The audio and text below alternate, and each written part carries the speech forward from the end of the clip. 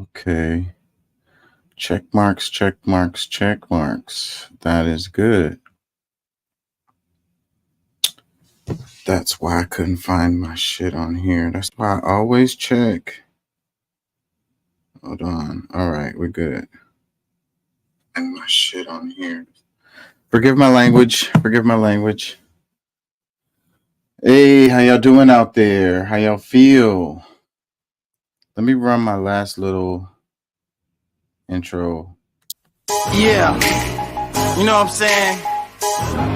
KCE, King Chaka.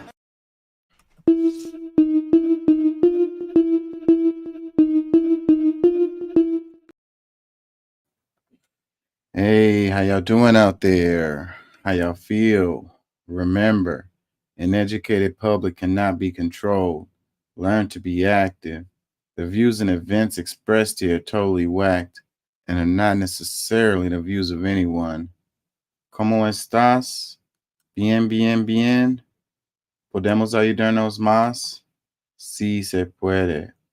And don't take my word for it. Look that mess up. Please, look that mess up. Do it. Do it for your own benefit. Yeah, The Absurd of Men. That's the name of the show. So we're going to talk about some philosophy related to that. It's kind of like the insane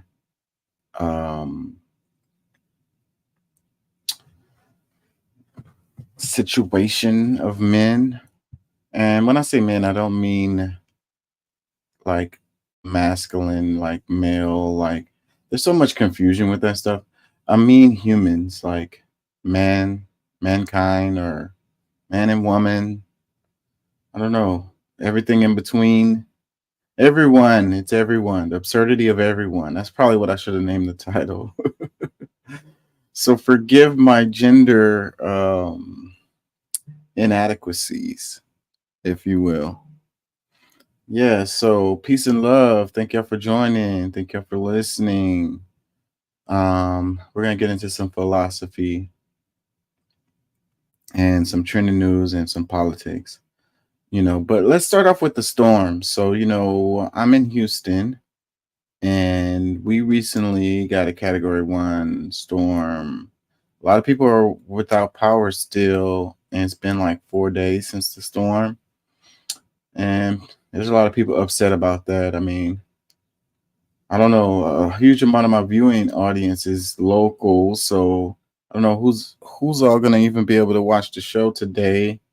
They don't have any power. I got lucky. I didn't lose power at all. Um, I've had people coming through to kick it here. Uh, my mom is here right now. She still doesn't have power at her place, so it is what it is. I'm thankful. I really am. When we had the windstorm, the derecho last time, I lost power for like a few hours and then it was back up.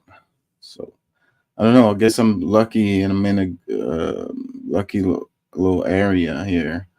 So I'm thankful. That's all I can say. You know, it's really, really hot out there. And these buildings are not built to not have air conditioning. Like they turn into little ovens, our buildings, because they could build these buildings with materials that are breathable. They could, have more access to like windows and airflow and stuff like that. But they don't. It's like have air condition or freaking bake, you know. I think that's part of the system to have people, so reliant on, they have to pay their bills, so they have to go to work. So they can get exploited because they are in positions of need, you know. So I really believe that's part of the reason why these buildings are built the way that they are, because they don't have to be built that way. They could be built in ways where it's cooler in the summer, warmer in the winter, have systems where the air can flow through if you decide to not use, like, it can be set up so as you can use the air conditioner when you want to and not use it when you don't feel like it's necessary. But even when it's not very hot outside, we still need the air conditioning in Houston because of the way these buildings are built. Call me crazy. Call me crazy. Let's look at some clips.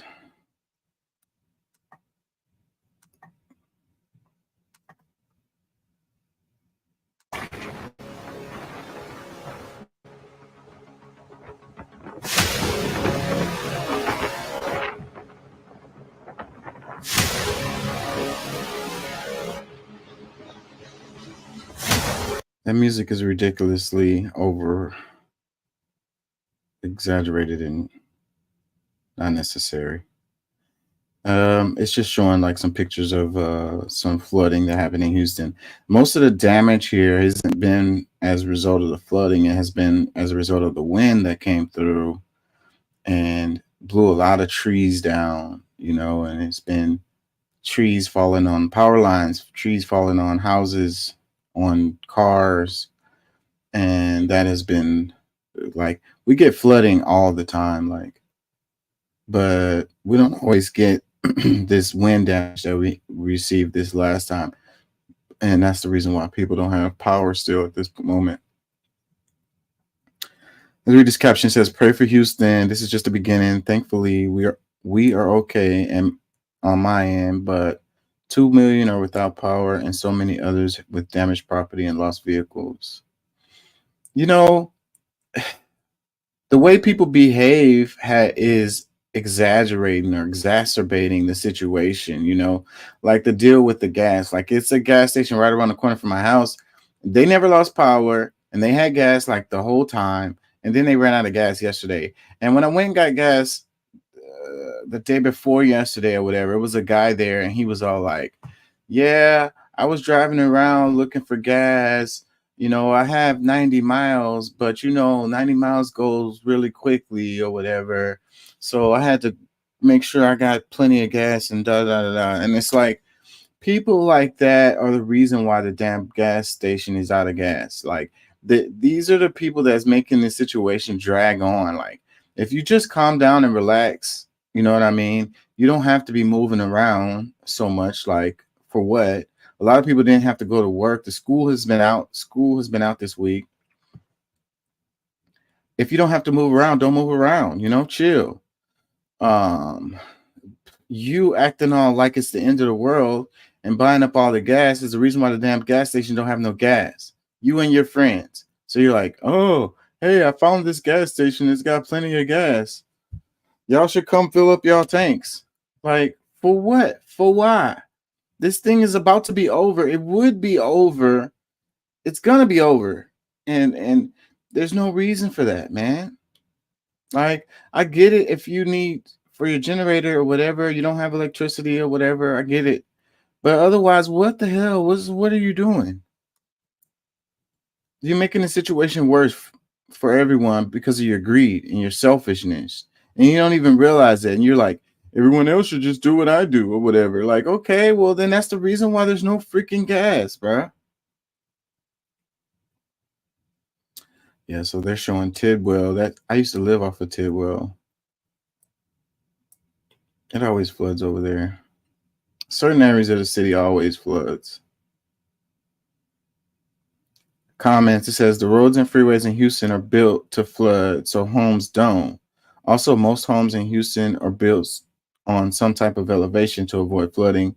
Most of flooding was gone in about 3 hours. The power outages and fallen trees are the problem. Yeah. So these pictures right here are probably like right after the storm or whatever. And yeah, our streets turn into rivers. And so that's the reason why they say turn around, don't drown. It's hard to tell. Like, even looking at this picture right here, if you're driving, you might think it's like a puddle or whatever, like it's not that deep or whatever. But then once you start driving into it and then your car starts floating, now it's too late. Oh, dang, it's like 5 feet, 8 feet deep. Yeah. It's probably not that. It's probably about 2, 3 feet deep, but still, that's too much for your car. But like I say, it'll look like a puddle and not be. Another comment, it says, "Folks, this is what a category 1 hurricane can do. Don't sleep on it. Imagine they got if from a category 5. Yeah, the wind damage would have been much worse. Good thing that it was a fast moving storm and it just kind of left us. It didn't hang out. That was really good. But like I say, man, this whole thing would be over. For one, they need to build more resilient infrastructure related to the power lines and stuff like that. So that is an issue. It's Texas, and Texas is the only place in the country that has like its own freaking grid and shit. Like Texas got to be special. Like we, we can't be like everybody else. We can't be connected to the grid with everyone else. Another issue I think is that you only have like one company that is over the infrastructure part. Like there's other providers for power for electricity, but there's only like one company that does all the power lines and stuff. I think that needs to be busted up. That would give an opportunity, because if the company only had to deal with a certain area to restore power in, they could get their resources there and get it done a lot faster. Then you have this one company who has to deal with this. Houston is huge. It's the metropolitan area. It's so big. It's so many people. It's so much going on. For one company to have to be behind that, I think that, I don't know. If it was multiple companies, then maybe it would be a problem with you coordinating or whatever. But maybe it wouldn't be necessary to coordinate, because whatever their service provider, whoever they're providing service to, they focus on helping those people. And see, so what a lot of people are complaining about is that CenterPoint is choosing which areas to focus on first. And I think that's true, because I'm seeing, well, it's some nice areas that still don't have power, but the hood is going to be last. This. Because if it's actual damage to the infrastructure stuff, people have to come out and fix that. Like they have to identify where the problem is, what the problem is, and then physically like repair it. It's not like they can flip a switch, and just send electricity back to your house. Not when trees have knocked down and transformers have exploded. Looks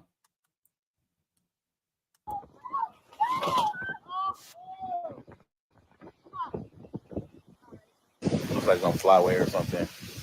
But oh shit. It's all right, guys. I'm safe. Güey, ten cuidado, güey, porque se están uniendo las casas. ¿Cómo andas tú por allá?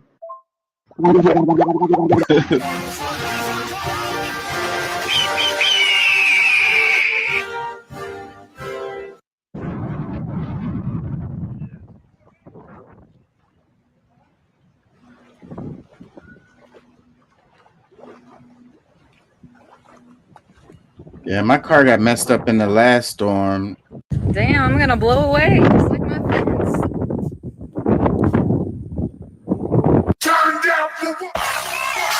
Not this storm, the one before this one. I don't even know which one it was. They all blend together to me now. We get so many of them. But the last, maybe it was Harvey. I think it was Harvey. And my car got flooded out. I ended up getting money for it, so I was able to pay for repairs.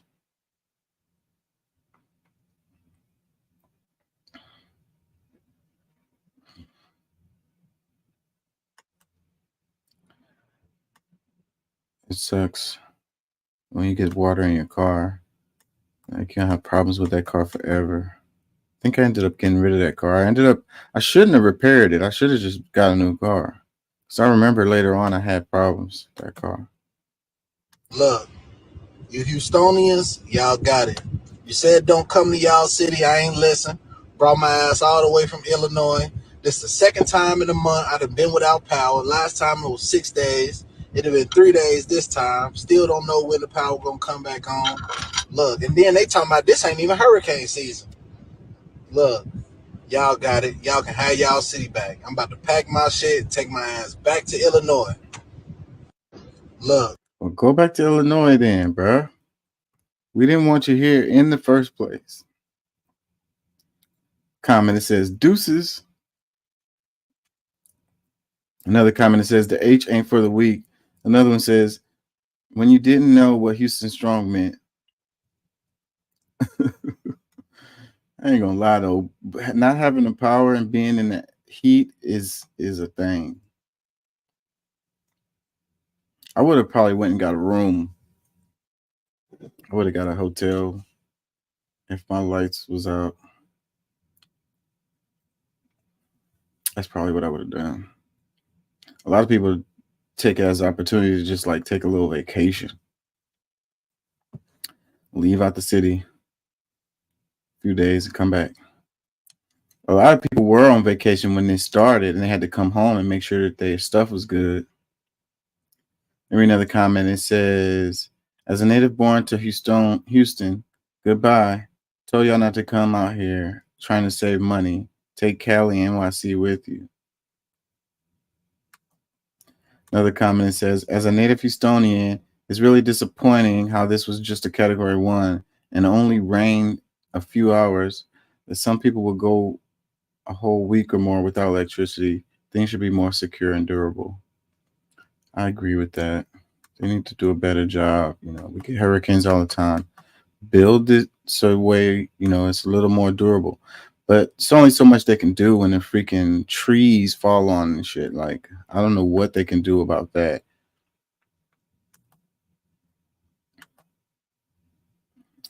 It says, watch the Houston area lose power as Hurricane Beryl impacted the region. So I guess the red is when the power is gone out as the hurricane flowed over the city. Good thing it was a fast-moving storm, man. Those slow storms are the ones that really cause problems. They hang out, they dump a lot of water, they continue to do damage. I'm so thankful that it just went over us right so quickly. I remember when the storm was hitting the Caribbean, and I was like, man, this storm might hit Houston. And people were like, nah. And then they were like, oh, it's just going to hit Mexico. And nope, it did hit Mexico, and then it hard right into right over, like directly over us. We haven't had a direct hit from a hurricane in a long time, and it's really early in the hurricane season. So that's another part of this that they're talking about. You know, that it's a example of climate change. Houston Chronicle, let's read this. It says, 2 months after May's derecho took CenterPoint Energy's outage tracking map down, the utility's data systems are still malfunctioning at an unprecedented scale, new data shows. In the wake of Hurricane Beryl, the ongoing technical challenges are exacerbated concerns about CenterPoint's ability to adequately track and respond to power issues in real time. On Monday, as millions dealt in the dark with Beryl's landfall and the flooding, oppressive heat, and storm damage that followed, the utility's technology crisis left customers in frustrating information vacuum. So yeah, so like they came out with new maps, and the people are all mad at the maps. I don't know what will make you happy, bro. Like the only thing gonna make you happy is them saying, yeah, you guys are next or whatever. We're working on your block. Your lights will be on in the next few hours or whatever. Like if they're not saying that, then you're like, what are you doing?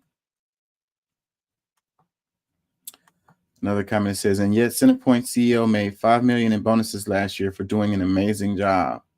Another one, was this data collected from the Whataburger app? Oh yeah, people were talking about that. They were using the Whataburger app to be able to tell where the lights were on, and it was more efficient than the information that they got from CenterPoint.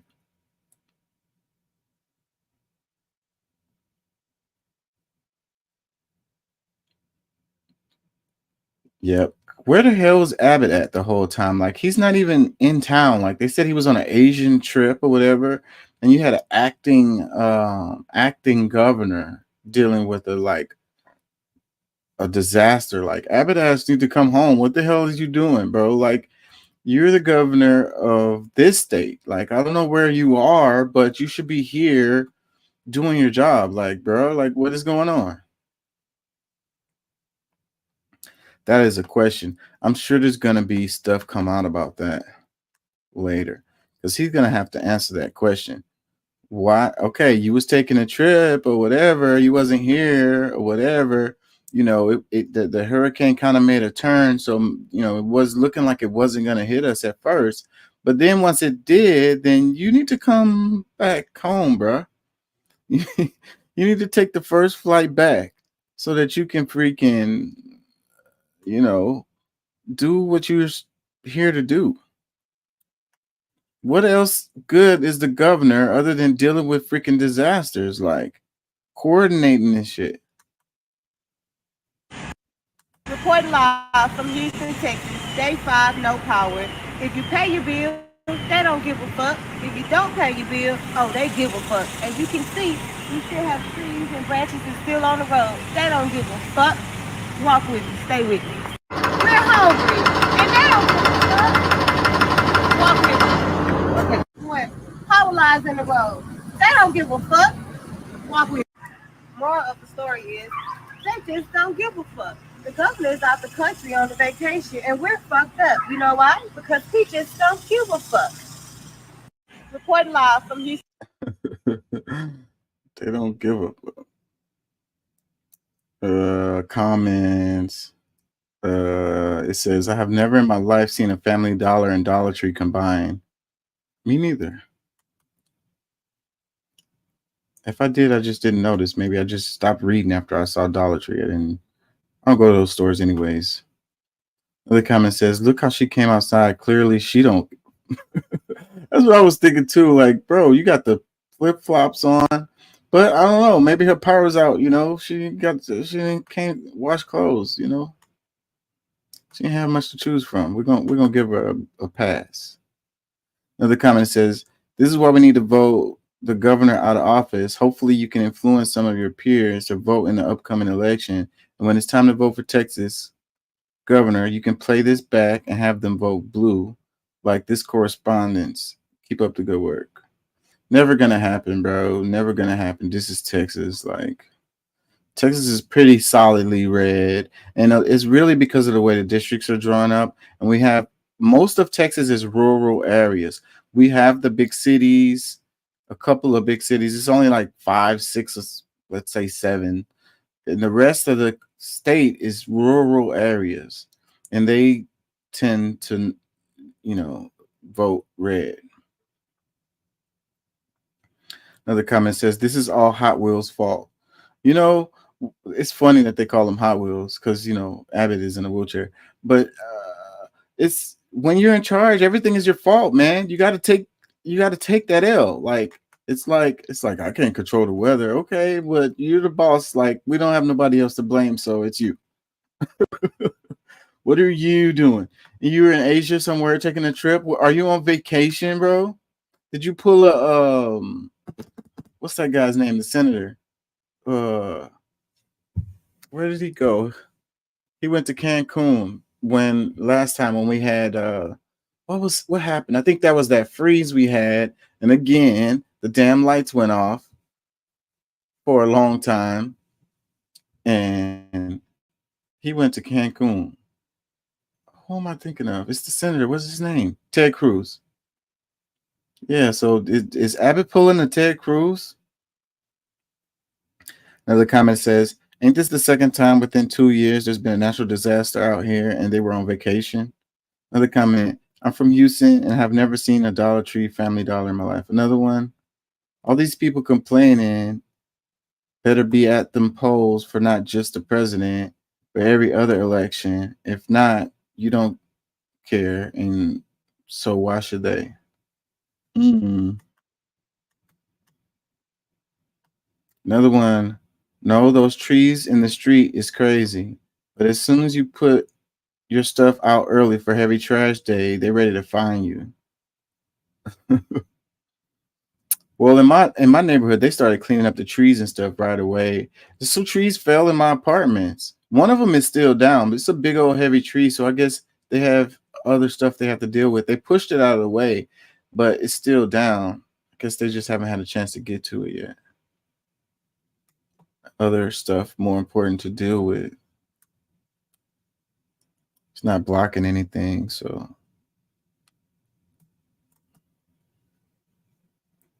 it says 19 years ago, Category 5 Hurricane Rita headed toward Houston, leading to the largest mass evacuation in U.S. history. Over 100 people died on Interstate 45 that day due to car accidents and dehydration.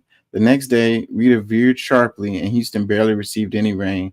That experience was hellish. This isn't about specific dates. It's about how evacuation can be truly disastrous. Be safe, prepare. I think it's impossible to evacuate a city like Houston. Like it may be possible other places, but even with our, I don't know, maybe you can coordinate it some kind of way, but I don't think it's really possible to do like a mass evacuation of a city like Houston. It's just too many people. It's too many people.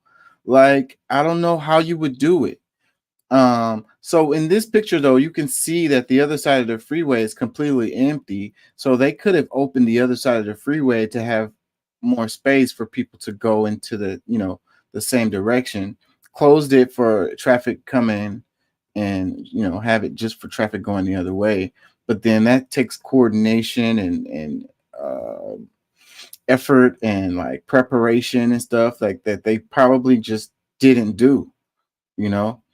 It's really sad. I remember when this happened and we stayed put and we was watching on TV how people were stuck in that traffic and dying and shit. And I was like, oh man, that's terrible. Because we thought about leaving, but we, in the last minute we was like, nah, we're just gonna chill, ride it out. It turned out to be a good decision. And I really feel for the people who went out there and had that horrible experience of trying to leave and basically getting stuck on the freeway. If the hurricane had hit and these people were on the freeway, it would have been worse. It would have been worse because they still would have been stuck on the freeway. They still wouldn't have been able to get anywhere. Then they would have been in their car in the hurricane. See, that's what made us make the decision to stay, is because we were like, if the hurricane does come and we end up stuck on the freeway, we don't want to be stuck on a freeway in the middle of a hurricane. Like that's not where you want to be, in the middle of a hurricane. Our freeways tend to flood too, so it would have been a nightmare. It would have been a huge disaster. Comments. It says, why they gotta put it in black and white, making me feel extra old. Another comment. Now, granted, this happened not long after Hurricane Katrina wrecked Louisiana. Everyone thought it was a Katrina, the sequel. Yep. Another one that says, I'm stuck on 19 years ago. I was like 14 years old when this happened. Another one. I was living in Louisiana at the time, and the storm was very devastating to my community. Another one. Took us 18 hours to get from Houston to Laredo. That drive was hell. They lucky they made it that far. Another comment that says, people died in those cars, and in that heat, it was awful. It's like you're stuck. You can't go backwards. You can't go forwards. You're screwed. Like, I'd probably just say, screw my car and just get out the car and just, like, I don't know, start walking. Run out of gas. Just sitting there. What an awful thing. Another comment says, because Katrina had just hit and was fresh on everyone's mind. And don't forget, Rita didn't do much to Houston, but it was a very destructive storm. Another one. Exactly. You can't evaluate a city of 4 million that fast. I'm never leaving again. H-Town till I drown. Yeah, man. 4 million people decide to just all leave at the same time. Like, how is that going to even work? Especially if they're all going in the same direction. Like, how does that even work? We're already southern part of Texas, so you pretty much have to go north. I guess you could go east or west, but yeah. Another comment says, LMAO, it was the first and last time I ever evacuated. Another comment, why a black and white picture got me feeling like MLK. Another comment, 18 hours to go from 45 South in the Beltway to Huntsville, shaking my head. Wow. That's crazy. I think you can get to Huntsville in 2.5 hours.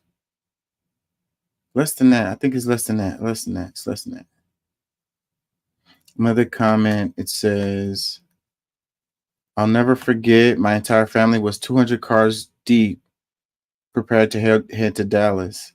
Them babies crying, stopping and going. I put everybody out of my car and went back to my apartment. Nothing happened. I never could have predicted the traumatic events that went on. However, my family made it there and I was good. My anxiety was through the roof, especially having been stranded in Allison in 2001. Allison was pretty bad too. I remember that. We got a lot of rain for that one. And we were stuck in the house for like 2 weeks. And that one wasn't even a hurricane. That was a tropical storm, but it was moving slow and it dumped a lot of water. Another comment says, I was there stuck in traffic trying to go to Oklahoma. See, so even the people that were, well, that's going north. Another comment says, 19 years ago is crazy. I remember it vividly too. It took us 20 hours to go to Dallas. Never evacuated for a hurricane ever again after that.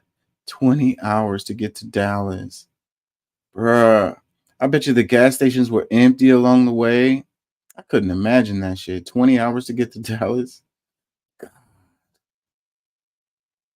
I don't even like to be in my car longer than like 30, 45 minutes. Another comment says, there was not so long ago. This was not so long ago. This photo needs to be in black and white, y'all. Yeah. They just did it for dramatic effect, I guess. What do we want to go to? I think we'll come back to, well, we could talk about Centerpoint Energy because that's related to this.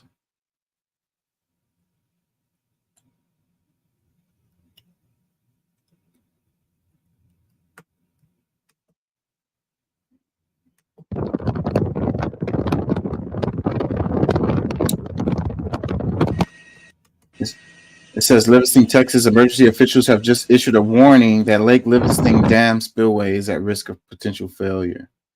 So a lot of the water is like coming down, even though we didn't get a lot of rain directly here. We got rain all along the way. And then we have the BIOS system that's supposed to deal with that stuff. And the water can come from other places. It says currently emergency officials have declared a potential failure watch for Lake Livingston Dam in Livingston, Texas. This means officials will monitor and evaluate the spillway's integrity and make repairs to take other necessary actions. Recent rainfall and flooding have caused issues at the dam, particularly with the spillway. So far, they have stated that there's no immediate danger of failure, but the possibility is there. And yeah, so we got a little rain today, and I think it rained the other day too. Like just a little bit of rain causes problems because it came right after, a hurricane. Comment, it says, imagine if the government used our taxes for infrastructure instead of giving it to Ukraine. I'm telling you, man. America first, right? Another one comment, it says, the Trinity River Authority of Texas owns and operates Lake Livingston Dam, which is located on the Trinity River in East Texas. The TRA built the dam in 1971 under contract with the city of Houston to provide water for municipal and industrial use, irrigation, and recreation. Privately owned. Texas is not smart. Yeah. They always say, private sector can do a better job than the public sector. And that's their argument. And it's like their religion. And so many people believe that shit. That's why you always hear people making comments, the government can't do nothing right, That shit ain't true. It's not true. It's not true.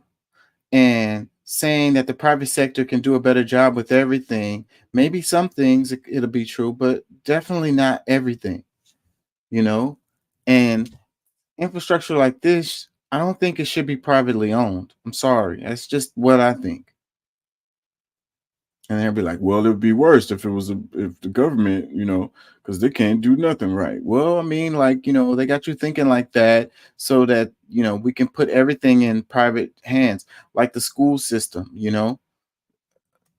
the school system sucks, you know, and it's like the public can't do anything better. So then they purposely make the public school system terrible so that it can send money to the private sector for school. It's a big paycheck for these people. Like, it's a game and you guys are all falling for it.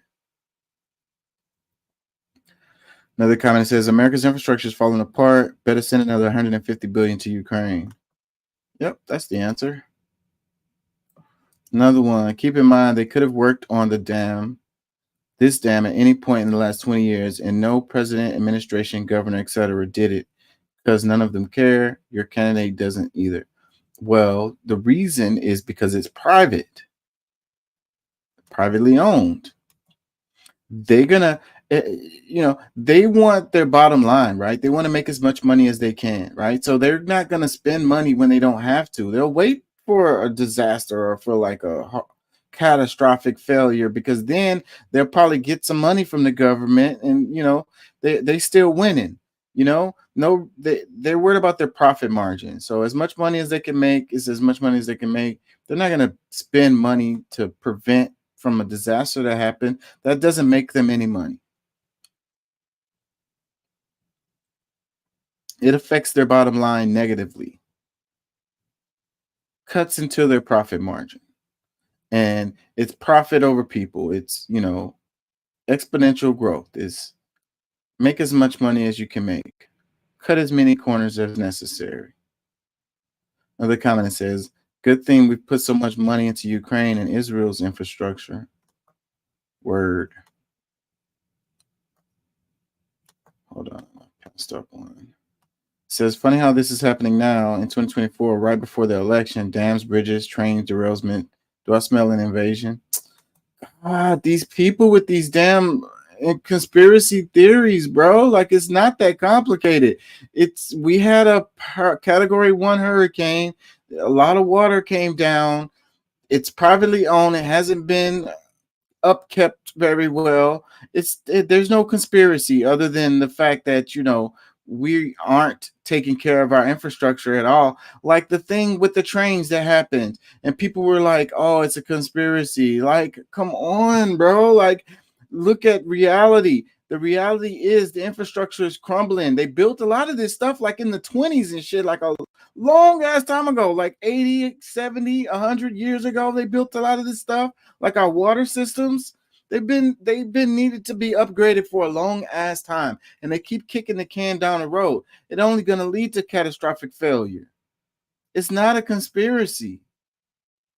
It's real simple. They don't want to spend the money. Nobody wants to spend the money. They're going to be like, where are we going to get the money from? And then when they talking about working on it, then people are going to be like, oh, they're going to raise the taxes, or, oh, they're going to raise the price of services or whatever. Like, okay, so I mean, if they have to raise the prices for your services so that you can have a working water system, are you okay with that? Or would you rather the water, mains break and bust and you don't have any water in your house? There's people here in Houston that don't have water right now. I really don't understand that part. I mean, I get it with the flooding, but it wasn't that much flooding. So why the hell these people don't have water? Is it related to the power outages? If somebody could clear that up for me, I really appreciate that, because I've been thinking about that, and I'm like, why is there so many people? I was talking to one of my cousins, and they was like, yeah, we don't have lights or water. I'm like, what? Gosh. Another comment, it says, watching Zelensky finish constructing his casino while stuff like this happens in the U.S. Also, why is Texas being attacked by natural disaster so much this year? It's not like we've had a lot. It wasn't just that derecho event was from Florida to Texas. It wasn't just us.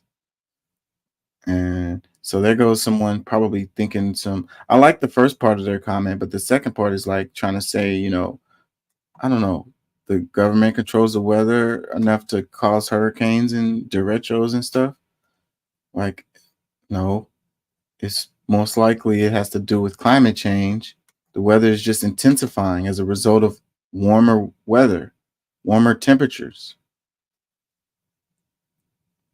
Another comment says, oh, so when it's local critical infrastructure, it's the federal government who's responsible. Maybe if your governor had prioritized infrastructure instead of trying to grab the headlines on immigration and restricting women's care, this would have gotten taken care of. You're the Republic of Texas. You don't need the federal government. You take care of things yourself. Keep at it. Sounds like a you problem. LOL. At Ukraine. Sounds like excuses. Yeah, that's a bit that hurts right there. That comment kind of hurts. I ain't gonna lie. But he's right. And that's the stuff that, this is what they've been saying the longest. We don't need anything for y'all. And there's a controversy related to the disaster declaration or whatever. People are saying that they did it too late or whatever. And Biden was like, we can't. You guys have to request for that disaster declaration so that they can get those funds coming in. It happened, but people are saying it happened too late. And, I think maybe there was some kind of issue with that. It's the pride of Texas. And then I have to give them a break because they didn't know how strong the storm was going to be. It could have just been a tropical storm. It turned into a category 1 right at the last moment. And then a category 1 doesn't sound like too much. So then they're like, maybe it won't be so bad or whatever. We don't need to do a disaster declaration. But it seems to me that regardless of if you got a category 1 hurricane, just make the declaration just for safety reasons so that everything can be ready to go. And you have like funds to take care of whatever you need to take care of, But I don't know. Texas has the biggest ego. I was reading somewhere where they were saying like we're the only state that flies our state flag at the same height as the United States flag. Somebody fact check that for me. But everywhere I go, I see the United States flag and the Texas flag both flying together. Do they do that in others? I'm a native Houstonian, so I've traveled around the United States, but I haven't paid attention to that detail, so I don't know. Another comment, it says, keep thinking Trump is the bad one here, y'all. I don't know how you can throw Trump in this conversation. We just need to talk about Abbott because I don't know how Trump has anything. I don't know how you could make a connection with Trump like at all with this. Another comment, our national infrastructure has been getting D's for decades. Biden said, let's invest in our infrastructure, and Republicans said it was too expensive. They did pass that, what was it? Was it the Inflation Reduction Act? I can't think of what's the name of it was, but they did pass what was it called? And it did allot funds for infrastructure building. But I want to say Texas was one of those states that refused those funds. They said, we don't want those federal funds. So boom, there you go. Just like that comment earlier, it's Texas shooting itself in the foot. Like they're acting like they're so big and bad. They don't need anything from the federal government. So boom, here you go. Like you don't want no help from FEMA either, huh? Another comment, it says, Build Back Better was only meant for Ukraine. Another one, why do catastrophic things always happen in clusters now? Well, if it's weather related, then it's because of climate change. So that's not complicated. But as long as you want to continue to deny that climate change is a real thing, you're going to keep on trying to figure some kind of complex conspiracy theory to explain the things that's happening. I was born in the rain on the Ponte train. Oh, the music. I can't play the music. So aerial footage. It's still high water right outside, like Allen Parkway, Stewmont Park area. There's still high water over there in that area. right outside of downtown. It always floods over there, though. That area is really low. You know, we have a lot of underpasses. I think they should build overpasses and leave a lot of the area for the natural flow of water, like marsh areas and stuff like that. Just don't build any roads or houses in those areas. But then, you know, Houston was built on a swamp from jump. So it's like this is probably not optimum location for a city of 4 million people. Like, you know, maybe it wasn't a good idea, but there's no way to go backwards. We're here now. So they should build more. We do have that's one thing that Texas is really good at. Texas have those wildlife national park deals. I'm probably saying it wrong, but they have these weather natural. I'm not talking about just the bios. They have these marsh areas. They have like these, like, there are areas that's left just to have like native plants, and they don't build. There's one right there on Westheimer Parkway, and they do have like some soccer fields or dog parks over there or whatever, but that's just for use when the water is down. But when the water comes up, it fills up those areas, and that's why it's there. And there's no commercial buildings, and there's no residential buildings like in the whole areas. And we have lots of those around Texas, and that's a really good thing. So, but we should have more of them going into the city areas, like the areas like Allen Parkway, Stewart Park, or whatever, and you know, just leave that area for when the water comes. And build more like overpasses instead of underpasses. We're already like right at sea level. So why would you want to dig down below sea level? Like, we have a really cool tunnel system in downtown.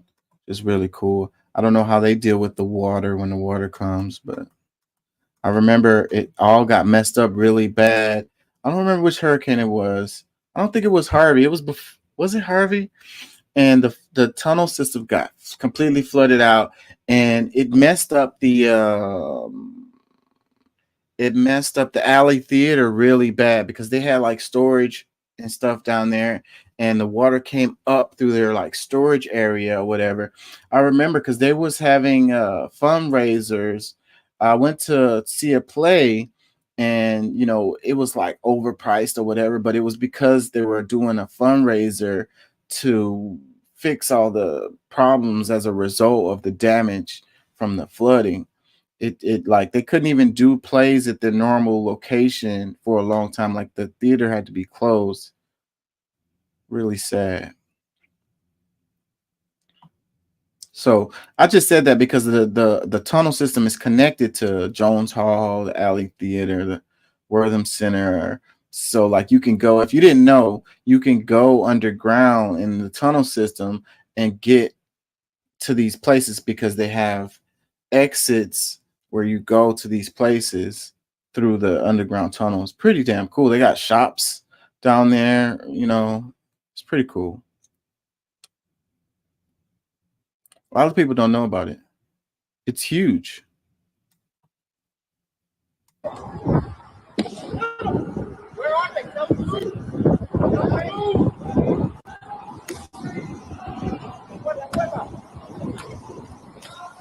All right, I'm in. Okay. Where you at? Wait. Hold on.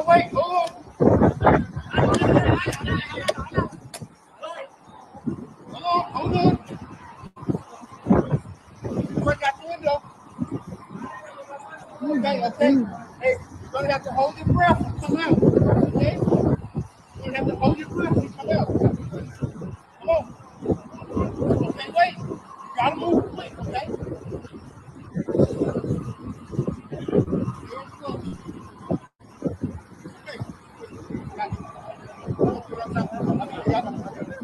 I'm in the morning.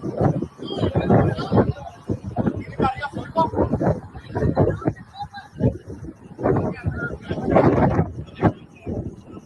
Pretty cool, you know. One thing that's cool about humans is whenever it's like a, you know, a disaster, whenever things get ugly, we tend to come together and help each other, and all of the like politics and racialized identities and all of this kind of get pushed to the side, and people just help each other, save lives, preserve life, and put themselves at risk to do it, which is a really cool thing. But what's sad about that is, then right after the disaster or whatever is over, then we're right back at each other's throats. I guess I can't say something positive without saying something negative, but this clip makes me think about Trey the Truth, the rapper.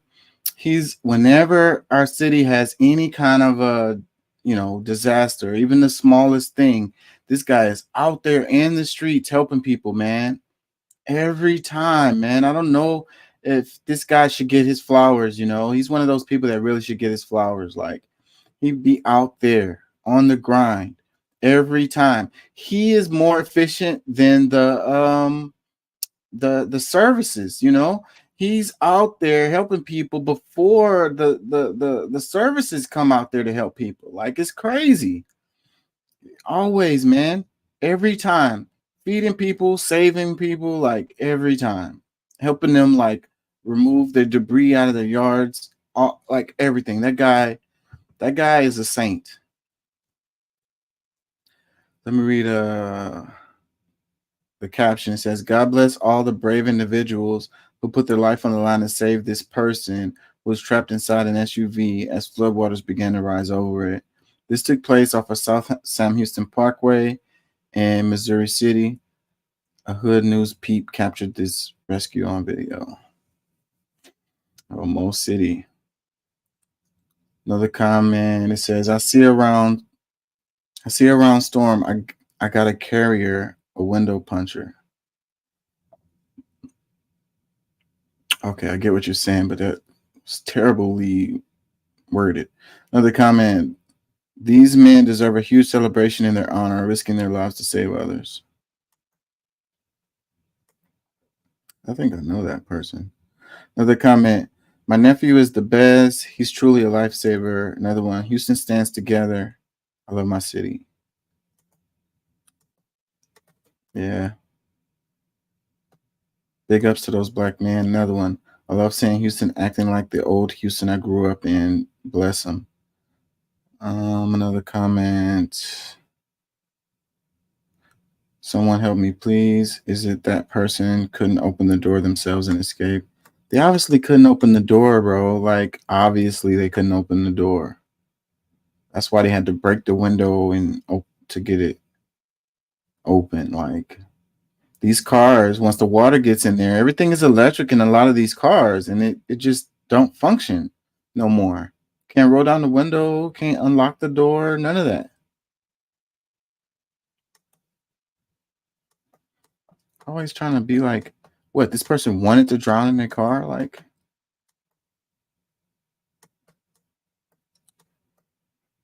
oh man. Let's do this one.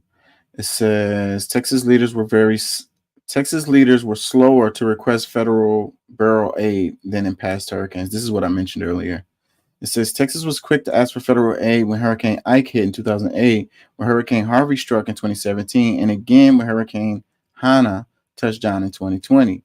But that did not happen this year as Hurricane Beryl approached Houston, triggering a round of finger pointing between the White House and the Texas officials over how quickly federal supplies, including food, water, and generators, should have been distributed.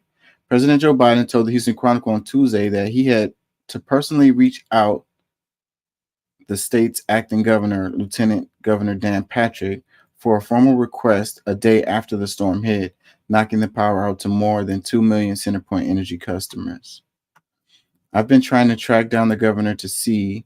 I don't have any authority to do that without a specific request from the governor, Biden said in a call.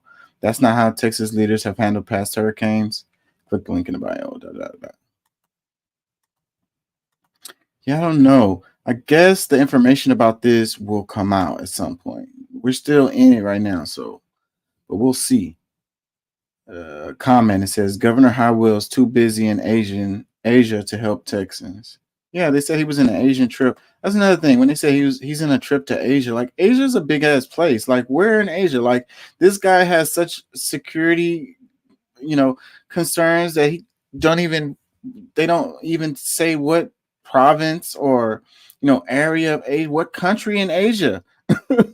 What the F? Like, oh, he's taking a trip to Asia. Like that could be literally so many places, bro. Like, did they do that for security reasons? Like, come on, bro. This guy is not the president. Like, I don't think that many people really want to touch this guy. Like, I mean, like he might not be all that popular in Texas, but outside of Texas, they probably don't know who the hell he is. So why do you want to say, he's taking a trip to Asia? Where the hell is he taking a trip in Asia? Where in Asia? Like, that's a huge ass space. Like, I don't really care, but it just, to me, it sounds really weird to say I'm taking like, who does that?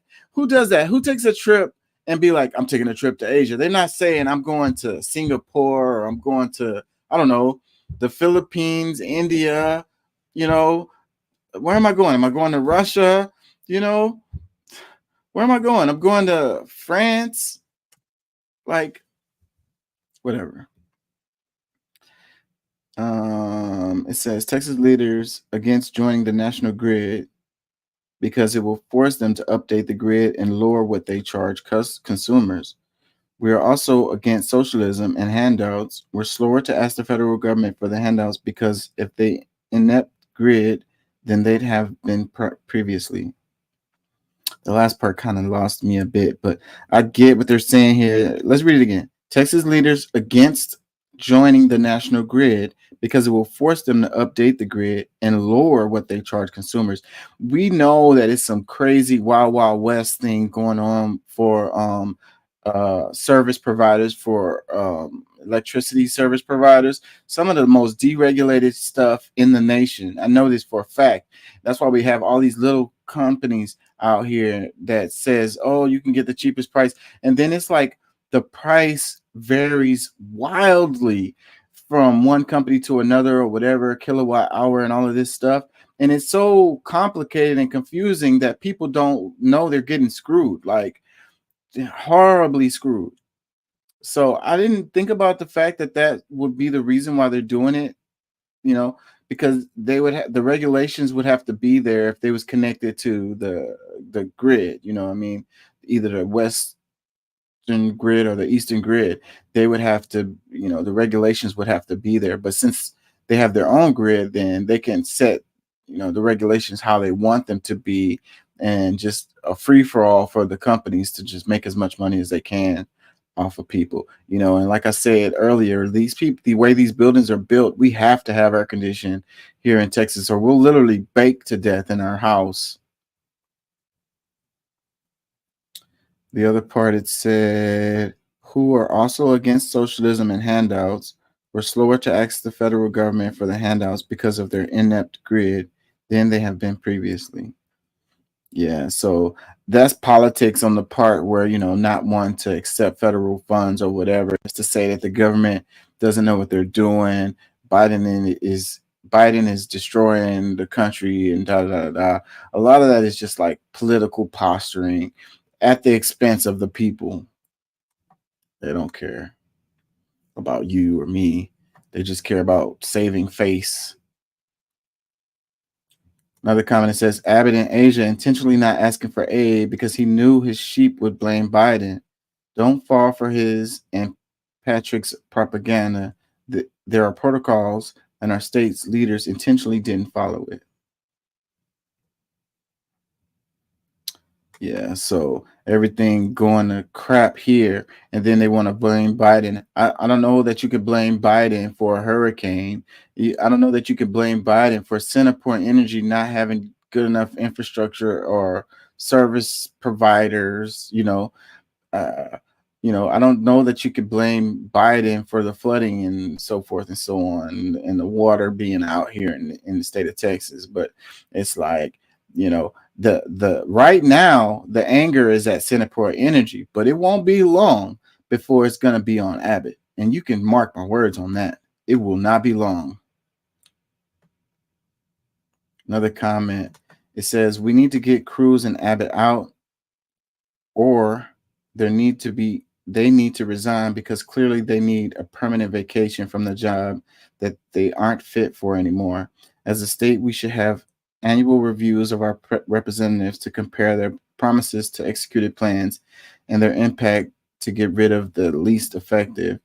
No more empty promises from politicians on either side. They either deliver or they're out. I like that. That's a good idea. Never happened, but it's a good idea. Another comment, I still don't understand how they got elected. They're so ineffective. They got elected because of the way that it has to do with the history of Texas, and it has to do with the way that the districts are drawn. They're drawn in a way that benefits the red side.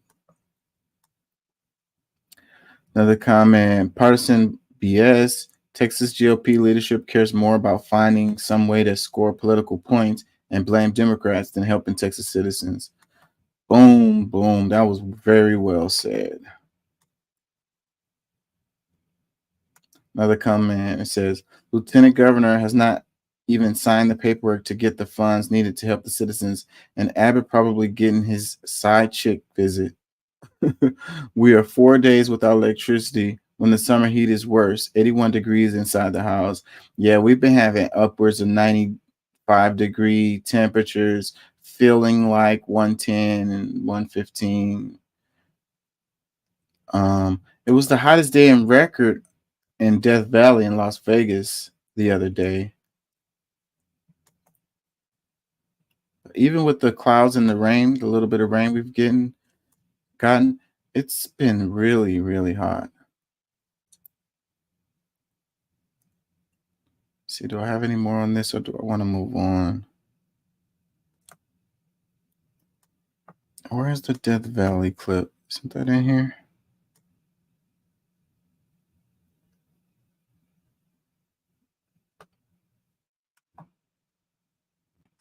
That has been historic. That's what I inherited, by the way.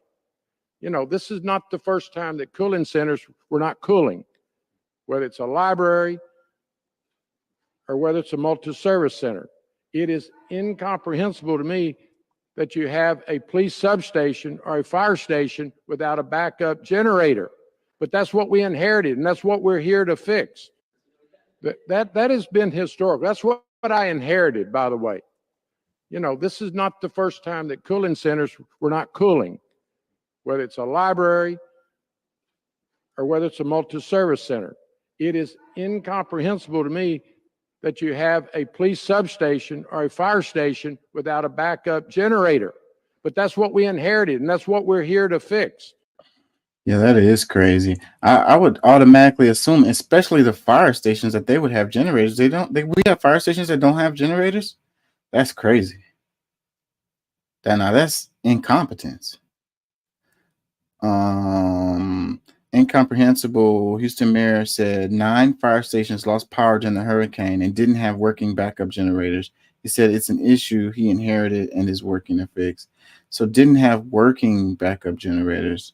So what, they had generators, but they wasn't making sure that they were fueled up and functioning properly or whatever. It seems like, knowing that the hurricane was headed this way, you should double check all of that stuff and gas up all of that stuff and make sure it's all good to go. I mean, like, that's not hard to like come to that conclusion. Comment and says, is this the same guy who wouldn't speak to the judge to have a plan in order in case of situations like this? Hardbody Kiati. I don't know exactly what he's talking about there. What's up, Pat? How you feeling, man? Not too bad, man. How you feeling? I can't complain. Same old, same old. No, I'm good, man. You got lights. Yeah, I never lost power. Okay. Yeah, me either. I've been blessed, man. No complaints over here.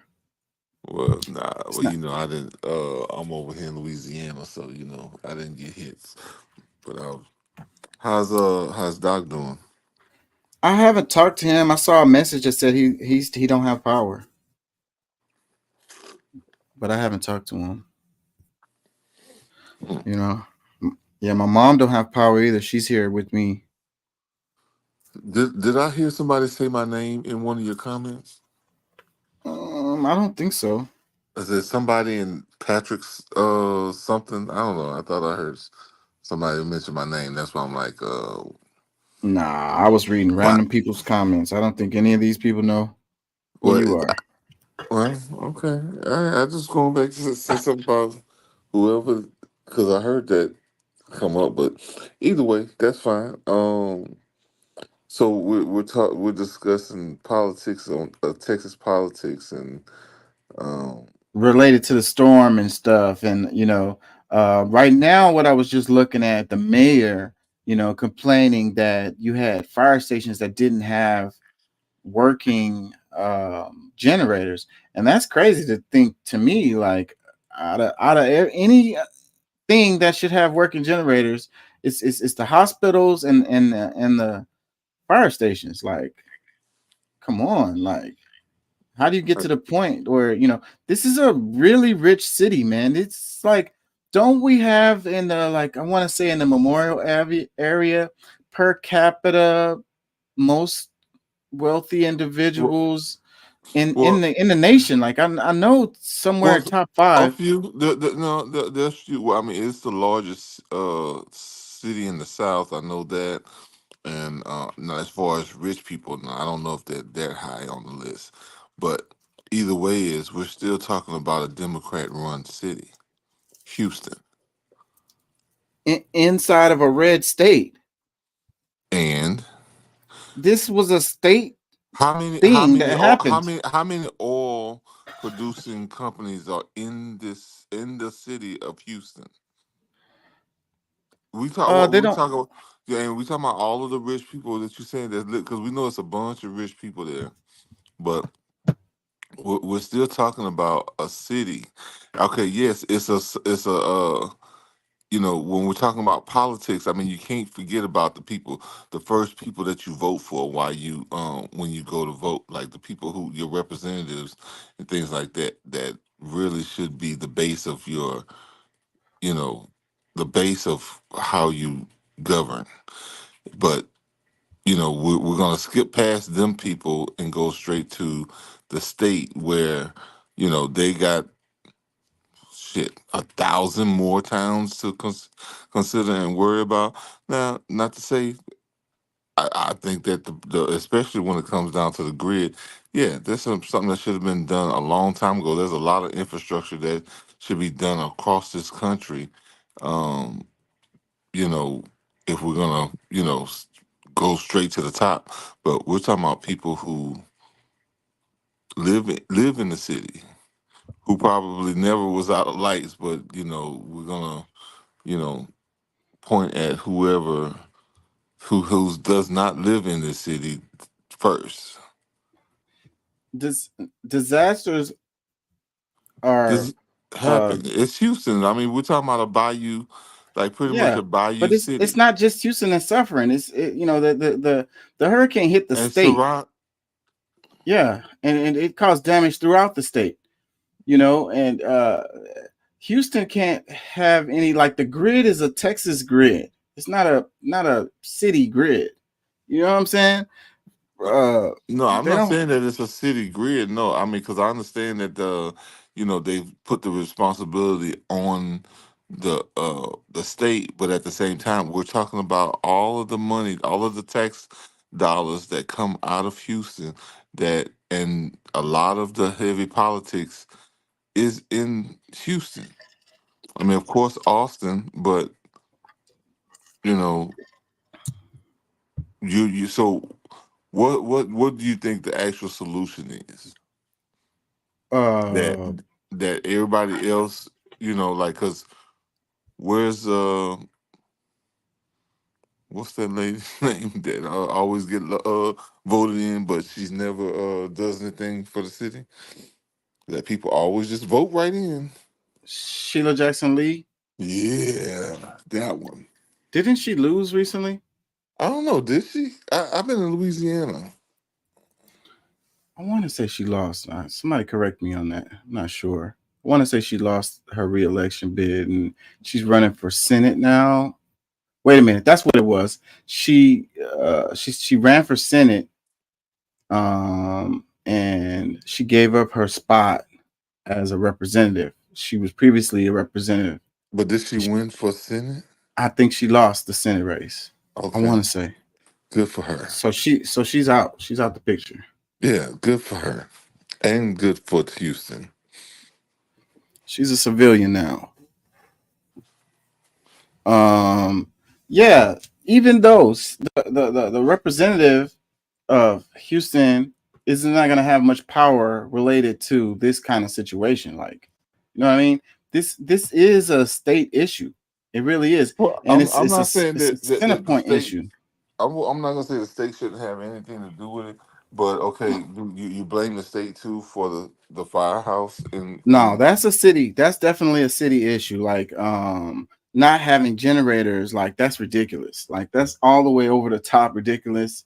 There's no way you should, a big city, rich well, city like this, not having generators in the firehouses. That is something I can't even. There's nothing I could say that could defend that. yeah, no, that's definitely incompetence straight from the first level of government for Houston. But okay, is it now? Can the representative not, for the city, get funds from the government or some action? Because Houston don't really need the money; they just need feet on the ground. Like they Yeah, can't. so but that's what it does when you allot those federal funds. It's not always about money. It's about services. It's about people. It's about boots on the ground. You Yeah, know, so Houston can't get people to come and help them get the electricity back going. well, Louisiana, they were talking about Louisiana's that, but right. it's a Yeah. private it's a private company at the end of the day. No. And they're the ones that's Well, responsible for it. well, most things that happen in this country are done by private companies, unless unless you're really trying to live under socialism, and then that's owned by the government. But when we're talking about private citizens, like the monies that we get that gets allotted to small to private companies to go and do certain things, that's because of that's not just like some. I don't know how people really look at it, but that's just another private company that would hire other private companies to come in and assist in a situation like this. So that the city of Houston don't have enough friends to call on to say, hey, we got a bunch of areas here. I need some people from Louisiana. I need some people from Arkansas. I need some people from Oklahoma. Well, they were I mean, sending trucks. That's what the thing was about with the federal funding, to send trucks and folks to but come what help out with happened? the But recovery what issue. happened? Nobody It, came. they're here. They was people advising them before the storm even happened. I was watching the news, and you had the acting governor. uh, he was explaining how he was in constant conversation with FEMA folks before the storm even happened, Okay. and talking about preparation, for dealing with the aftermath of the storm and so forth and so on or whatever. So FEMA being the federal emergency, like the yeah, yeah. okay, so they did take precautions. So now, and talking with people, hey, ahead of the storm. So all right, so the federal government is involved. So I mean, They even when you bring it to the top, nobody wants to do it. I don't really know what you're saying, but the Well, main I'm just saying issues. that it's not just politics. It's not about money. That's the whole thing. Because that's what I was hearing. It's just like, oh, nobody, like our, city, our state, trying to blame the Republicans for things not happening. But things, what I'm saying, like you just said for yourself that they had talked to people beforehand, they knew everything was going, like, now them declaring it a state of emergency. I mean, that's on, yeah, that would be would be Abbott, but you know, Abbott hates Houston that much? Is No, that what Abbott. we're saying? No, we're saying that Abbott. He's not even in the state right now. First off, second off, Abbott is. He has political aspirations, and he's willing to sacrifice the Texas folks, for his political agenda. Okay, so That is what I was saying. higher than the governor? So you think he's trying to get Well, he wants to a be the vice president. president? He wants to be. Oh, does he? Yeah, he wants to be president for sure, without a doubt. His name is floated all the time. If it wasn't for No, Trump, no. People say his name because of how well he governs Texas. I don't know if that's the reason, but Well, we got it to is. think about it. I mean, there's a lot of things that okay, especially Democrats that when we talking about things that's happening federally, and the border is okay and this, that, and the other, but when everything is swamped, everybody's working and doing something else, and now you need them. Now you're saying something totally different about how the government should work. Well, that's what's happening. That's what's happening. They're like, so Texas is like, we can handle all of this on our own. We don't need any help from anybody or whatever. So that's the issue. So No, it's like, Texas has not been saying that because they've been the ones that's been begging for help on things that's been happening with throughout the state. That the federal government's responsibilities are, but they have ignored.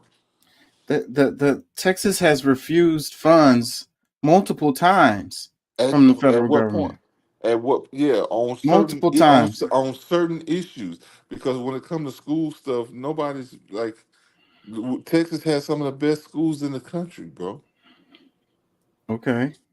So why do they need extra aid? Like this is something where like, okay, the federal government does not need to step in to help with school when you already got school taken care of. You got somebody who's trying to manipulate and use certain things at a higher level to try to control somebody who already has their shit together.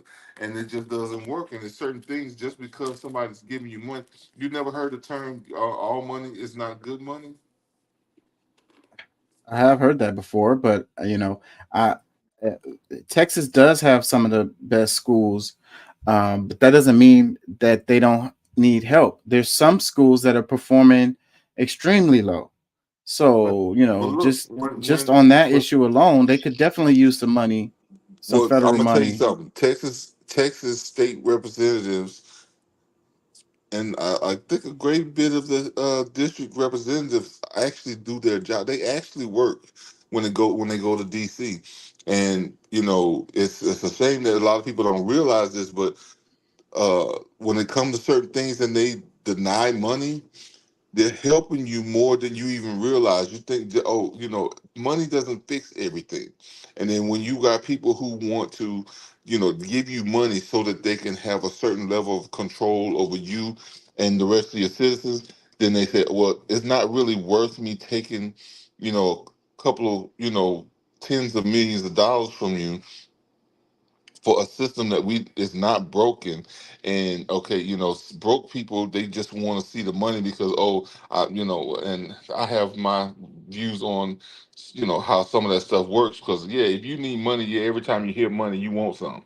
But that that's why we have people like that in place, so that we don't have to, we're not, our souls are not sold just behind some money.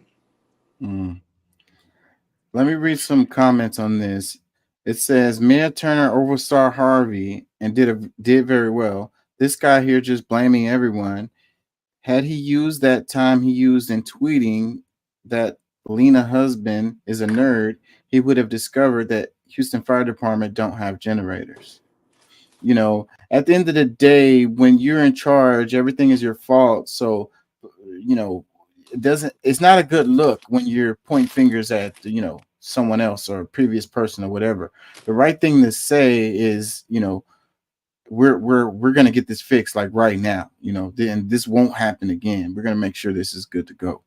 You don't say, I've inherited this problem, and that's the reason why it's the way that it is, or whatever. Like, that Well, doesn't I mean, come up. somebody who's fresh in office is probably going to say that because, for one, the people of the city don't care actually what you got to say. They just want to see their lights on. They don't give a shit about what you're saying. And once the lights are on, they're going to be on. They ain't going to forget all about what just happened. Yep, I agree with that. Another comment, it says, "You're the mayor now. Stop posting blame on the past." Another one, "Listen, we the people don't necessarily want to hear about what you inherited. However, what we want to see is the solution resolution." Honesty. Exactly. Another comment, it says, "Are we ready for the future hurricanes? This was a category 1. What are we going to do when a category 2, 3, or 4 hits Houston?" Another comment, "Every Houstonian was prepared. Every Houstonian was prepared. It was Centerpoint that was not prepared for us. Just fix the power. You're going to see Houstonians protesting. Matter of fact, don't be surprised if you see people working on those cables. We're looking for gas. We haven't been to work, school. Our pets are hot inside, elderly people." Well, let me ask this to all the people that believe in this new Green Deal that Biden is passing. All it's going to take is a one little storm for you to lose everything, and you're willing to follow somebody who doesn't even have a contingency plan for when the electricity does go out, like from the city, because our federal government doesn't have it. Because Elon Musk has been telling us for a long time we're not there yet, and he's at the top of the pile for this technology, enough for him to leave his open source for others to come in and, be able to play around with it and figure out what they can figure out. But overall, we know like the world is not ready. Maybe there's some parts of China, but China's government is totally different. Like you're a fucking slave in China, regardless of what your level of your status is. That's communist socialist government, and that's the part that I think that people forget is that we want to continue this republic and maybe have a few benefits that come from socialism or even democracy, but we don't want those as the carrying government ideology that we live on, because people still want to get out and do their thing. People want to make decisions for themselves. But until all that stuff gets taken away, they're not gonna realize how much they wish that they had just done some of the shit on their own. Because guess what? You're still gonna do the work. What I'm saying? One way or the other, you're gonna do the work, but it's gonna either be by your decision or somebody else's. Mm. Let me read some more comments. It says, "Anyone who wants to blame the previous administration or say that's what we inherited, I lose any semblance of respect." Another one, "How about fixing the infrastructure problem so we don't need generators in the first place? All these generators people buy with their own money are a testament on how badly the state and local government is failing us." Well, how new is this man? Uh, I don't think it's been a year. Has it been a year? I don't think it's been a year. They probably should give him some leeway, um, because I mean, but at the same time, I mean, because there's other systems that's been in place that should know how to prepare. Because like I've lived in Houston for quite a bit, and like I know, well, I mean, but I am from Louisiana. Like as far as preparing for these types of times, you don't wait till the week of, what I'm saying. Like no, you're supposed to be stocked up and ready. Like June, July, and August is coming, especially August. Like, what I'm saying? If you're getting hit in July, shit, just wait till August. But you got to be prepared way before now. So that's that. I mean, it is somewhat of an issue as far as I'm concerned, because we're talking about a bunch of grown folks that's crying and pointing the finger at people. And I understand the poor having maybe asking for more than the rest, but most people know that this. I mean, especially within a republic, You're supposed to be trying to do things on your own instead of looking for who coming, who next. But Yeah, but we don't control the power, bro. We don't control the infrastructure for the grid. Like we no, don't we I can't get fix the power lines. no, Like, you I know, told it I get that part, but I mean as far as being able, because we should be able to take care of ourselves for at least 30 days at the minimum. yeah, without no power. Yes, sometimes it gets like that. Shit, there's places in this country that goes for months without things that stuff getting fixed after a storm. Like I'm Um, like check Tennessee and Kentucky and stuff like that.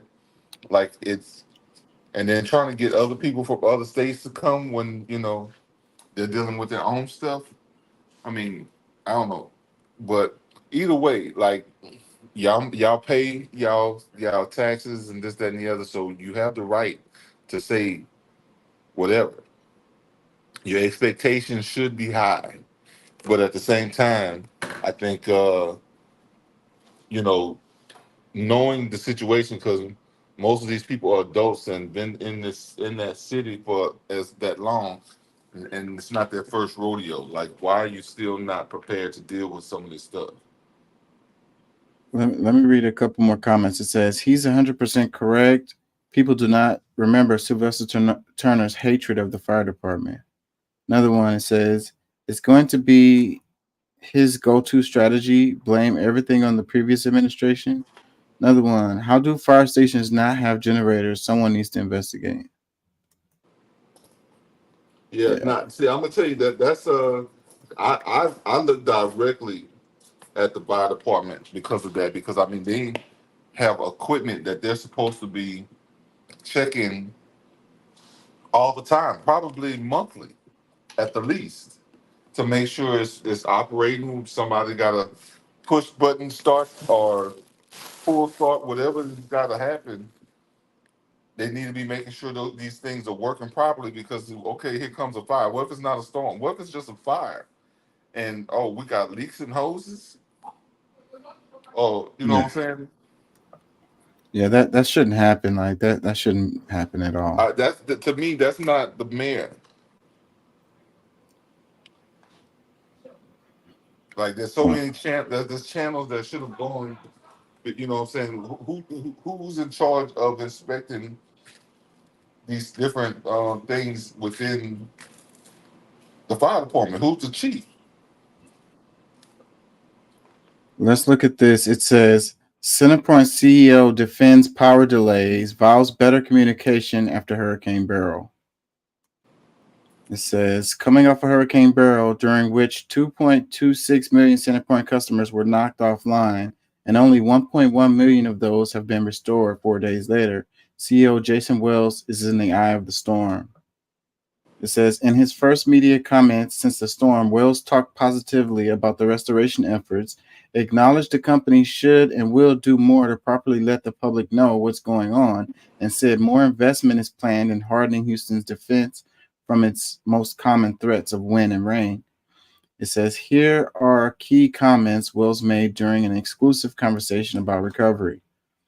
It says, I understand how frustrating it is to be without power, especially in this heat.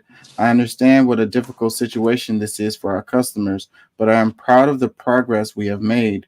Restoring 1.1 million customers within effectively 48 hours of the storm passing is faster than what many of our peers have seen in the past 10 named storms. It is more customers than what was experienced during the derecho in the middle of May. Wells notes that fewer than 1 million customers lost power in the May wind event, and many likely stayed off longer than the vast majority of those impacted Beryl will be. Unlike the wind event, however, which caught the region off guard, Centerport had days to plan for the hurricane and prepare for a possible major restoration job. Believing the storm would stay mostly to the Houston metro region west, Centerpoint mobilized about 3,000 other contractors, readying for those numbers. As Burrow crept north and looked on a direct hit for the region, Centerpoint called in more resources to be ready. Those crews had to take time to catalog the damage and assess what needed to be done. Those assessments took time, which Wells is not factoring into the 48-hour restoration process. He says that is the first step of any restoration, and that generally takes a utility when it is a large scale event upwards of 2 days to complete. It is only after that work we can understand if it is simply removing debris or is it a more complicated rebuild, and we can begin to offer estimates to restore. I think we should have done a better job of communicating that to the customers that this is going to take 2 days with the level of the storm and the level of this system to get done. Well, I I think that think, there's, you know, of course we're gonna deal with some impatience because it's hot. yeah, You know, people upset. You know, they frustrated. Their anxiety levels are high. This, that, and the other, and that I don't know. Maybe they don't see what they think they should see. But overall, I think that sometimes we need to just really reassess this and look at the fact that okay, the people that we count on to handle this told us that they were working. Yes, I mean I'm sure there's some areas that didn't have lights that now have lights.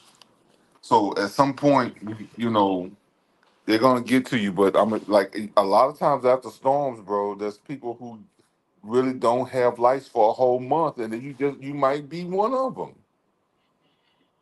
yeah. So a month is pretty crazy, but I think that a lot of these people, they have so much privilege. They haven't had any adversity in their life, like and like, their But no, patience is but extremely but no, low but listen, because bro. 3 days isn't ridiculous after a Category 1 hurricane has just No, directly it's hit the city. definitely not. But no, So no. Look, people who are on the federal uh link, uh shit, I can't think of the as far as the electricity, like that's on the web of the federal web of electricity throughout their states. A lot of times they like the same power that the federal government has, Texas has, and they're doing it. And especially like at times like this, like you really, like it's unfortunate for you that's dealing with it. I do like I've been there. Like this is not somebody who's has not experienced this. I've lived 30 plus years in Louisiana. I used to do running around chasing storms to make a living, and I also, like I said, I also lived in Houston, and I've dealt with it quite a few times living in Houston. So it's not somebody that's saying this that has not been there, but you need to realize that like there's worse situations that has happened. And you talking about in the first 3 days how horrible the government is. Like it's not really them, regardless if it's the Democratic city or the Republican state. Like there's on like human beings can only work so fast. yeah. Yeah, I think that this company, Centerpoint, it has too much on its plate. It has, the company is too big. It needs to be broken into pieces, man. And I think that it would be a better job done if it was a couple of companies involved in this, other than just one that's over such this large area and so many people. Well, I mean that might be something to consider. I mean I'm not gonna argue fight that. Look, I don't know enough about their that grid to say whether they can or they can't. But I'm gonna say it like this: the government has a monopoly on a lot of this stuff, and it's not gonna work any faster just because they're at the the helm of it all. No, it still takes time for people to go like to safely go and fix these things so that they're not blowing up your neighborhood. You know what I'm saying? Like there's certain precautions that has to happen.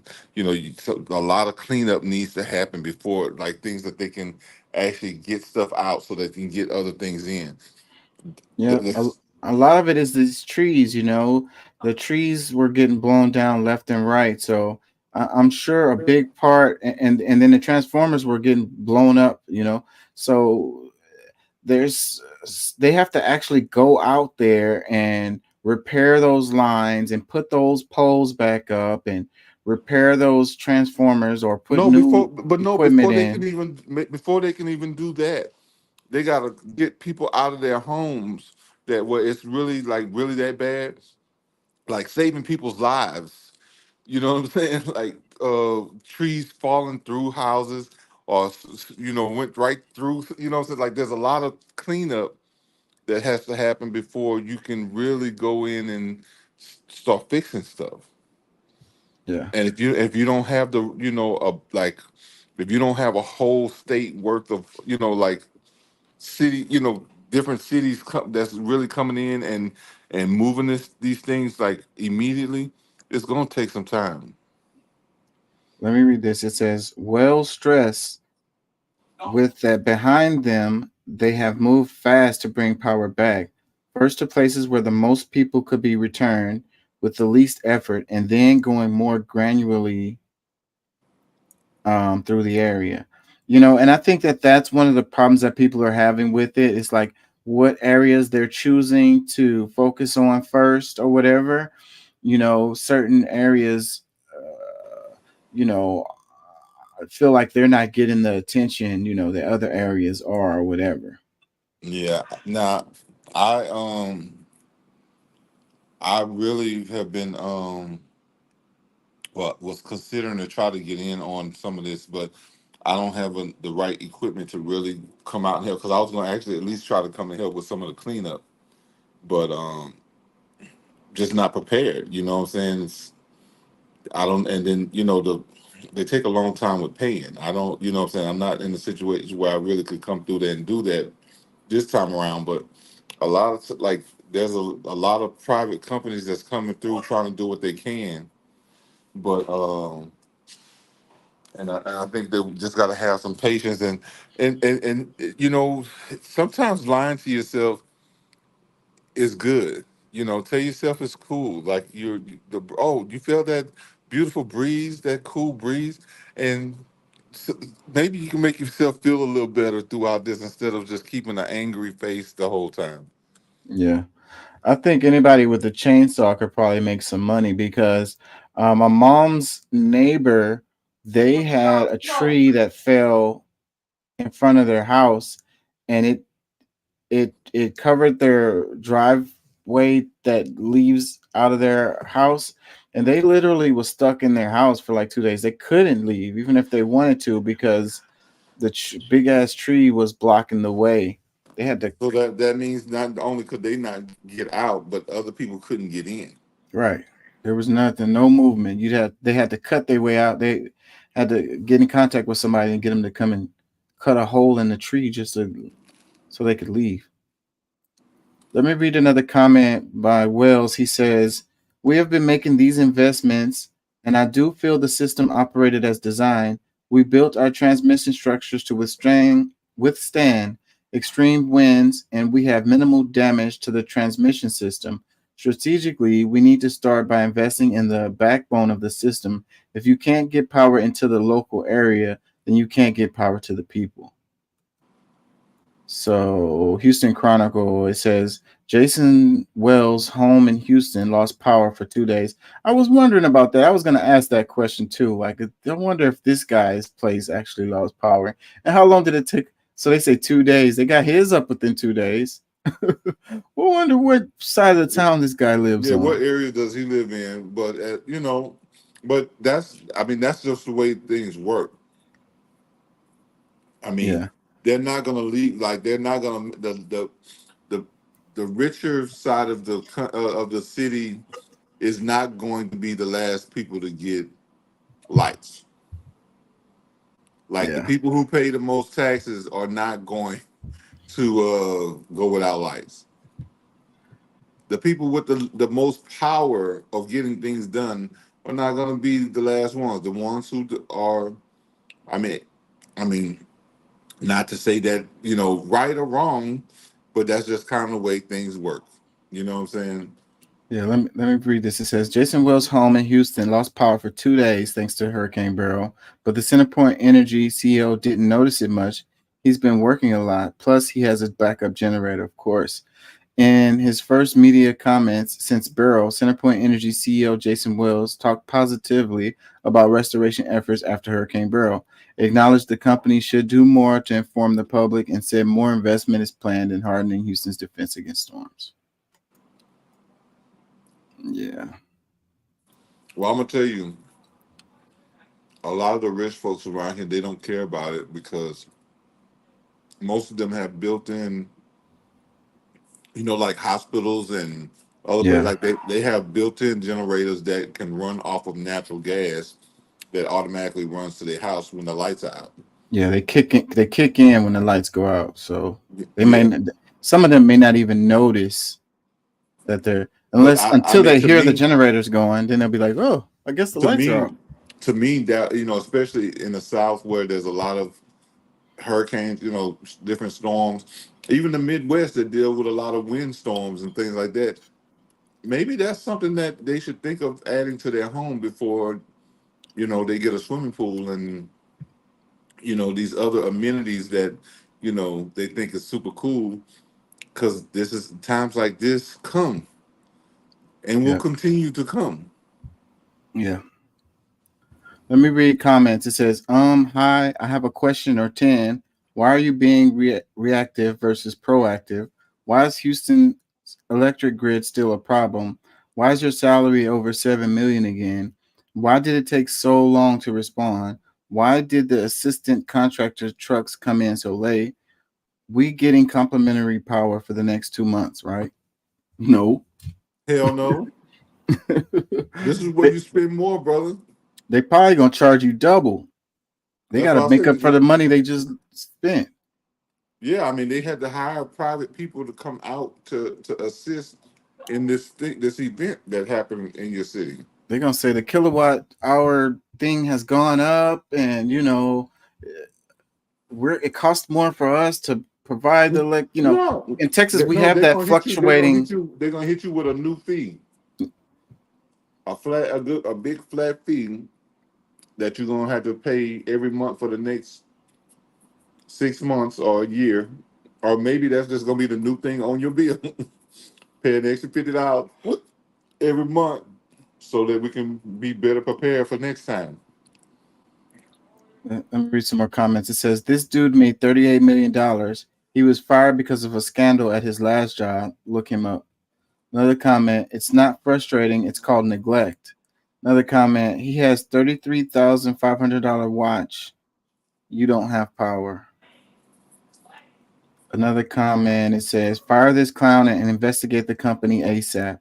Another one, can we walk him through the streets ringing a bell and shouting shame, shame, shame? Shame, shame.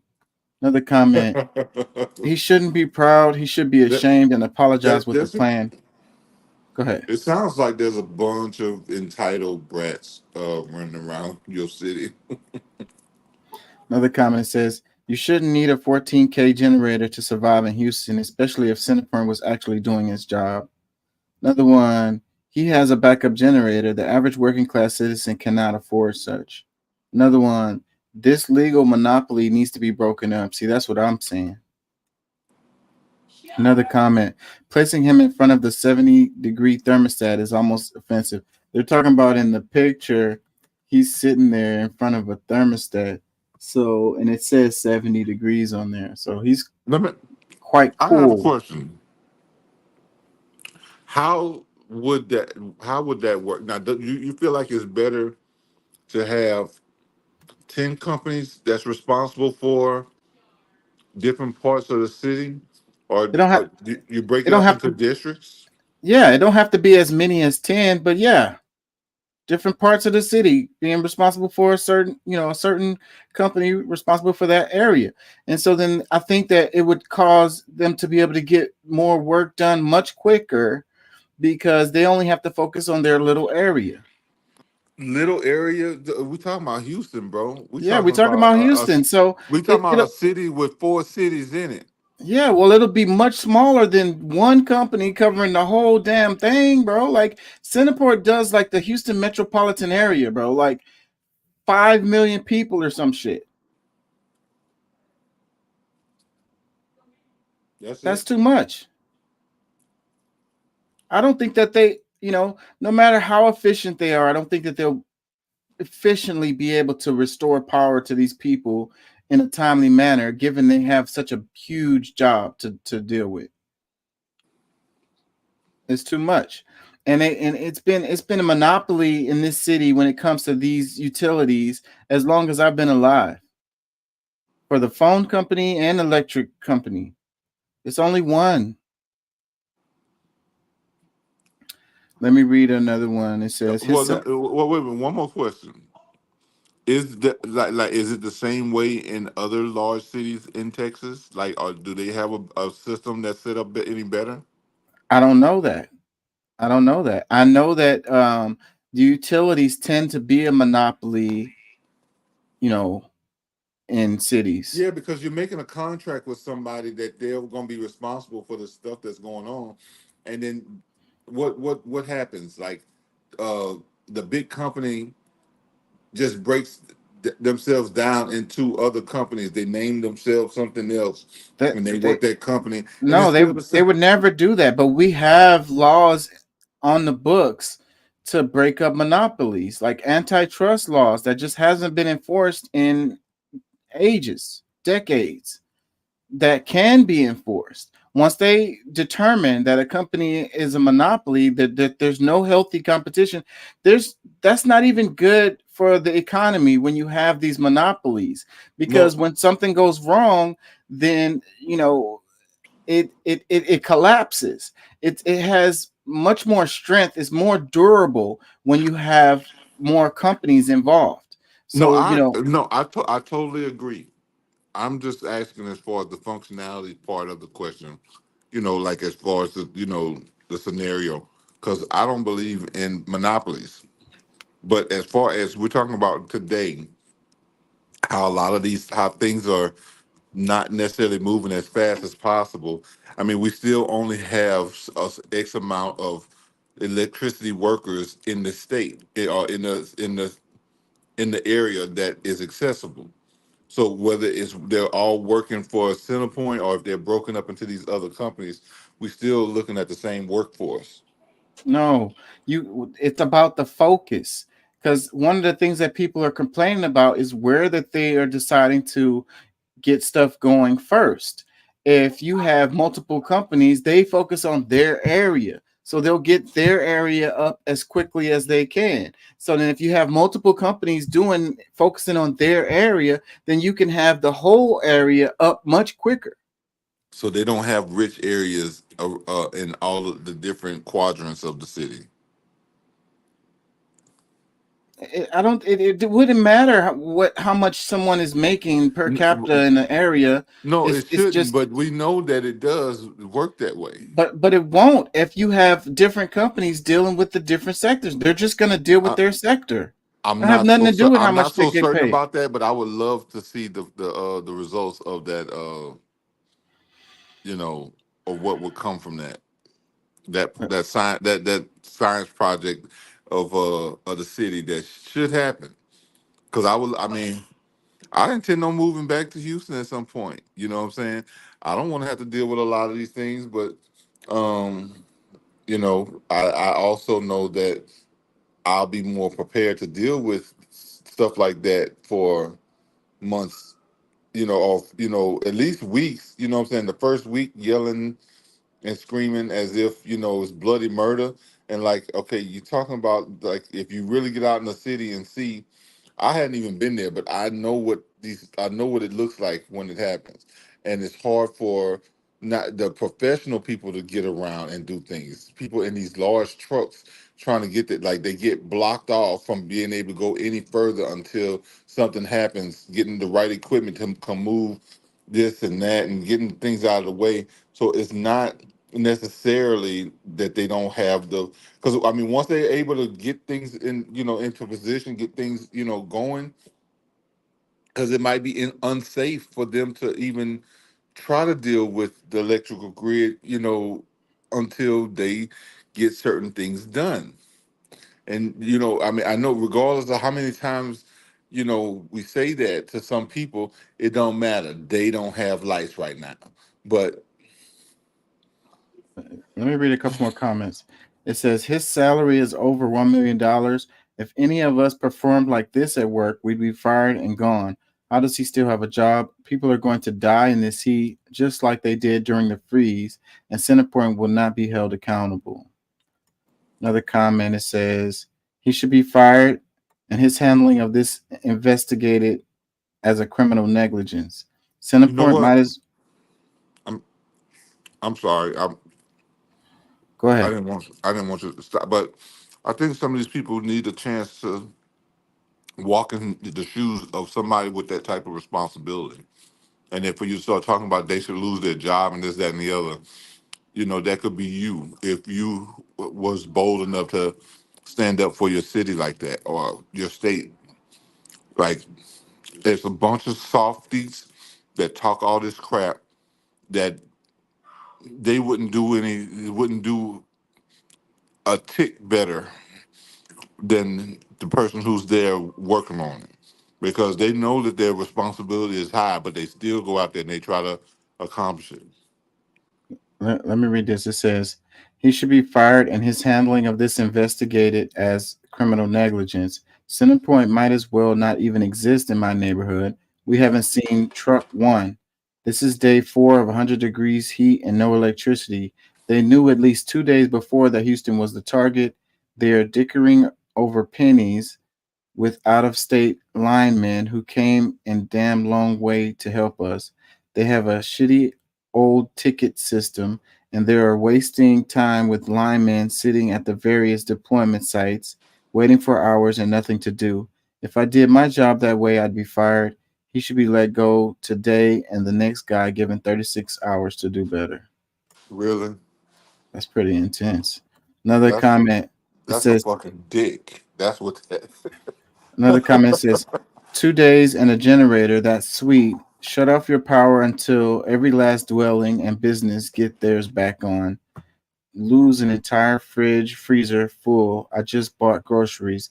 Then I'll consider be gracious to Mr. CEO or invite the remaining numbers to stay in your comfy home until there's power. Couple more. It says, I understand what it's like to be without power, says the guy who has a generator. Like, yeah. Oh, Yeah. so we wrong for preparing ourselves for something that we know is gonna come. Like, I mean, after year 10 of going through a storm, you don't think that, you realize the things that is essential to be able to live on, because you just don't know how things are gonna happen. And I think because you're such a suck ass Democrat and want the government and everybody else to do shit for you, that you can't make a decision for yourself to say, hey, you know what, my family matters and I don't want them to be suffering in this damn hot ass sun, and let me stop buying J's or some other, going out to live at the five or some fucking whatever, trying to hang out and look cute everywhere you go, and maybe do some things that's going to protect you and your family and shit like this. Because that's the main people that's getting caught with their draws down, is somebody who's always trying to be you know along with the Joneses, but they won't even do you know something for themselves that they expect somebody else to do for them. well, I think it's more like the guy, from the Centerpoint Energy guy. He's like, I know how shitty the grid is, so yeah, it's a good idea to have a generator if you can afford it. Now, not everybody can afford backup generators that can run their home. Those things are really But expensive. but no, but you can afford one that you can at least plug your refrigerator in, and a couple of fans and something that's gonna help you stay cool. You can afford a $3,000 generator. You can afford a $200, a $500 generator if you want to. Yeah. Well, there's people that come into the restaurant that live in the Memorial area, and that's a really rich neighborhood. And I had a lot of tables that came in and they said they didn't have power and they did not have a generator. Well, I look at that. I look at people like that because now some people. If we're talking about people that's in apartments, no, you got to kind of give them a pass, because there's not really place to store some of these things potentially, because some of them do. But at the same time, you talking about you live in a home, you've been there for 5, 10 years. You live in Houston, period. Like you know that the storm is coming. Like that should be on your list to say, hey, we need to do something, to be able to mitigate some of these things until the people who gonna get the big things done can get it done, because you just don't know how it's gonna happen. Like your neighborhood could be back on tomorrow in some situations, and it could be next week for you the next time. Yeah, So well, not everybody has, a lot of people are living check to check, bro. Like they just barely making ends meet. Like the inflation has been through the roof. The price of the groceries is out of control. Like the money that they're making isn't going very far right now. So a purchase like a generator is if you have excess income to spend on something like that.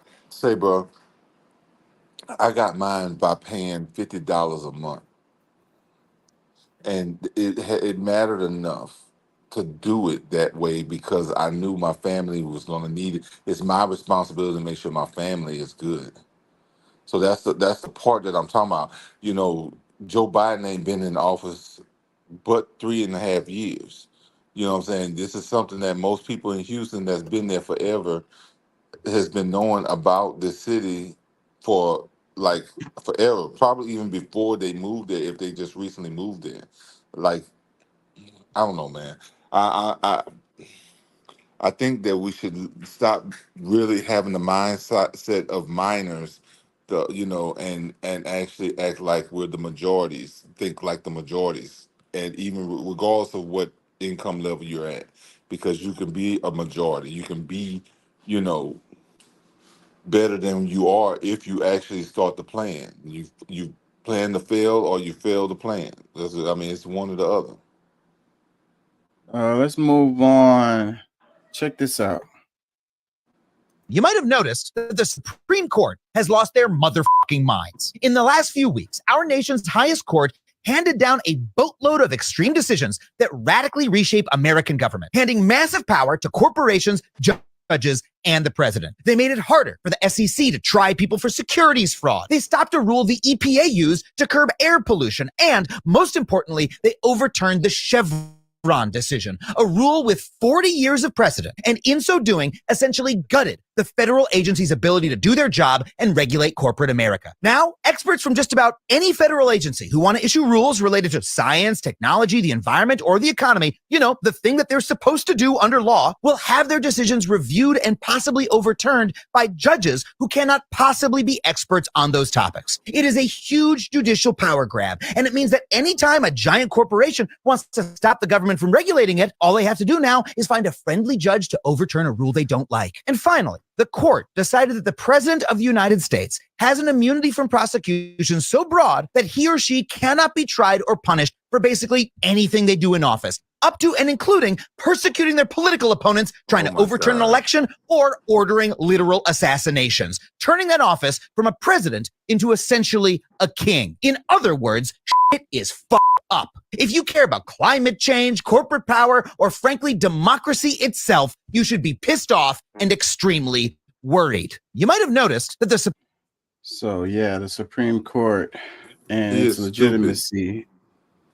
No, bro. Let's just cut the crap, bro. This is ignorance at its finest. Somebody who thinks that this is a new law And if you actually cared enough, you will go and look it up. The immunity for law. That's title Article 2, Section 3, and it was determined in 1837 under Andrew Johnson. This is not a new law. This was the Supreme Court just tried to go back and tell you that's what, like, this is how this part works. And because of separation of powers, the judicial branch nor the legislative branch can interfere with the powers of the executive branch, just as the executive can't interfere with those branches. It's say, bro, there's a lot of now. If they was arguing about taking being able to take bribes and this now that's something to be pissed off about. But if you want to really go back, like uh, Clarence Thomas and everybody you upset about with the immunity for presidents, they didn't decide that. They just told you what that section means in the already existing law. Okay, so that is the job of the Supreme Court. So the Yes, argument is that okay. the way that the Supreme Court is interpreting the laws is in a way that is not following previous precedents, No, it and is. it's No, it's it expanding totally the is, Saber. powers. Do you know how many presidents would be locked up today if that was new? Because every president has done crimes internationally as well as domestically that under official business that they won't ever see prison for. But they want to try to point the finger and say like this is all drama. Like this is bullshit. Nobody tried to, what I'm saying, with all of the stuff that happened in all those little African countries, all through South America and all that stuff where people getting killed and you know their land being like ravaged and screwed up for who knows for the next 50 years, and they should have jail time for some of the stuff that they've done out of just greed, not because they were saving somebody else's life. No, like there's a lot of stuff that other presidents should have seen prison for if it was under the same circumstances, but they're trying to make it seem like because of Trump and all the stuff that they've been trying to drag him through the mud for is the majority conservative court is just all about Trump. And no, it's not. It's like this is something that existed before. It was Andrew Johnson.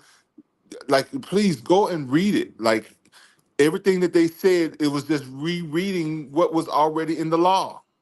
So, Yeah. like, Well, I can't argue with you about saying that previous presidents have done things that were criminal and should be held accountable. I'm saying, no president, no one should be above the law. Then but what is but the but point of anyone but now following the law? they want to say this now. Well, that's because it was a recent Supreme Court decision that, No, it wasn't.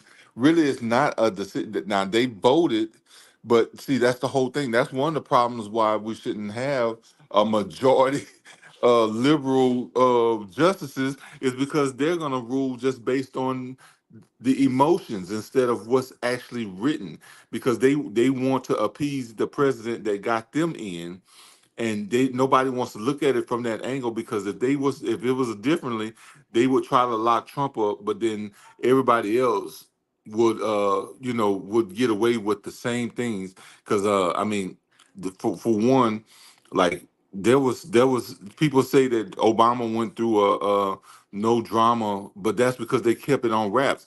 There was people who had stuff saying stuff about Obama the whole time he was under the presidency, things that he could have done that different states could have tried to pick up and put him in try to I guess put him in prison or send him through the same stuff that they did to Trump.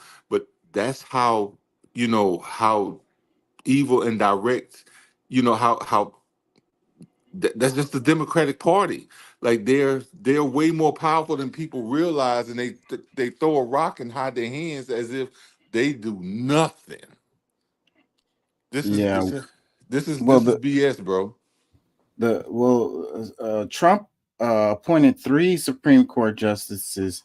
Do you not think that those guys are making decisions to appease him or whatever? Well, the possibility could be there, but if you go and read, they just repeated what was already there. They didn't do like they didn't add anything or do anything special for Trump. This is the same thing that would have existed when Obama or if Biden right now was going through something like that. Like they would have. I believe that they would have went the same way. I don't think it has anything to do like this is there's some people who actually still care about our constitution and others who don't mind lying to be able to further their agenda because like they want like there's some people I really feel is trying to sell us out like they're really doing some treasonous things and the only reason why they're not getting dealt with is because they're the fucking biggest criminals on the face of this earth right now. Well, the whole reason why the Supreme Court had to make this decision was as a result of Trump's legal Well, woes. That's what brought it. Trump is the one who asked them to clarify that. So that's why, yes, because right now, obviously, people don't have a problem. So it was Trump versus the Supreme Court. But at the same time, this is not for, like he's just asking them, hey, can you just tell these people what this is supposed to mean since they too fucking, gung ho about me to even really give it a fair shake? And they needed like obviously it was needed. Let me read some comments. It says the boys plot line getting a little bit too real. Another one, they lost their integrity, not their minds. This isn't a mistake, it's intentional. Another one, seriously though, aside from voting, what can any of us do at this point? So many of us who care about these things are too overworked and poor to afford to create any meaningful change or simply too exhausted. We've been stomped on for years for simply trying to make a world a better place. I'm not trying to just be a downer here, but what can we actually do? Well, see, but you know what? This guy, I at least appreciate his, his the way he's at least laying it out. But he's probably one of those that's willing to shit on the person who's trying to fight for you to have the freedom to grow. Like the government is trying to get bigger and bigger so that you don't have like you can't even make decisions for yourself anymore. Like they want to have some new system built a new office created so that they'll be over the control of how things are decided and for your life, and you don't have a chance to make a decision of your own. And like I don't think most people even realize that that's what the real war is right now. Is that one party has always tried to enslave you, whether it was physically in chains or mentally and morally uh these days. So like there it's a whole lot of stuff that's going on that the average person just thinks that oh well the conservative the Republicans is this and the other ones are here to save us. No, it's the opposite. And you like most people have been blinded by hate, like Boosie say, like, like they just all this stuff has been put in your face as if, oh, this is one man who's the problem out of 2.5 centuries of bullshit. Like you really gonna think it boils down to one man who's been in office who took office for 4 years and you think that no, he's a problem for them because he's actually trying to reverse a lot of the bullshit that we've been dealing with. And a lot of us just are not smart enough yet or have not come to the realization of what's actually happening. You know what I'm saying? It's just, a bunch of kids, people are grown up, with women, and they're too emotional to really just stop and put bullshit to the side and truly give it a fair shake. Well, there isn't much that we can do, but the representatives, the Congress can do something. They can expand the number of people on the court. There's moves that they Yeah, can make. no, they can, but that actually causes more problem because we have people who are not going to be fair.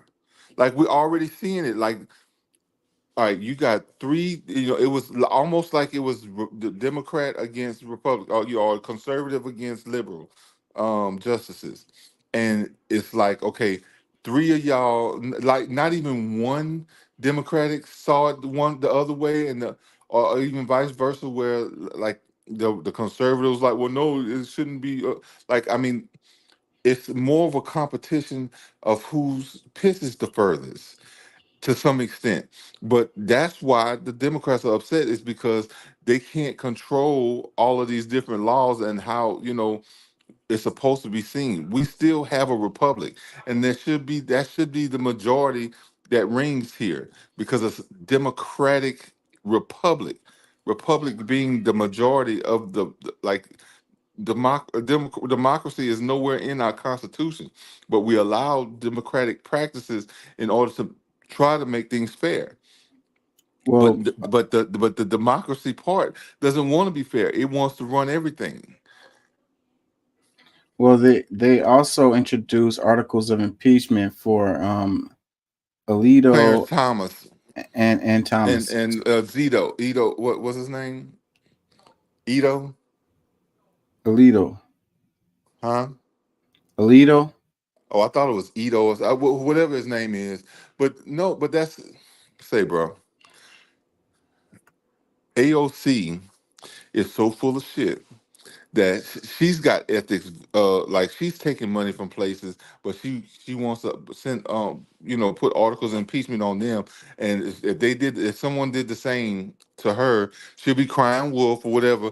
But she going through the same thing. Like, all of them are doing the same thing. It's just a matter of them trying to, you know, because I don't see where they were trying to, criminalize her, but they will go as far as trying to criminalize whoever they can for their political party, just so that they can, build points and become the next big thing.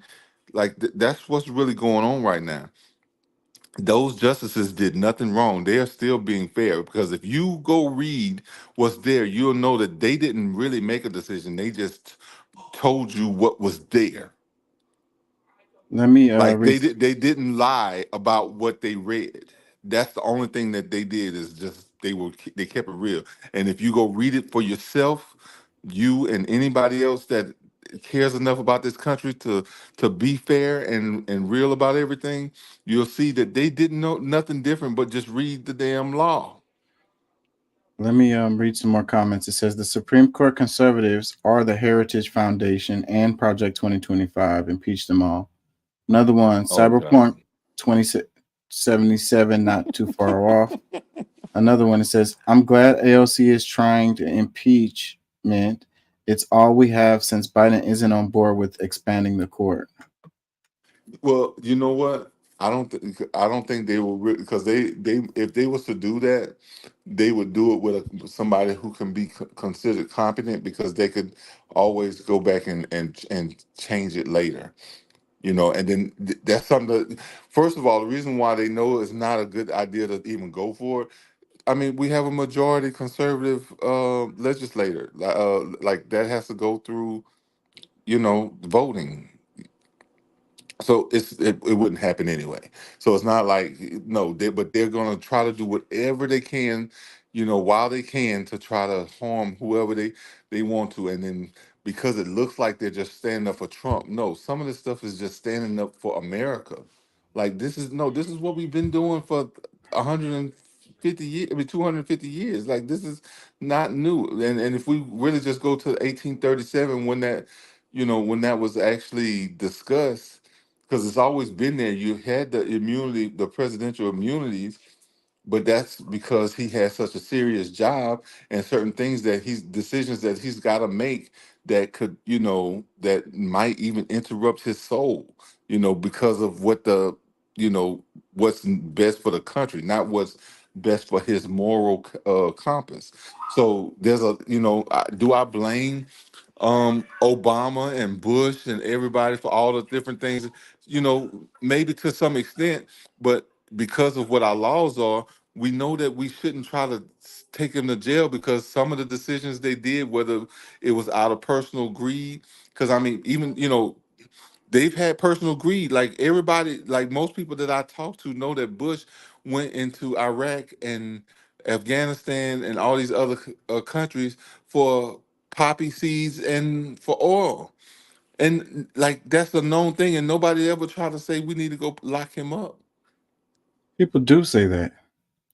Well, some people do, but are the other politicians who has the power to impeach him or to actually try to make a move or just to, even if it was just to send him into court behind it, will not. Let Like me let me what did Trump do to that same level?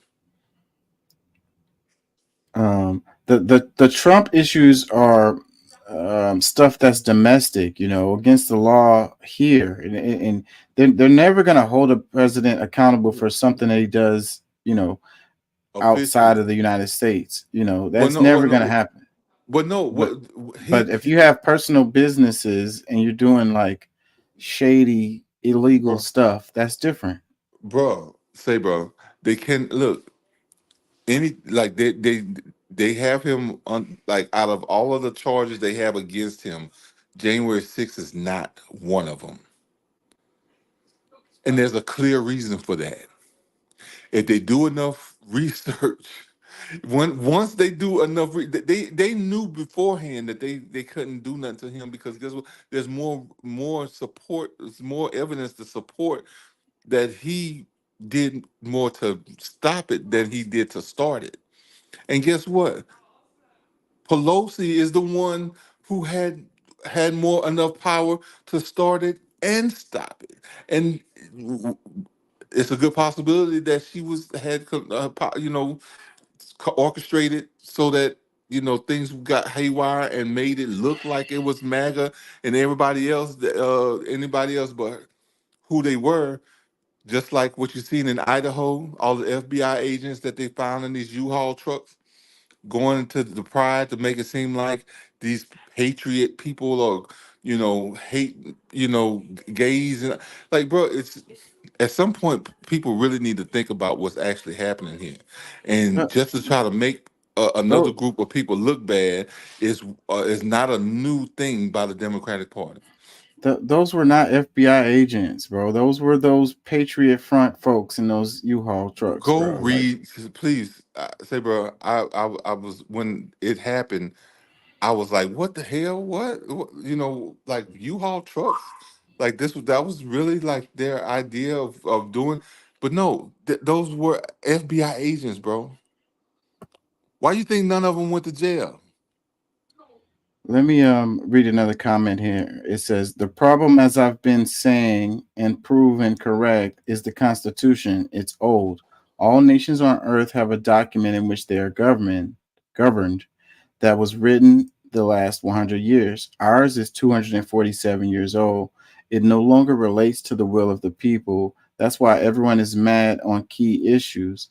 There are core values from 1776 and there are core values of 2024. We live by the idea of 1776. Say, bro, there is no document on the face of the planet that's better than a republic, a free land where they enact democratic, um, you know, services, things that they allow people to be able to, because I mean, beforehand they could appoint presidents and everything else. Okay, the voting part is what, I guess that the main thing that you know makes supposed to make the republic more democratic. But at the same time, we're talking about a free country. We're talking about people who, when things come boil down to it, like I think too many people here are so spoiled they don't even know how good they actually have it, and they're talking about a document that was like 250 years old. Like there's still countries that's still trying to compete with it, but they not fair enough with their people to actually have so they can be free, bro. There is, and this is really shameful. Like to me, it's like really incredible to me that so many people are this dumb.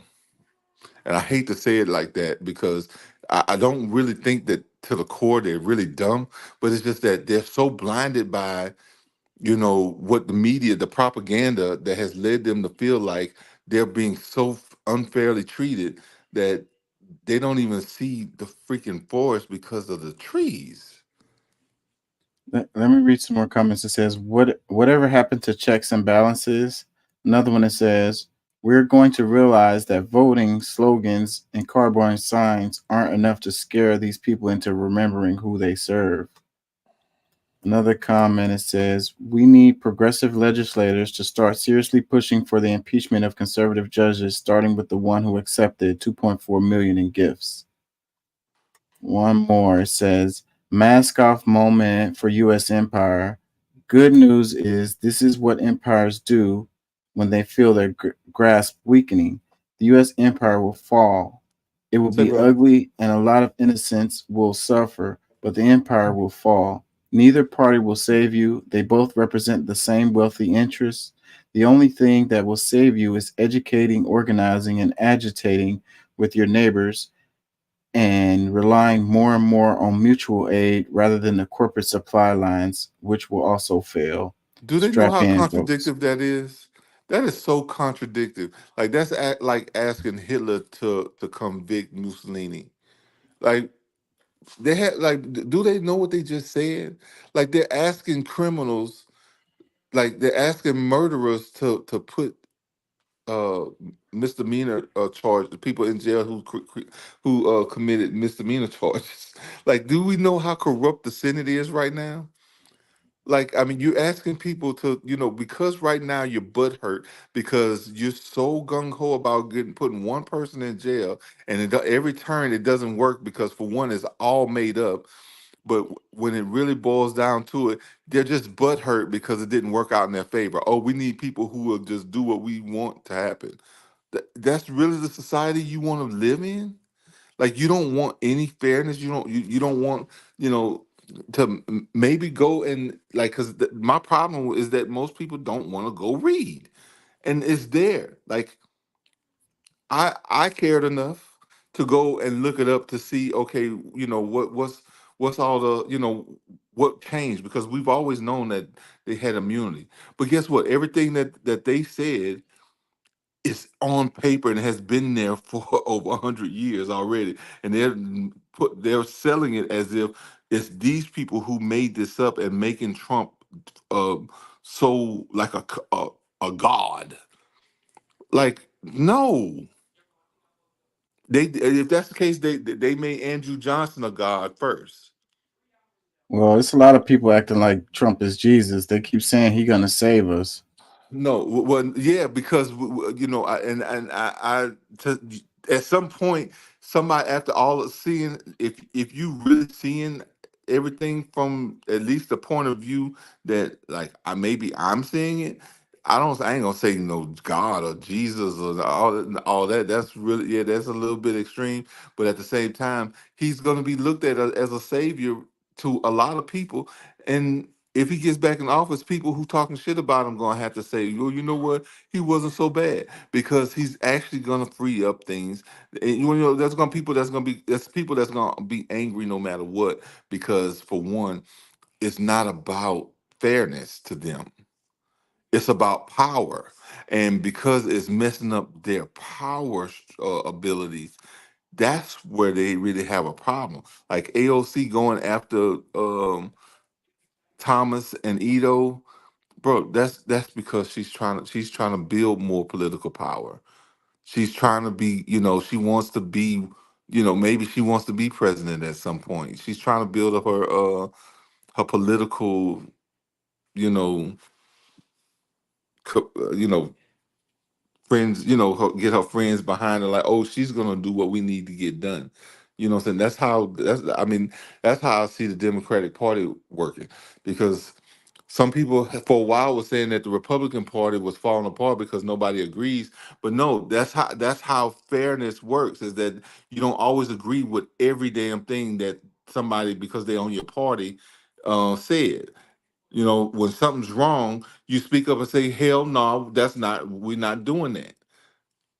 Democratic Party does not do that. They are gonna, like, no matter what, they're gonna find an argument. They're gonna find a way to try to distract you and make you feel like whatever it is that just happened, because they know your ass ain't gonna go read shit to know for yourself. You just gonna be there a believer, thinking that what they just told you was from the Bible or something. Some real shit, when it's all propaganda, and a lot of us know it, and I think enough of us is gonna go out there and make it known that we tired of that bullshit. Like, Democrats was not this evil 20 years ago. It wasn't like this, and something happened, and these people are really like gung ho for power. It don't even have nothing to do with Trump. Like, Trump just so happened to be somebody who came out of a lush living. Like, he has no real reason to come and try to be a politician at his stage of his life, other than the fact that he gave a shit about America and saw what direction it was going in. Let me play this. And turn your shirts inside out right now. Not at all.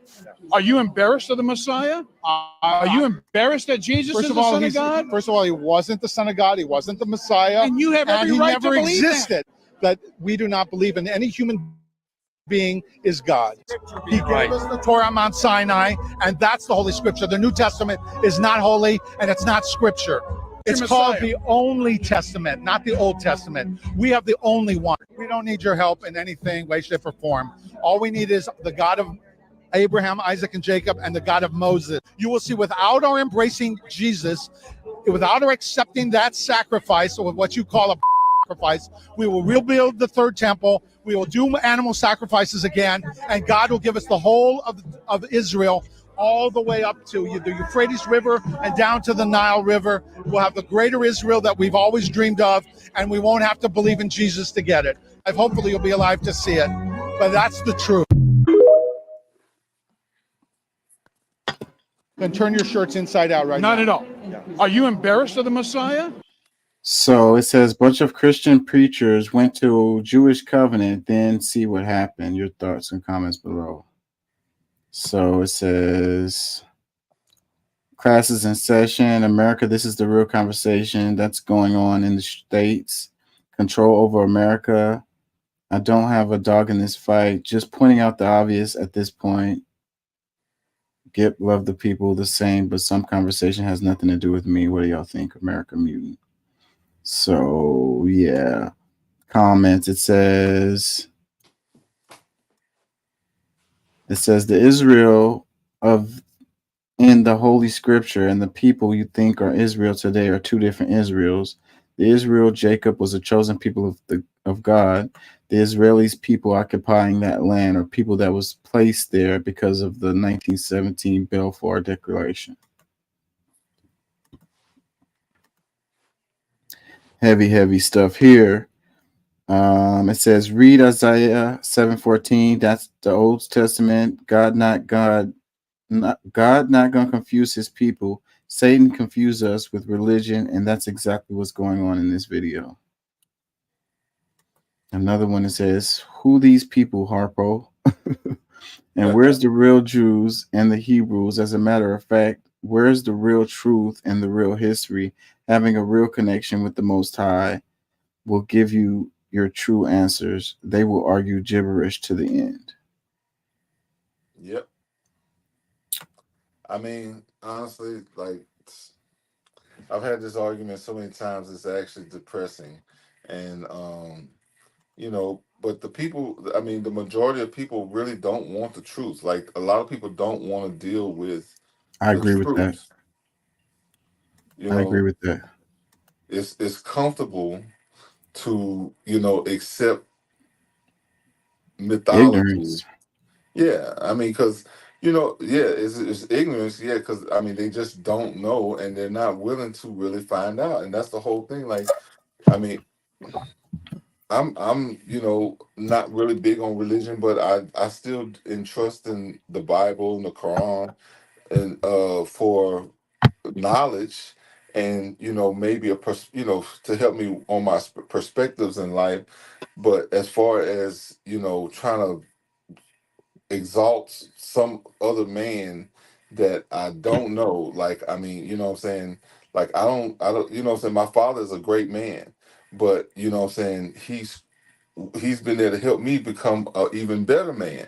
So my thing is that most people who lean on that, they're not trying to really do much more for themselves. Like that's pretty much my ultimate oversight of a lot of that, is that you're not willing to be something for yourself that you look for some other man to be for you. Like you might as well have some kink and have some man take care of you, because that's how you're treating, like, the government. Even if you look at it from just the government standpoint, you want them to, we come into this planet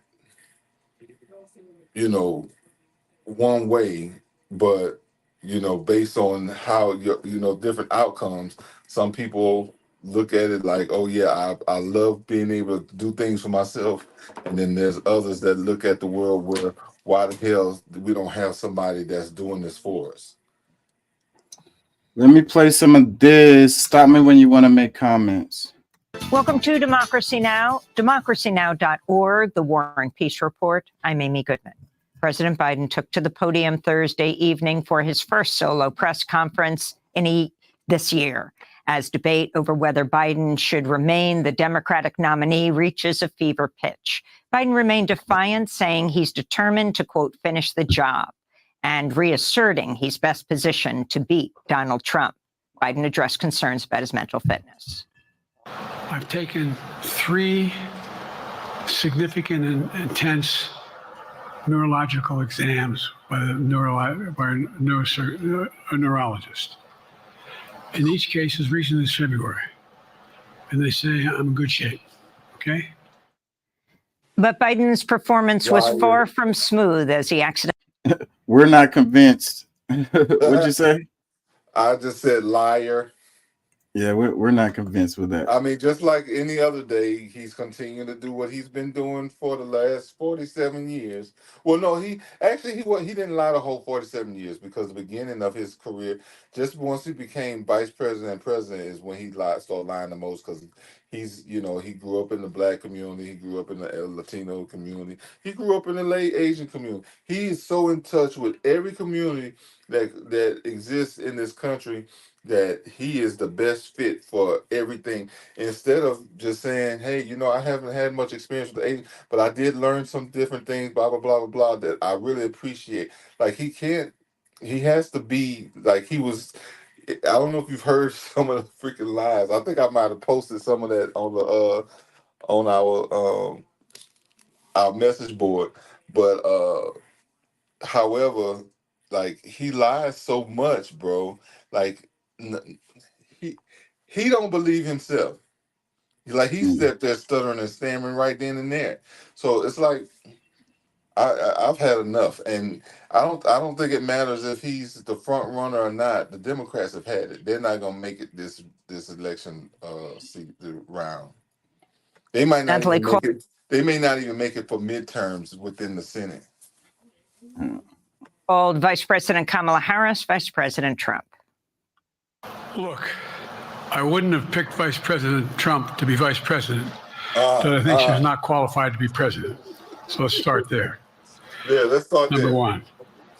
The fact is that the consideration is that I think I'm the most qualified person to run for president.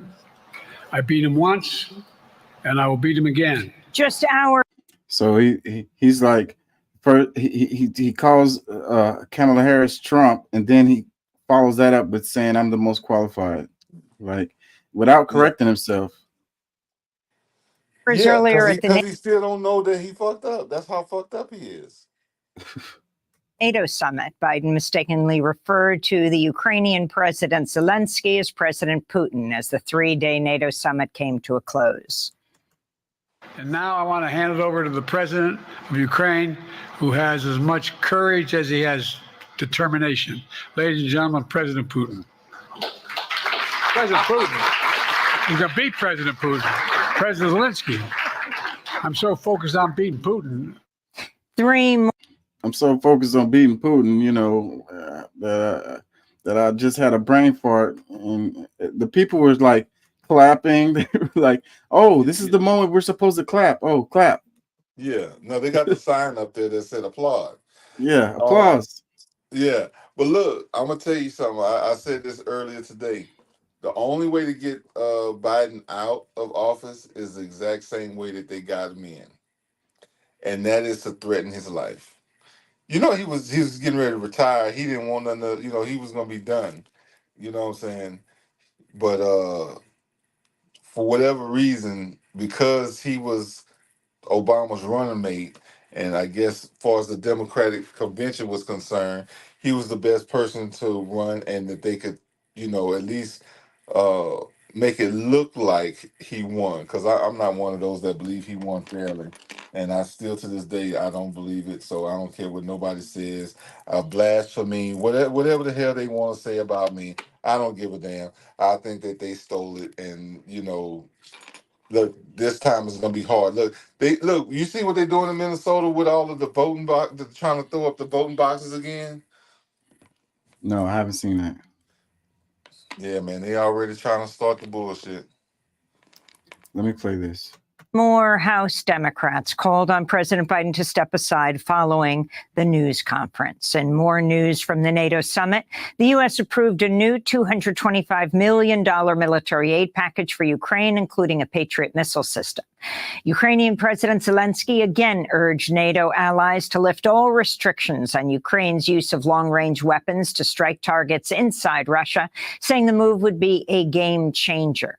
Meanwhile, Spanish Prime Minister Pedro Sanchez criticized NATO's double standard when it comes to support for Ukraine versus Gaza.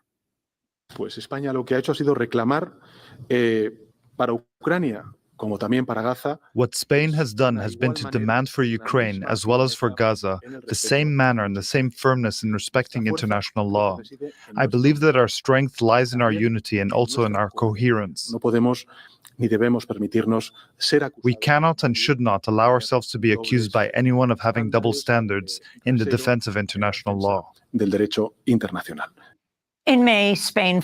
Yeah, that's really, really interesting because, with Ukraine, it's like Putin is, going against international law and attacking this country and da-da-da-da. And then with Israel and Hamas, they're like, well, Israel has a right to defend itself. So,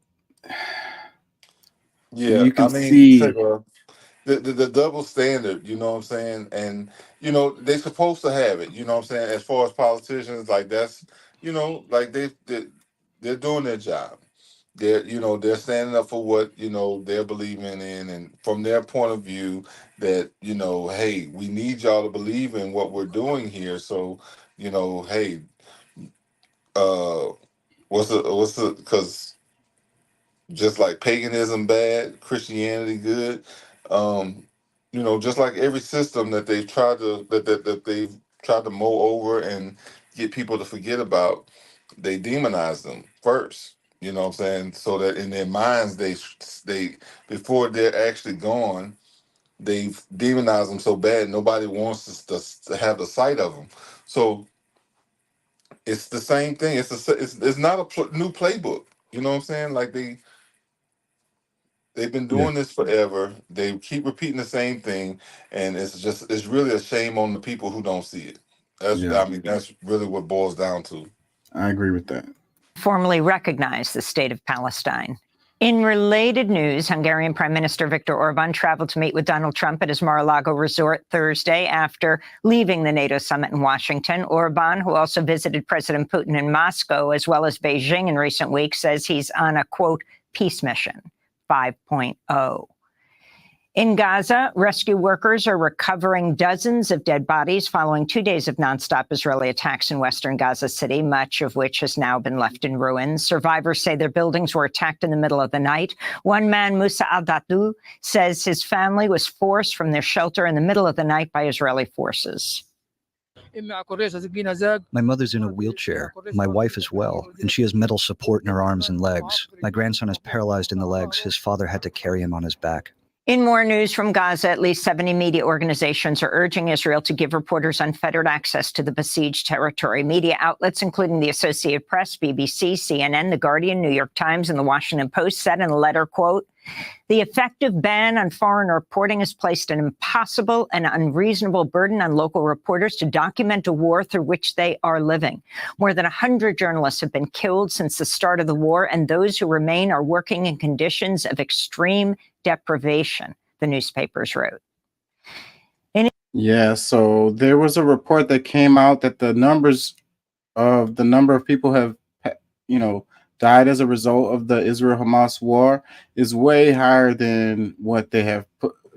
They're saying that it's about 40,000 or whatever. That's the reports, the official numbers. But there was a report that said it could be as high as 180,000.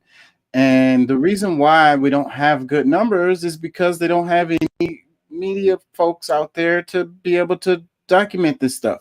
They killing all the journalists that's on the ground over there. So there's no, what you're getting out of there is whatever, Israel wants, to get out or whatever. They're completely controlling what comes out of there, the information that comes out. Yeah, no, I mean, and that's from their side and our side. Because I honestly, I don't think there's any reason why Putin cares to hide any of that, because he look. He didn't want this stuff to start. Honestly, he's protecting himself, and because of the decision by the U.S. to push this proxy was Ukraine is going to lose their country because of the United States. The president that decided to make those types of moves. But this was, like I said, it's all about greed. See, that should be something right there that he should be a war criminal for, is making bad decisions and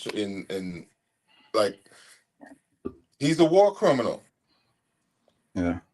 Biden is right now. And nobody, even with Israel and Palestine, war criminal. Yeah. But nobody's gonna look at that being, something punishable. But that's something that comes under his official duties.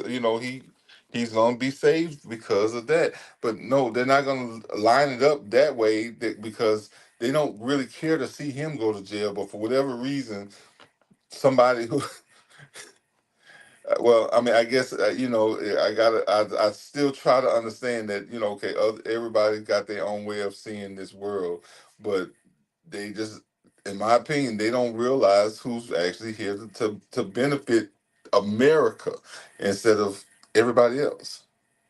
Let me play some more. In Israel, the first results of the military's investigation into its response to the October 7th attack by Hamas were published Thursday. The report finds the military was unprepared for the incursion into Kibbutz Be'eri and was slow and disorganized in its response. Over 100 Israelis were killed, another 30 taken hostage from Be'eri.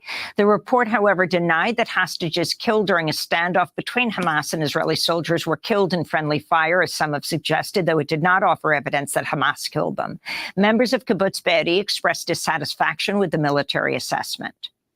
We know what are the conclusions, some conclusions, but not the big picture conclusion, and what could have done differently, and what they are going to do on the next step. How can we feel secure again, safe again? How can we come back to live in Kibbutz Be'eri? In Texas, 1 million people in the Houston area remain without power and water after Hurricane Beryl slammed into the region Monday amidst a protracted heat wave. Hospitals report a surge in patients with heat-related conditions and are unable to swiftly discharge patients if they don't have electricity at home to stay cool. Extreme heat has killed at least 28 people in the United States over the past week, most of those in California, where wildfires have burned 5 times the average area this year, according to state state officials. Las Vegas recently reported a new record high of 120 degrees Fahrenheit and is on a record-breaking streak of at least 6 straight days of temperatures topping 115 degrees. Last week, the Biden administration proposed a new rule that would require employers to provide regular rest breaks and water to workers during high temperatures.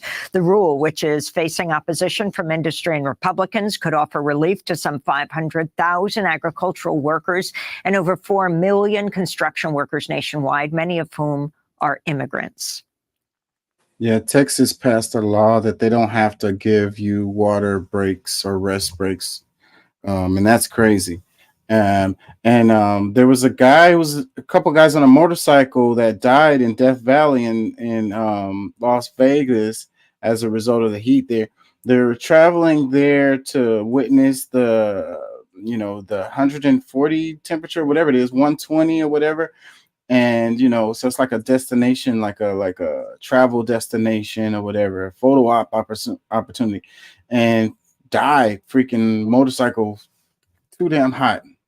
Bro, I'm gonna tell you something, and of course, everybody's got to, they can see it how they want to see it, but I'm not waiting for some business, some company to give me a water break when I know that I'm too hot, I'm overheat. I'm gonna say, bro, they would have to fire me because I'm taking me water breaks. I'm gonna get me some electrolytes, because water's not gonna be enough. You're gonna need, either get you some fruits going or some, get you some, structured water for, Gatorade and other kind of stuff to be able to make it through this kind of heat. Especially if you're working in the sun. But I don't think they should have to give you water breaks. You fucking take them. Be a fucking man and just no, it's too fucking hot. You want me to die? I mean, Yeah, I but don't. it's easy to say that, but people are worried about their jobs. They get fired now. They can't provide for their family. Now they're gonna be hot at home because they can't pay the electric bill. Man, stop it, bro. This is real. This is a real thing. Man, please stop it. Like I done been in them. Say, bro, I've worked on freaking construction sites, man. Like them people are not gonna trip on you for. Look, have your canteen and act like you in the Western days or something. Have somewhere you can take you a couple of sips every now and again. Do something to prepare yourself. Because I mean, I'm just a big proponent on like some things you just gotta do for yourself. If it's not fixed into the corporate structure, their company structure, like you go there with your cooler because you want to see tomorrow. Yeah, but why would they pass a law that So they would don't have to be prohibit? responsible. So they don't have to be responsible for all of the water and whatever else that they saying that no, like if you freaking come out here, because most of them are they're not really employees. They're contracted. Like they work for themselves. A lot of them. So So what is the employer's responsibility for keeping these people safe? And not dying. it's really your job to keep yourself safe. I mean, as far as you being knowledgeable about the things that's going to keep you safe, maybe they, have some liability of making sure you understand that because maybe you're just stupid.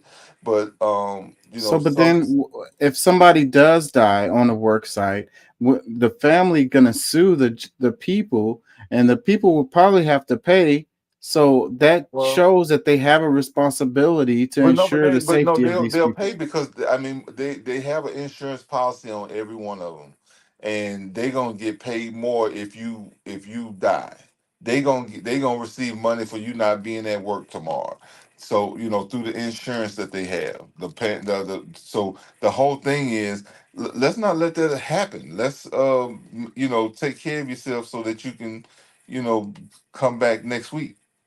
Yeah, well, that just shows that these people, these companies, they don't care about these people at all. To me, Like that whether just they shows live. that no, but you know what? It's bigger than that. It shows that people don't care about themselves. They want to point the finger at somebody. Like, bro, you mean to tell me that it's hot outside. You know you work outside, and you're not gonna bring your own shit so that you can say, "Hey, they didn't give me this."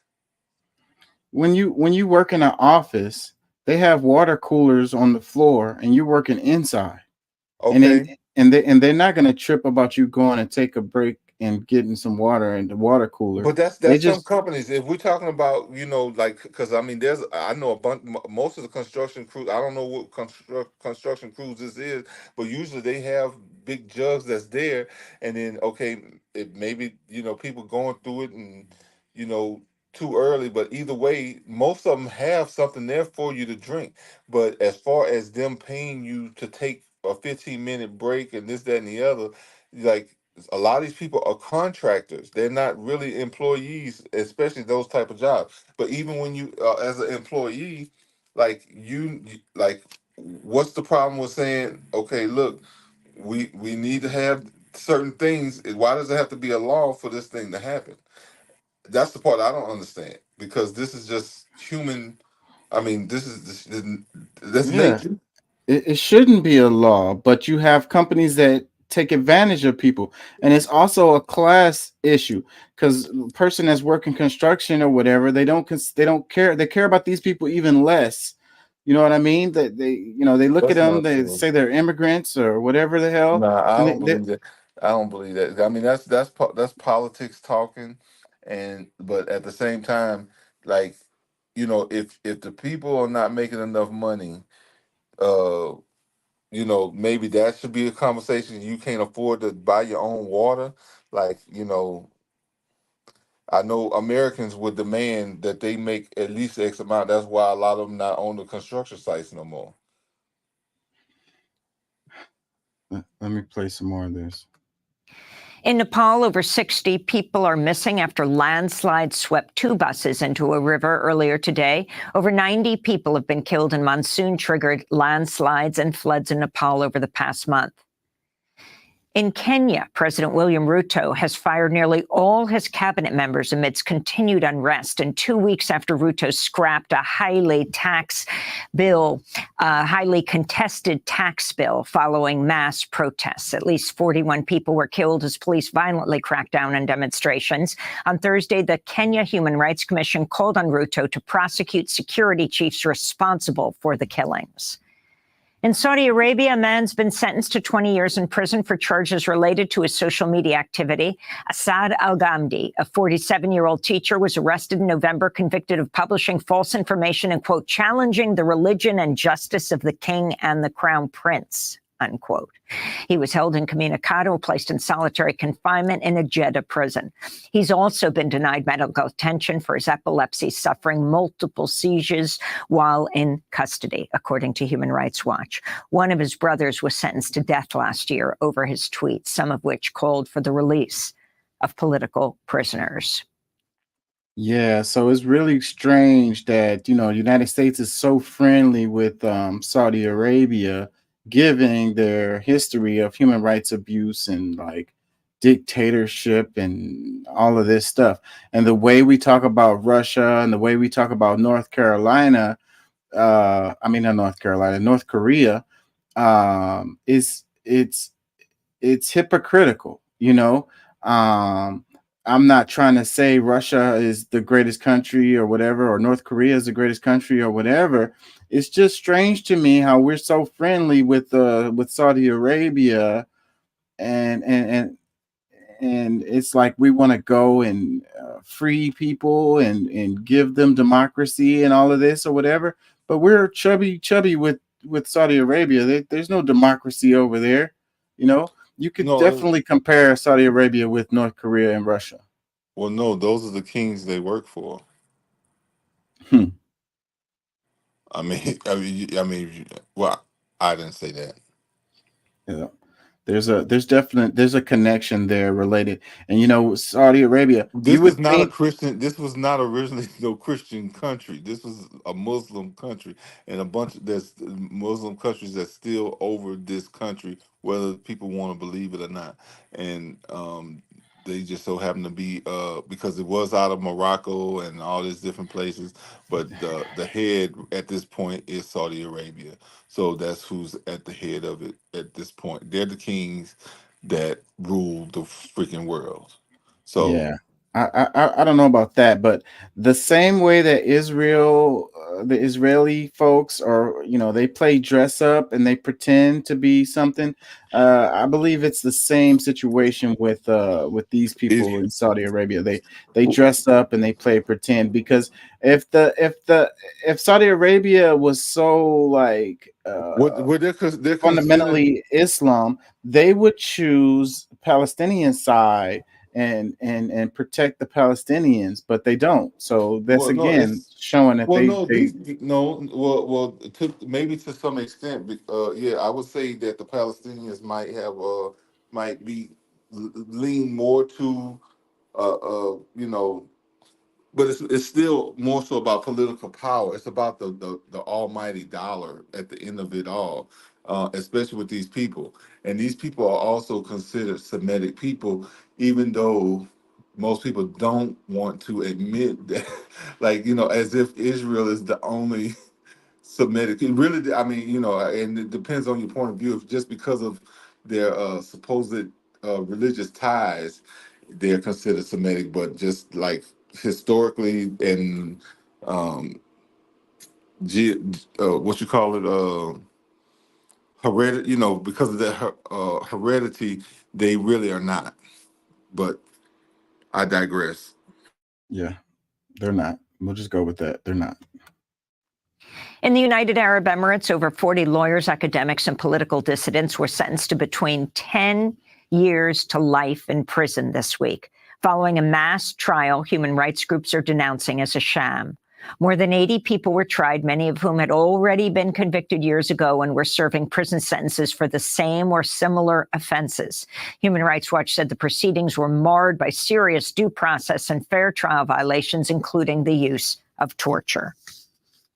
Back in the United States, a federal court has ruled that Black Lives Matter activist DeRay McKesson cannot be held responsible for injuries inflicted by someone else while attending a protest that McKesson had organized following the 2016 police killing of Alton Sterling in Baton Rouge, Louisiana.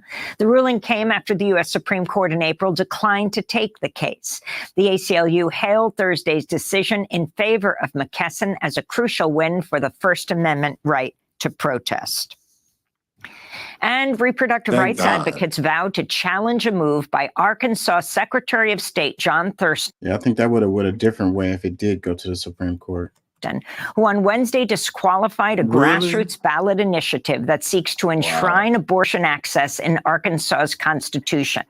Thurston argued the group behind the proposed ballot amendment, Arkansans for Limited Government, failed to identify paid canvassers tossing 14,000 of the more than 100,000 signatures collected.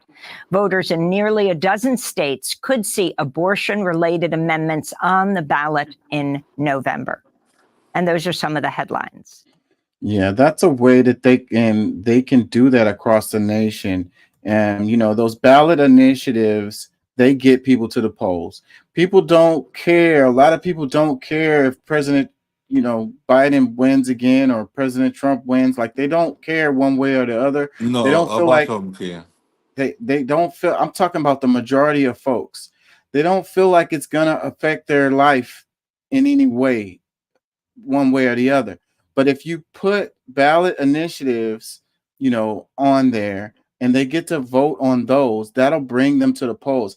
It is documented that it brings people out when you put stuff on them, when you put ballot initiatives on there that they care about. There's a lot of times they're there, but they're not always known that they're there. Like, there's a lot of times that there's these laws that's that they can vote on that the people don't even know is there, and they purposely keep it so that the small amounts of people do know. So, I mean, that's the other part of it. That part is true. I mean, there's always stuff on there, but it'd be like bonds or something like that. And, how are they going to do the funding for something or whatever it is? Yeah, and again, that they really don't want the people's opinion on. and then Yeah, make sure that it's not broadcasted and known very much about. I mean, but a lot, like again, a lot of that stuff people don't really care about. But if you put stuff on there like enshrining abortion rights on it, that's gonna bring people to the polls. That'll bring them out. that's strangely enough, but yeah.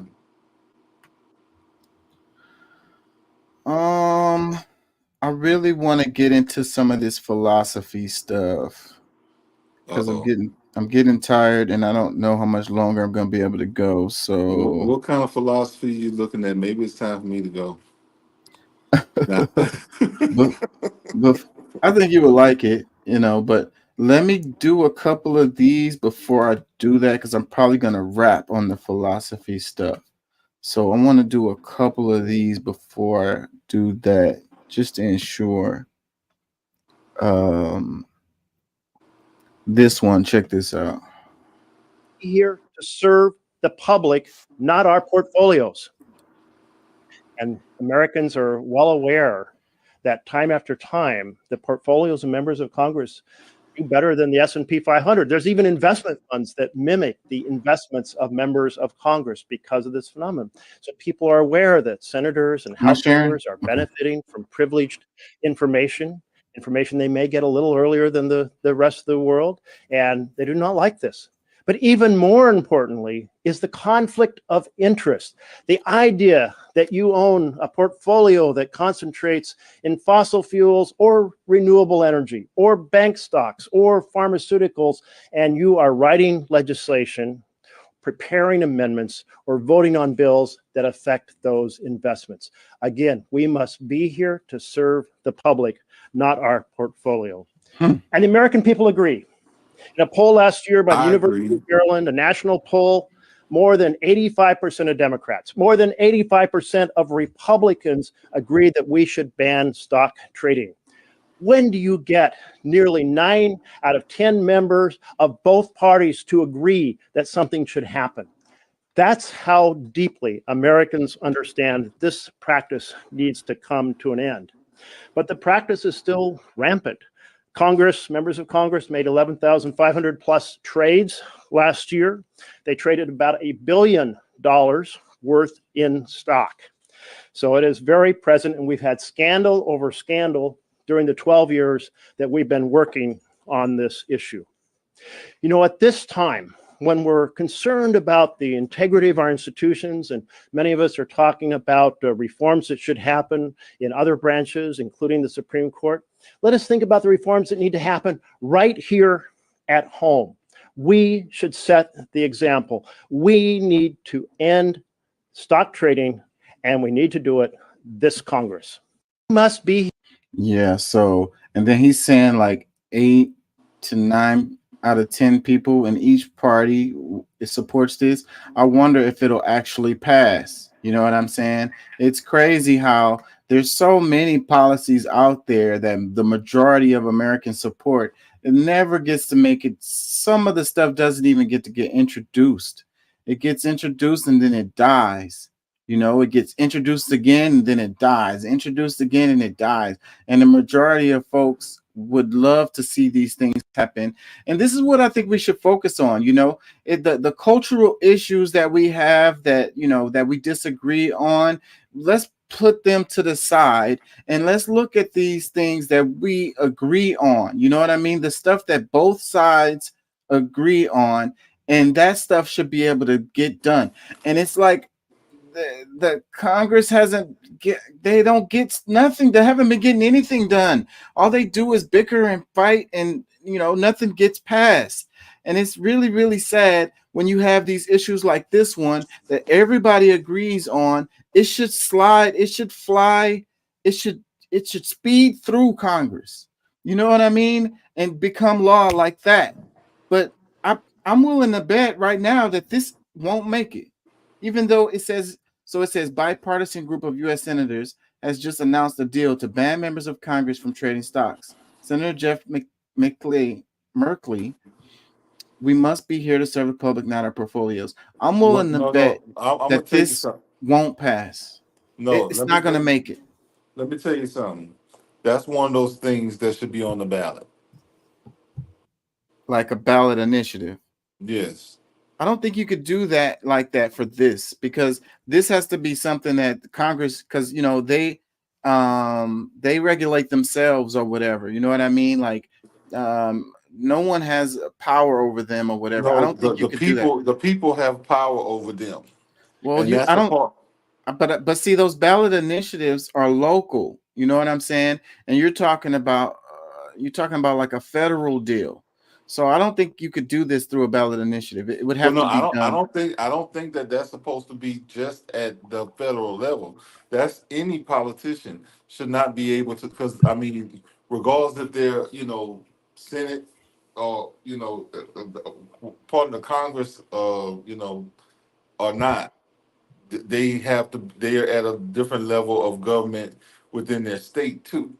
So when Yeah, it well, really boils down to it, like if it's that would have to I, be done locally. If you want your people that are local representatives, then you'd have to pass those laws locally that would make it illegal for them to trade stocks.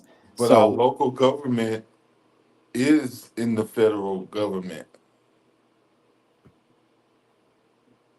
uh, that that's not how it works. So Well, all right. these Well, so you all right. So you're just saying that, all right, regardless if it's a federal issue, because like this, what state was this that they did the abortion stuff? Because we're looking at them doing that for what? What state was that?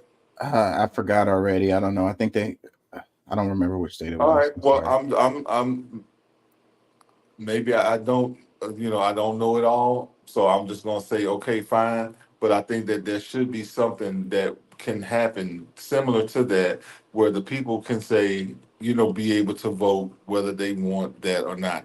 And that, like, to me, as far as the legislation goes, like, the people need to speak up to some extent, so that, because they shouldn't be able to govern themselves. That's part of the problem now. Like, that's the reason why, they're so corrupt now, is because they're able to, give themselves a set of rules that they already know how to sneak around. Well, that's just how it works. It's the same thing with the Supreme Court. The Supreme Court can only, you know, for themselves, they make the But rules. no, but see, the thing is, the Supreme Court doesn't make the laws. The legislative branch makes the laws. It's the Supreme Court that pushes through and interprets that law for the people. Yeah, but So we're not talking about a law when we're talking about them regulating themselves. It's they call them rules. So it will be rules that they decide on those rules and how they work, and well, what they no, can and can't do. I disagree with that, but I mean that's fine. I mean I think that's something we can look into and maybe talk about again. But um, rules and laws, I mean policies and uh, guidelines, all this, all this is BS. Like either they can do it or they can't. Like that's just what boy. Whether you want to call it whatever you want to call it, is it right for them to do it or not? And I don't think that they should be able to judge for themselves whether they should or shouldn't, because that still ends up being at the detriment of the people. When, like, Well, you were earlier. You were talking about the integrity of the Constitution. Well, the Constitution is what gives that power to them to allow them to regulate themselves in that way, to come up with those rules and so forth. That's the Constitution. That's where that comes from. so so really so pretty much in a nutshell, what you're telling me is that regardless, because the Senate is the only place like that, because they're the ones that make the laws. No, They're the ones that's responsible for legislation. yeah, but we're Because talking. You're talking about two different things when you're talking about legislation, because the yes, no, legislation. I'm not talking about two different things, because it needs to be against the law. There needs to be legislation that comes about that stops them from being able to, you know, make, them able to control what is going on in the country and being able to make investments along with their decisions. Like that's something that I don't think that that's something that is a part of the Constitution. That's something that they've just been able to get around because there was no type of amendment to whatever law that is existing Well, in that realm. they do have a law existing. It's considered it's insider trading, but they Yeah, get because to Martha Stewart dodge. goes to jail for it, but Pelosi is okay for her. Like Yeah, that's the part. so I that's don't. the thing. So they get to dodge it based on No, well, no. little The biggest problem is that language. nobody at the same level will impeach her because of doing it. Because guess what? They want to be like her. They want to do the same thing. I agree, but it's not just Nancy Pelosi who's doing this. You got Well, Republicans and I know, but Democrats. that's the main one that we've been talking about. That's why I'm speaking more so about that. But no, we know that. Like, I would be surprised if shit, most of them were already was doing it. They just don't have the monies to invest the same way that she has, or at that same level maybe. But I mean, in a year's time, for the entire Senate to have traded over $1 billion worth of assets, um, yeah, and then the American people never get to like benefit at no point. Like, when does our tax dollars get that same kind of interaction with with trading? Yeah, that's the thing that I argument I've made before on the show is that how come they can't do something like that with the money that we pay in taxes, that they could do some, like, how come we can't get like a return on our investment? You know Social what I mean? Security? Oh, you mean like Social Security and shit? Well, Social Security is not a return on investment. They're giving you back the money that you put into the No, system. but no, what I'm saying is, why can't our Social Security grow and be well and alive for the people who have put their money into it over I, those years as an investment, so that that. I don't like the idea of investing the Social Security money, because what if Well, what that if was the the whole purpose. That was the whole purpose. but no, but what if the money is lost? What if it ends up being bad investments and the money But is they don't gone? lose. They don't lose. They're able to make legislation based on what's going to win. Like, that's the scam. Like, that's what I'm trying to tell you. Like, you know, they can make good decisions for themselves personally, but for some reason, when it comes to the people, they always fuck us over. Yeah. Let me read some comments. It says, yeah, this ain't going anywhere. They're up for re-election and want to score points. So they go through the motions for the cameras, knowing it will ultimately fail. That's what I think too. It's not gonna pass. Another comment, it says, this is important. Also ban lobbyists, publicly fund campaigns. I really think that we should publicly fund campaigns. We need to get all the money out of all of the dark money out of politics. If you can't get people to support your campaign, then maybe you shouldn't be able to run. When I say people, I mean average, regular folks. I don't think that's as a maybe. I think that you just I mean, it's sad to say that, okay, if you don't have the money, you shouldn't be able to run. But when you getting money from people who they're expecting you to.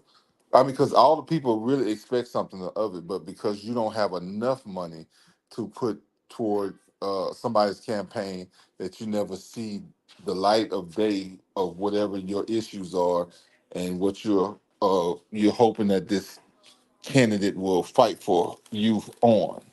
And, But and and I also feel like they need to make it like a level playing field and make it so where that it doesn't cost so much to run for the run for office, for these ads and so forth and so on. They could do it by having equal opportunity between the candidates, and let these media organizations donate their time, donate time to them, like give them a chance to speak and explain what their platform is and what their policies are and so forth and so on, instead of them having to pay exorbitant amounts for these ad spots. well, I They think that to me, I think that right there creates too much competition that they don't want to deal with. Because I yeah mean, there's but, more but people that would run if it was more fairly treated. And there were, you know what I'm saying, like and we'd end up with better candidates as a result, for I sure. know, but that's Look, one of the reasons why they don't like. They got the see. That's the part. Like to me, that's a part of the problem of asking the people who have the power to legislate to make it harder for themselves to be able to stay in office. yeah, I agree with you on that. That's a conundrum right there. Let me read this one. It says the only money that politicians should make is from their paychecks as politicians. Anything else, no matter where it comes from, should either be turned away or given to charity. No politician should go in with 100,000 or whatever and then come out a millionaire from being a politician. Being a politician should not be a get rich quick scheme. Get rid of lobbying as well, because that's just bribery. I agree with this. I mean, like, if you want to serve the American people, then that's what you're there for, and that's the thing. Not getting rich. Like, you can go get rich somewhere else. Go work in the private sector. Go run a business, whatever. Go be a stock trader and do that. You know what I'm saying? And make your money. That's fine. But if you're a politician, then you're in there because you want to make things better for the American people, for the country. Yes, and not for you to get rich. No, and that's the thing, because see, it moved from being service oriented to being just like what the person just said, is a get rich, like a way to be able to get rich under their own directives. Like, you know, there should not be a career politician ever.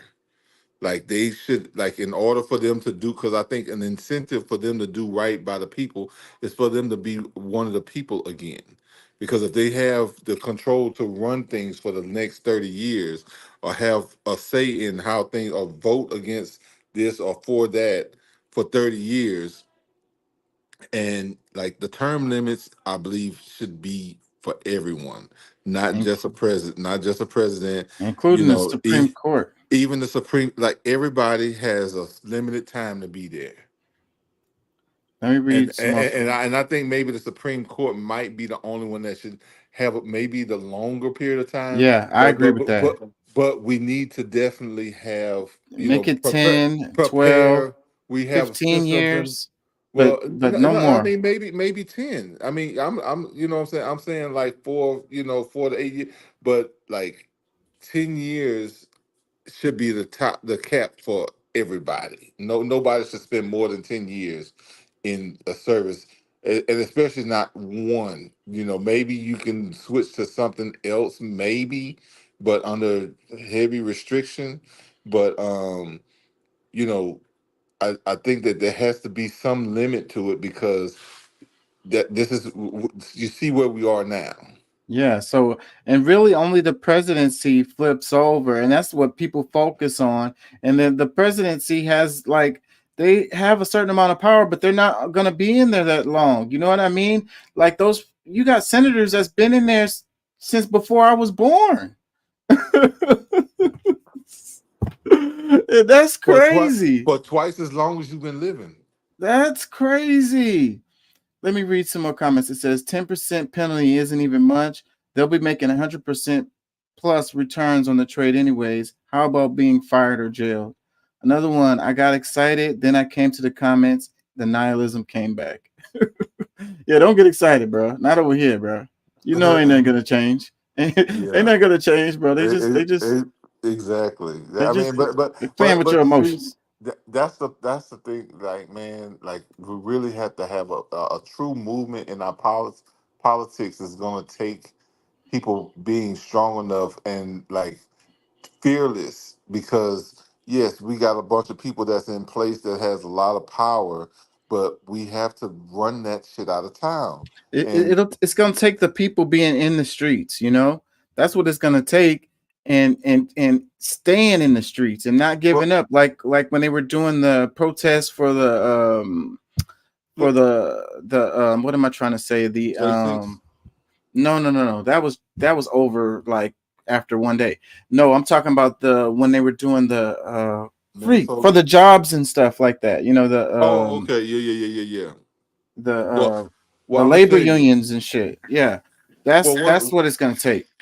One of the questions I've had, it might be a little bit off subject, but who do you think it benefits most to have the Capitol attacked? Because it looks like overall, all of these if everybody, a senator or whatever, anybody on Capitol Hill now has more security, personal security, almost like Secret Service at their own level, for that branch.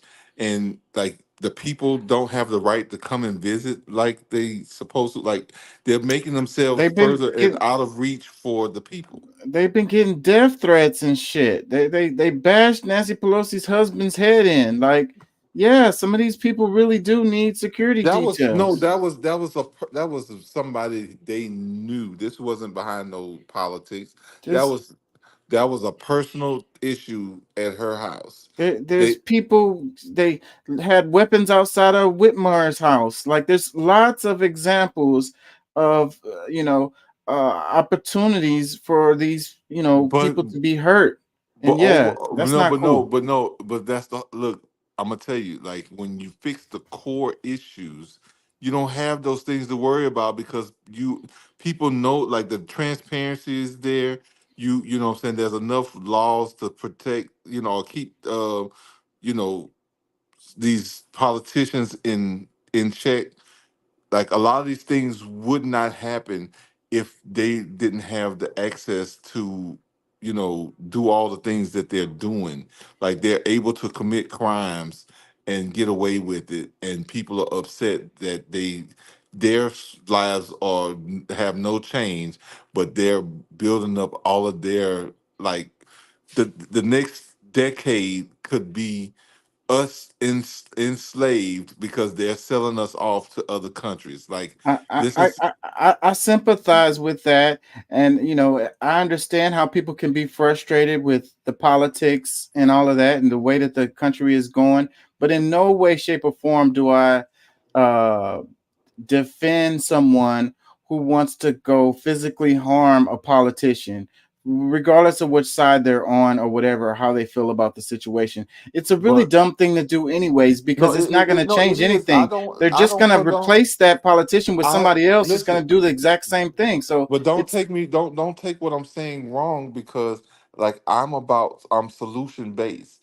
But the whole thing is, because I would hate to see that happen, but it wouldn't get to that point if they weren't able to, like, they wouldn't be pissing the people off if they weren't robbing them. Yeah, and I get that, but what I'm saying is the rhetoric of the But anger towards individual politicians and saying that these people but should die shouldn't and stuff is what leads to putting them in the positions where they can senators be harmed by some dumbass, so and it's not senators okay. senators and representatives should pretty much have the same immunity that the president has, I don't get how that relates. because they can get away with anything and nobody, like, no repercussions on nothing. And that's why the people are upset, because you can't do nothing about what They're they're about to doing. they're about to arrest that dude. What's his name? I can't think of his name. The one who lied about his resume and everything. Santos.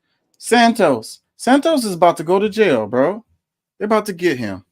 So no, these people are not above the law. Yes, most of them are. Santos just so happened not to be as bright as the rest of them. Like he's just not as good. And he wasn't even really like, I didn't see where he was truly criminal. I mean, okay, like, all right, he lied about his on his resume. Everybody lies on their resume. Yeah, it's not that. It's something else. I can't remember that. I was reading the story like yesterday, and I don't remember exactly what it is. But they're about to get that dude.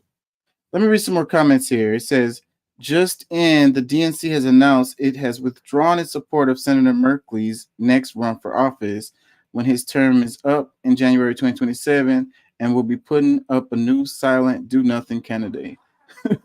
They're saying, this is a joke, of course. They're saying, because he put forth this legislation, they're going to withdraw support of him or whatever.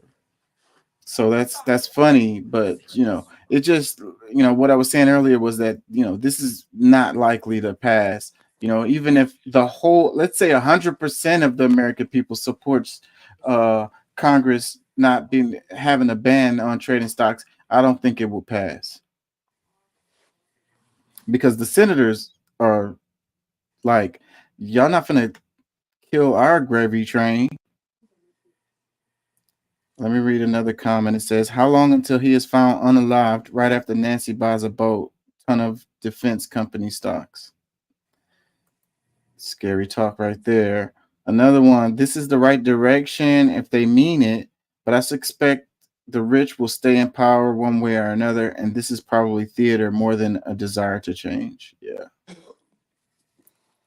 At least they ain't complete fools. Yeah. Yeah, they theater. Make people feel like there's somebody that they're in there trying, while the other one's like, okay, good job. Like we bought ourselves another 2 years.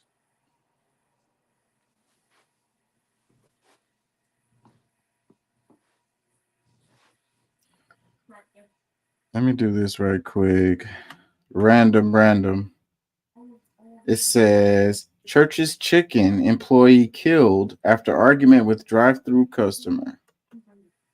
Oh yeah, I saw that. Fast food worker is dead after police say she got into an argument with another woman in the drive-thru. Now, what you're looking at right now, these are photos police released of the suspect in the Orange Mound incident before she sped away. Thanks for joining us, everyone. I'm Alex Coleman. Hi, I'm Shay Arthur in for April. As WREG's Dorita Patterson tells us, investigators are now trying to put a name with that face we just saw there to track down the woman wanted for pulling the trigger. At the start of a new day, police are still looking for new clues following a deadly attack. Monday night, detectives were called to this Church's Chicken along Park Avenue in the heart of Orange Mound. In fact, Gregory Houston holds this community close to his heart as it's where he grew up. We still have a house out here. It was after he tuned in to WREG. I heard about it on the news last night, and it was very sad. Topping your news leader at 4. Yeah, so I don't know, man. I worked the drive-through window at Jack in the Box when I was in high school, and it was pretty scary. You know, I worked graveyard shift, and it was really weird. People would come through there, you know, and it's like, what kind of world do we live in, man? It's so dangerous for somebody to just work in a damn drive-through window, man. Like, you got all these crazy people you got to deal with all the time. And, you know, you wonder why they be so short with you when you come through the line. You don't know what they've been dealing with all day. Well, that's when you have a system that's trying to build itself up on entitlement, you give the wrong message to everyday humans that, you know, they deserve something more than what they fucking earned. Yeah. And you know, you pull up to a drive-through where you're only spending $10 and you expect somebody to, you know, that you're supposed to get some filet mignon, like, you know, some fancy meal. It's just, Yeah. It doesn't make sense. And the but- service, and people complain about the service, but then too, they don't want the people to get paid, you know, more than $7.25 an hour or whatever the hell it is. And you complain that the people aren't giving you good service. And it's like, bro, like they not making nothing. Like they, what is their motivation to work hard? They can't get tips. I mean, they not, you know what I'm saying? Like the people are, yeah, most of them barely want to be there because, you know, of course, if they had a job that could pay them more, they would much rather be there. So they take what they can get. So then their morale is not necessarily high. You know, maybe some, depending on, you know, if you're a high school student and, you know, this is the most money you ever had. Yeah, you're excited. But a grown up that's working at a fast food restaurant is not happy that they're there, and especially for the amount that they have to be there for. So for you to have an expectation for them to jump through hoops when you pull up to the drive-through window, as if you are, you know, changing their life or you're doing something super special for them. I mean, come on, man. Like, I don't know. And how people get upset, you know, that their order is wrong or whatever. Okay, you know, they made a mistake. The order was is a wrong. mistake. Yeah, it's not a reason to freaking shoot someone. We just did 100 orders in the last 30 minutes, last hour, and in my mind, I made this instead of that because of whatever. Sorry, you know what I'm saying? Like, let's get the right food out to you, and boom, let's move on with our life. Yes, it's not a reason to go over the If top. anything, if you felt it was that much, look, give me my $12 back, and I'm gonna go somewhere else. I'm not Yeah. feeling this anymore. Let me read this. It says a dispute between a customer and a fast food worker in West Tennessee escalated into a tragic incident on Monday night when the customer allegedly shot and killed a female employee following an argument. The deadly shooting occurred at Church's Chicken restaurant in Memphis just before 9:10 p.m. Police called to the scene at the Park Avenue business located approximately 6 miles southeast of downtown Memphis to investigate the incident. Upon arrival, police discovered a female victim who had sustained at least one gunshot wound. She was promptly taken to the hospital for treatment, but was unfortunately pronounced dead due to her injuries, according to WREG Well, News. I'm gonna say this. After mentioning the city that it happened in, says a lot. And not to give any excuse, but I mean, because there's no excuse, but that's a dark city, bro. Yeah. That's like it's got a cloud over it all the time. Let me read another comment. Let's read some comments. It says, "Wow, girl, you about to go to jail over chicken." Like, come on, man. Your life is over. Let me read another comment. It says, "And that other person's life is over." Imagining ruining your entire life because you thought you were standing on business when the whole time you were standing on BS. No, what was that section of the Chappelle show? Keeping it real goes wrong. Yeah, when keeping it real goes wrong. Mm. That's a prime example right there. Let me read another one. It says, "These days, everyone is right, not arguing with the soul, you win." That's me right there. That's me all day. Whether I'm at work, whether I'm, in the world dealing with regular folks, it's whatever. When I'm in traffic, maybe somebody cut me off or whatever they did. Hey, you win, you right. I'm finna get to my destination. I'm not gonna have an altercation with you. Well, look, and that me too. Cause I mean, even if you if you're the person that's working the window, like especially like they got some crazy people in Memphis. Like if you really having that bad of a day, you might want to just not, like you're not in a good position to, protect yourself. So saying something out of hand to somebody not really gonna make it any better for you. It's just take a break right in the middle conversation. Like it's that Family Guy episode where the guy's at the DMV and he's arguing with the lady and she's like, "You got to go stand in that line." He was like, "I already stood in that line." She's like, "Well, you need to have this paperwork." "Well, I filled out that paperwork. I'm on break." Well, see, and look,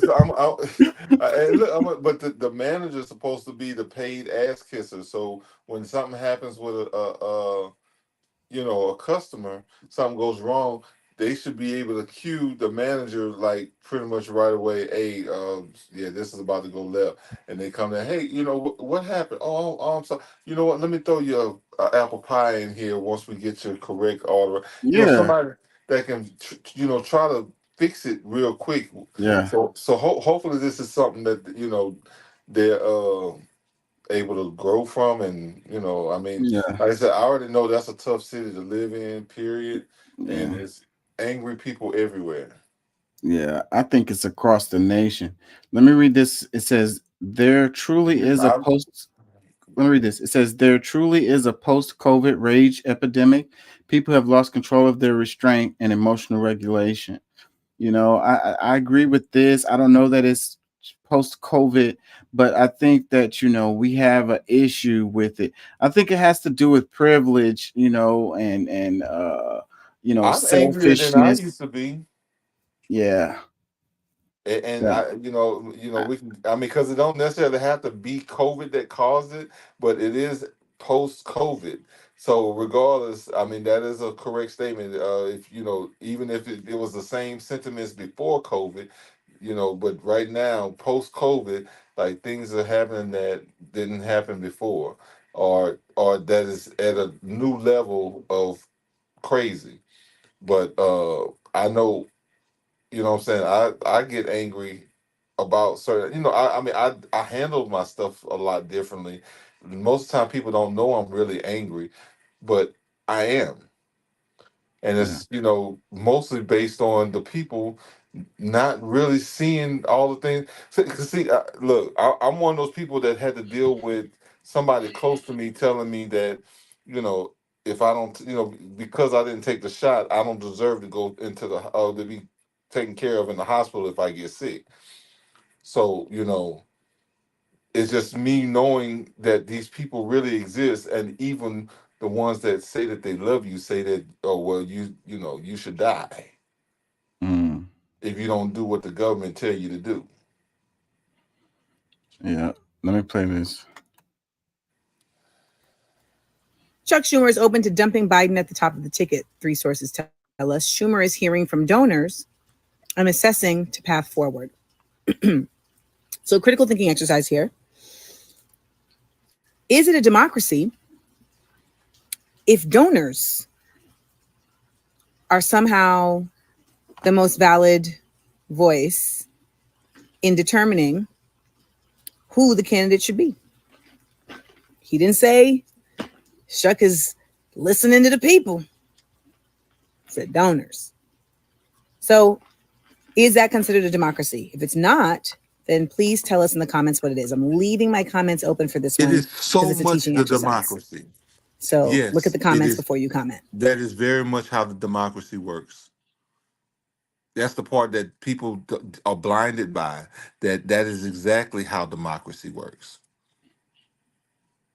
But I digress. People want it to be a democracy. That way, mob rules. But no, see that's the thing, and it's not about wanting.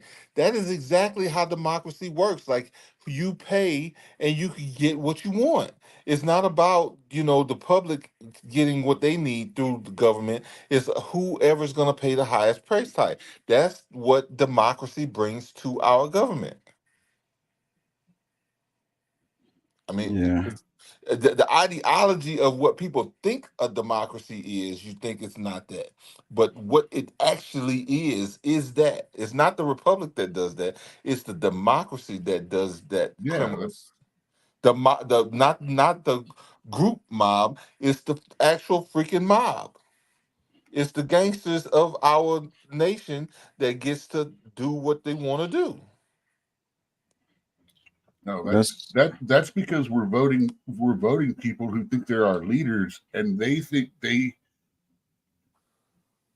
we give them our vote and we give them the leadership of the power, when the truth is they're supposed to be representing us, not telling us what laws will be the best for us, which is what goes on now. These people that are, I hate to say it, most of them are overly educated. In you know, at one point in time, lawyers were not allowed to be congressmen and senators. They wanted to keep the legal people out of it. Yeah. Because all lawyers do is complicate shit. Mm-hmm. I No, mean, it was supposed to be. It's supposed to be the people that serving time. You know, serving as a, you know, serving their country.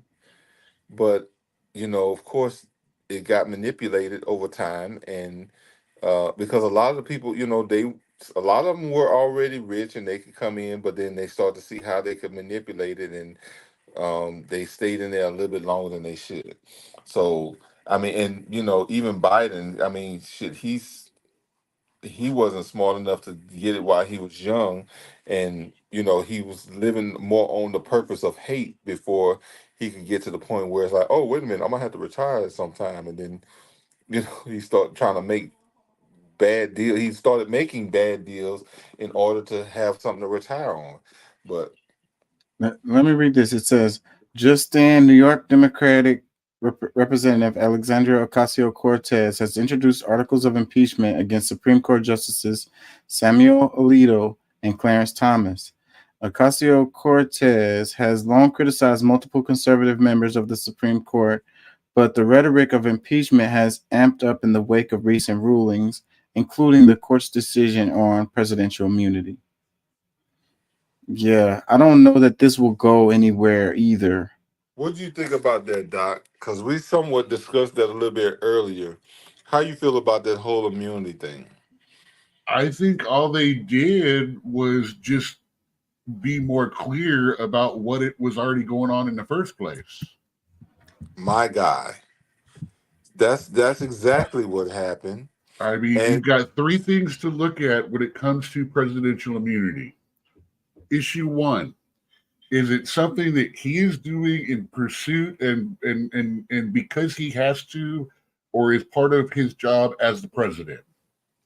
Yes. Is it presidential adjacent, meaning it's kind of falls under his job, but there's a little It's a gray area duty. there, and that's what needs His to be duty. looked at. If you're going to take him to court, you have to look specifically at it and go, is this part of his job or is this his own thing? And then the third part being, it's his own thing and doesn't have anything to do with the presidency.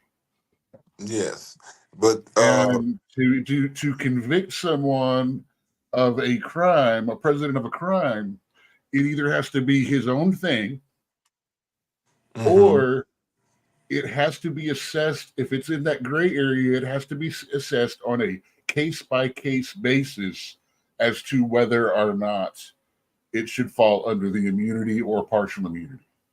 Well, they're already saying and prepping people for the idea that he, all the cases that they've put against him is falling apart because of this immunity thing. But if you've really been paying attention, you know that all of those cases have been falling apart because they didn't have any strength to begin with. And then the especially when we talk about Georgia, shit, they about to go to. I think they're all going to lose not all. Fannie Willis is going to lose her ability to practice in the state of Georgia. Should be anywhere in the country. But then, there's just not enough evidence to show that the case should have existed in the first place. New York, I really don't know what's going on with that so much, but I feel like that's going to fall through just mainly because it was an old, statute of limitations, and plus it was all civil. Like him, Well, how he's keeping the whole way that case was run was entirely jacked up. I mean, nobody sits in a courtroom for 19 days before actual charges are filed, or before you actually know why you're sitting there in court. I mean, and they were so unspecific about that, and the way they said all you have to do is say yes to one aspect of any of 34 cases, and it automatically makes him guilty of all 34. Yes. I Well, mean, see, that's there are hardcore career criminals that absolutely hate 45 that are going, what the hell just happened? Let me read some comments right here. It says, fair and impartial, give me a break. Those justices had impeachment coming. Thanks, AOC, for holding them accountable for their actions. Another one, it says it says she's the only one actually working in DC. Another one, I'm there. Where do I sign? Citizen approved. Couple more. I'm not American, but I feel proud of AOC of being her people's representative. She has all the qualities and leadership within her. Can I say something? Go ahead. This is what's wrong with our society, is people believing in people like AOC, who is acting out of emotion. And she's acting out of trying to gain political power. And people who are so emotionally attached to seeing something happen to Donald Trump, allows anything to be a good reason for it to go through, or for him to go to jail, instead of it being fair. Like actual evidence, or even, when it comes to these justices, because that's what really is all about, even being upset with the justices is still about Donald Trump for most of them. Oh, well, they didn't get him locked up, so, now they're a part of I disagree with that. The issues with the Supreme Court has been before this Trump stuff, before the Trump cases. Well, just because So I mean their last Democratic president was too weak to go on and put somebody to put somebody in those seats before he left office was just weak on his part. So you can't be mad that when Trump came in office and he did what was needed to be done and he put something that was favorable to his ideology, his what he believes in. this Like that.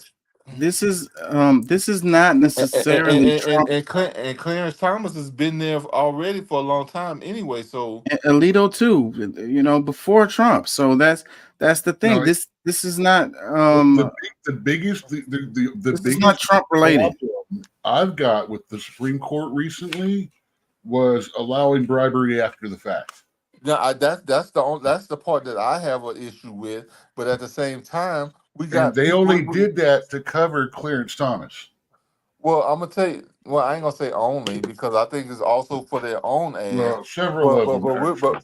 But we're talking about AOC, who's got the same kind of ethics issues in her own branch, and she's trying to call. That's just like calling the kettle nigger.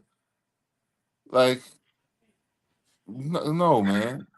Let me read some more comments. It says Clarence Thomas is a bought out justice. He received over $2.4 million in donations, in quotations. Another one, that's one strong, fierce, and smart woman. Let's see. Oh my God, she Going ain't too shit. fast. Another one, it says, now that's what the Democrats should be focusing on. Another one, Thomas shouldn't have been appointed to the court in the first place. Another one, about time Democrats do what has to be done to hold people accountable. It's outrageous what's going on in our government. What's outrageous is people don't even freaking read a lot of this stuff because all right, somebody receiving a gift does not mean that they lied about their judgment. You know, some people, you know, like I give tips because I appreciate what you know, the work Nah, that somebody legally or justly. they should not be receiving any kind of favors for, especially related to people who have cases that come across their bench. You No, say that's that, but neither should the Senate. But nobody's trying to hold the Senate to that same, you know, nobody's impeaching anybody in the Senate for Yeah, taking but gifts. we can elect a new senator. We can elect a new representative. We can't touch a justice till they die or retire. They are bulletproof with no accountability to the public or to anyone. Well, when are they going to do? Because I mean, this is the time right now. That's a problem I've got. The fact is they're appointed for life. No one voted them in. No one actually voted. The people did not vote them in. These Yeah. people who decided what is our best interest, instead of asking what we want out of the government, tell us that this is what you're going to get. You're going to take it, and you're going to like it. Are the people that put Well, it up that's there. not necessarily their job because first of all, they're not creating legislation. They're just I'm defining not it. talking about that. I'm talking about how the senators and the congressmen put them in there. Well, no, I mean the president appoints them. Yeah. Yeah, but they can be appointed, but you can appoint all you want to, but that Well, doesn't they mean do they're have going to to get approve. confirmed. They do Yeah, have to be approved. They have to be confirmed, but they always confirm them. I've never heard of a case where someone wasn't confirmed. Oh, take a good look back. Go possible justices that were unconfirmed. No, a bunch of them and don't you go get- come up with a big list. Yeah, Matter a of bunch fact, of them don't make it. Kavanaugh was like the second or third one that got put up there because the other two did not, or one or two did not get accepted. And see that's the problem that I have with a lot of people is that like they don't pay enough attention to what's really happening. Like I be sending some of these things. It's like, man, do you see this? This is like a You send us 4-hour freaking videos like twice a day. Okay. Let me read a couple more But comments. you don't have to watch all of it to catch the drift, and some of it is not really. Well, then that give long. us a timestamp. Let us know where. Let me read a I couple. try to. I try to, but at the same time, like I don't get no timestamp. I put the information available, and you know what I'm saying. Like I said, I mean, hey, if you care enough, I know everybody don't have the same time, but I don't really have the same time that I used to because I'm not driving all over the country anymore. But at the same time, this is stuff that I'm still interested in, and I want to know. Let me read a couple more comments. It says impeach her. Another one, it says, yes, I support AOC for this. It's about time they kick rocks. She's Wait, not, hold on. Do you she's see not how you see how he impeachable right now. flashed You through the? can't impeach her for being dumb. You see how he flashed? No, she's under ethics review right now because of taking money. Let me read one more. It says, get it I done heard that. ASAP. Remove the rod of the Supreme Court. Nobody's really said much about it, but that's exactly she is. Please look it up.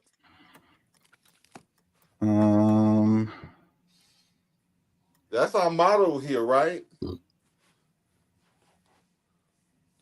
Don't take my word for it. Yeah, you know what that's about? That's about that $25,000 ticket to the Met Gala where she wore the dress that said "Tax the Rich." They've been after. I'm sorry, tickets like that are given to people all the time. I mean, you got to realize her whole career was given to her by the Young Turks. I don't have my I don't have my laptop. No, it's her receiving money, but that's not the only thing. It's a $25,000 ticket to the Met Gala and gifts tied to it, the dress and all of that stuff.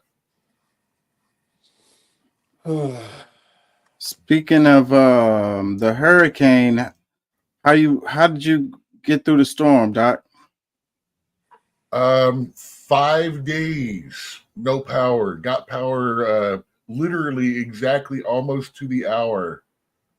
5 days. Remember, I was saying that this one wasn't going to be the bad one. I'm still standing by that. This one got their pants down because there was some unusual wind gusts in this, and I haven't seen a lot of the tree trimming that I normally see by this time of year. You know, in some of these places. Well, they did a lot of tree trimming when we had that windstorm a month ago. A lot of tree trimming. I mean, this storm blew trees up by the roots. It's a picture right here. Yeah, tree trim is not gonna. And it was just a Cat 1 too. Yeah, so tree trim is a not lot gonna. a lot of those trees that get uprooted like that. Yeah, a proper trim does handle that. It stops it from catching the wind like a parachute and lets it go through it more. So there's not as much pressure at the wind angles and stuff.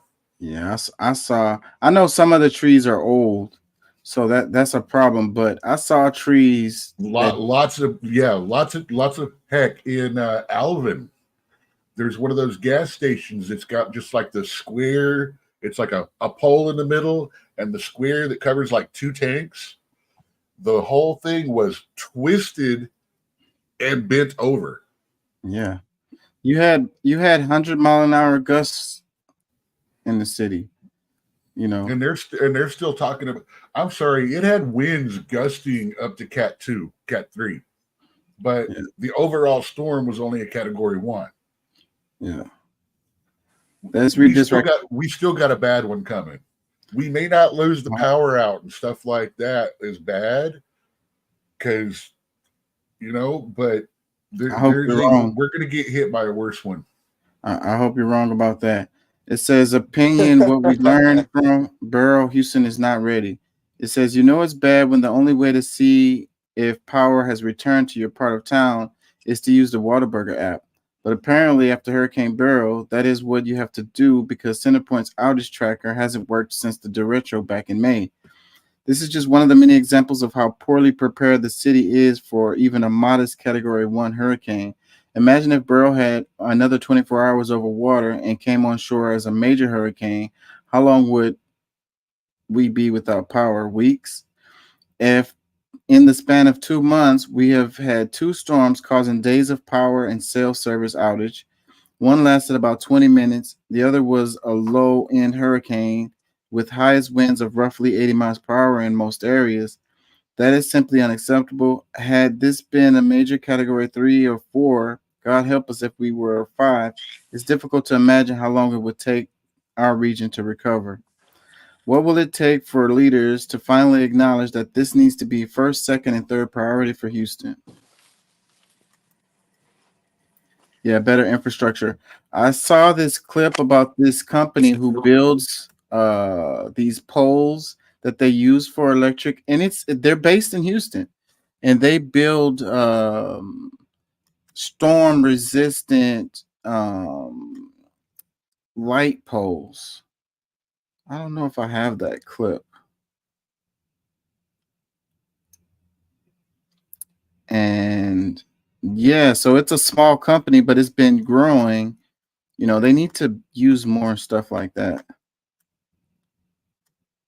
I'm trying to see if I have that clip.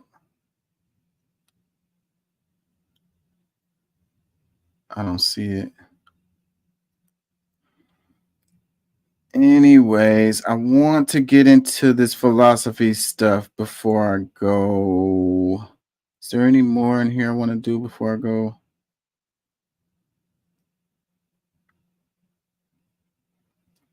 What was this? Say now that I am calling America a Christian nation. And so I am.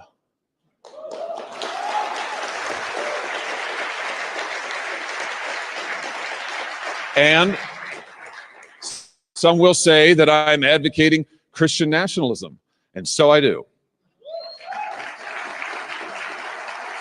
So this is incredibly disturbing for a number of reasons. Christian nationalism is a euphemism for white nationalism. White nationalism is literally what the Ku Klux Klan were made in the image of.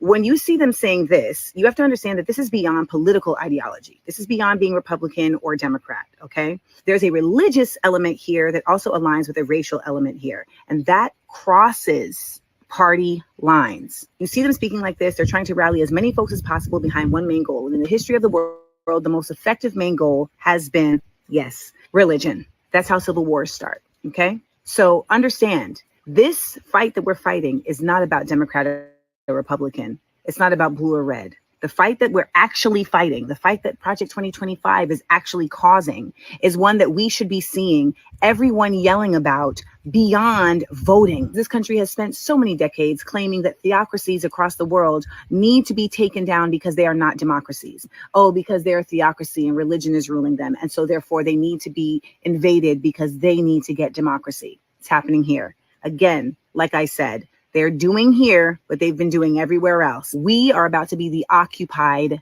citizens of the United States of America if we don't get it together. Some will say now that I am calling America a Christian nation. And so it says Representative Josh Hawley is stating the plainly.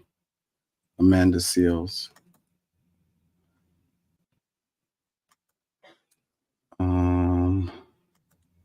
Let's go to this.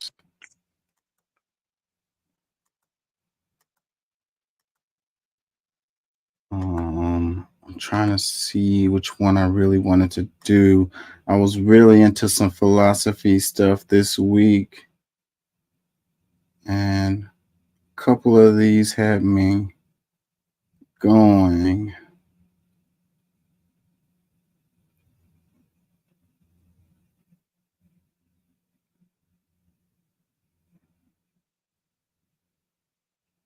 This one is 29 minutes. Let's do a little bit of this and then we're gonna do this one. Is this the same guy? Oh God, I hate Milton. Which one? This guy right Milton. here? No, Milton, the person that wrote Paradise Lost. Oh, okay. I'm not big on a lot of those things that everybody thinks are such great works. You know, that's one of the things boring. It makes me want to pull my freaking eyelids off.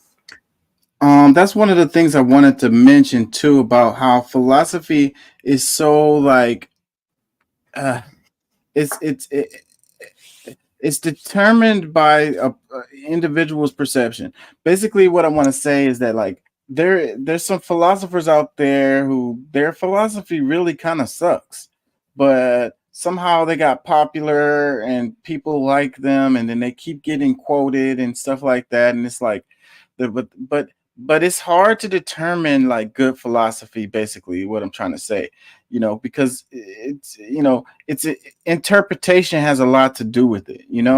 So depending on a person's interpretation, so what do you got to realize philosophy is kind of like religion of the mind. Farewell, happy fields, Everybody's got their own denomination and tends to view philosophy through the lens of that particular point of view to start with.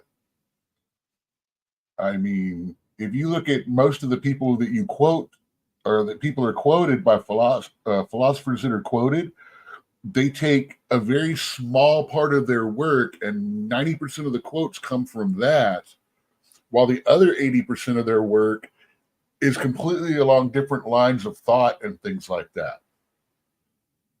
I mean, especially when you start getting into like Nietzsche and things like that, where, at one point it's like, it's okay to destroy the weak and things like that. It's natural and blah, blah, blah.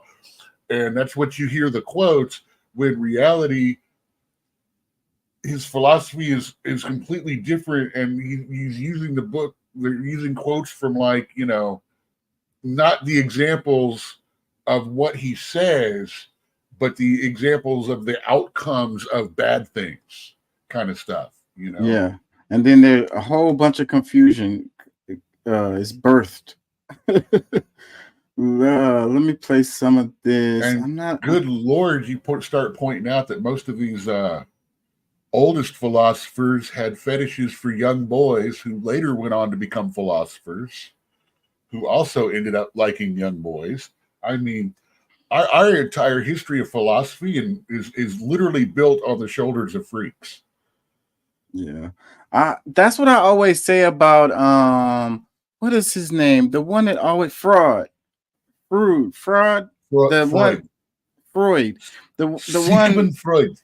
Yeah, the stuff because I took a lot of like psychology classes, and some of the anthropology stuff goes into the psychology, and they always quote this guy, and I'm like, yeah, some of his stuff is actually pretty good, like it makes sense or whatever, but like this guy was a freak. Like this guy was definitely he dressed up in women's clothes too. This guy he's the one that had the mommy fetish, not everyone else. Yeah. So, and he's saying that all the rest of us have a like we're trying to compete with our father and stuff. And I'm reading this stuff and I'm like, man, this is crazy. This guy wasn't right in the head, bro. Why are we using this so heavily in psychology? If taken in partiality and not as a whole philosophy, he's got good points and he points out good commonalities. He really does. A lot of commonalities in the way people think. But to use him as a measuring line for good, bad, crazy, not is a very, very dangerous.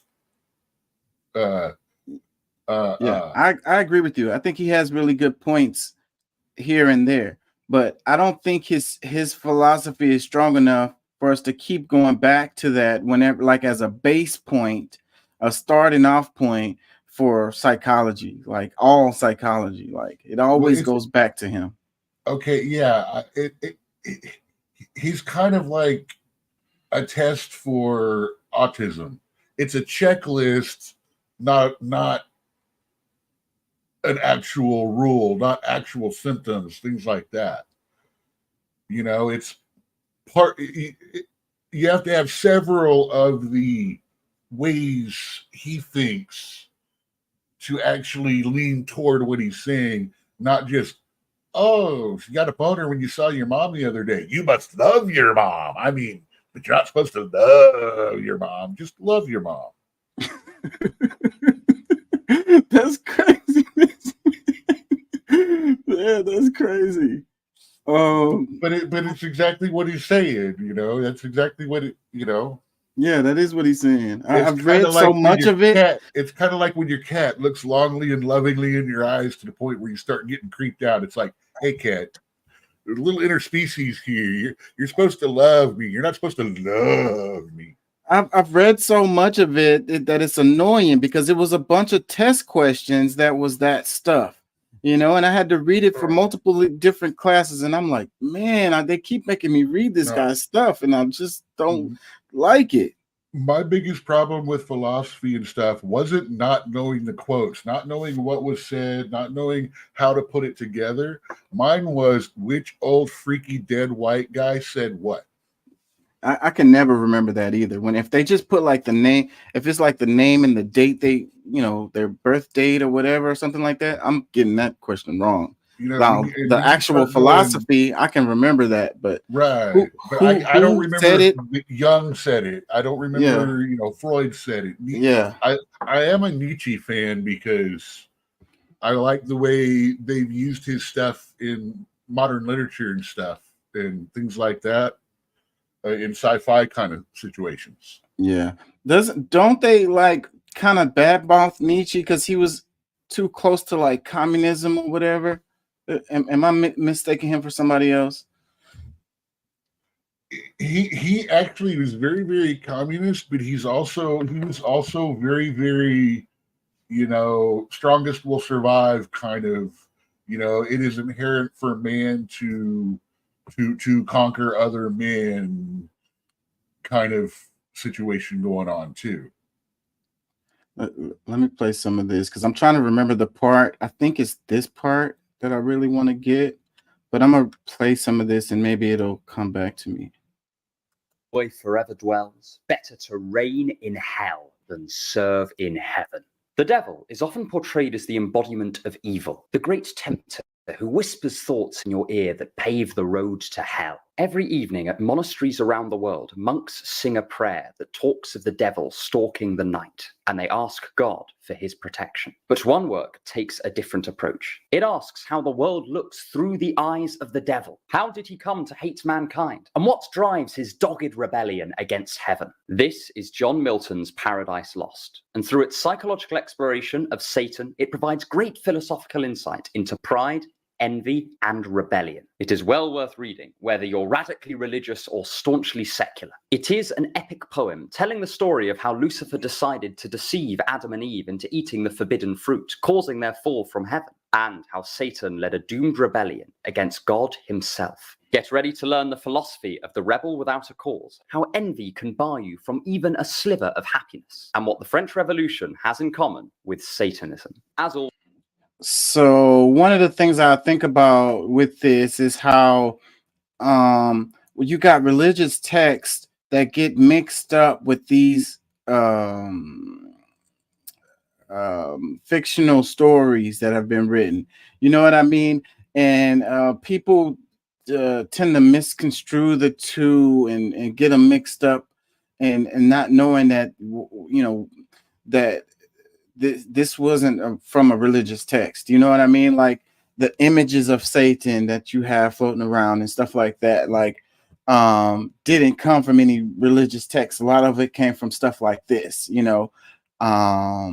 what was the name of that movie? Tom Cruise, I want to say, when he was really young, and the big horns. Legend.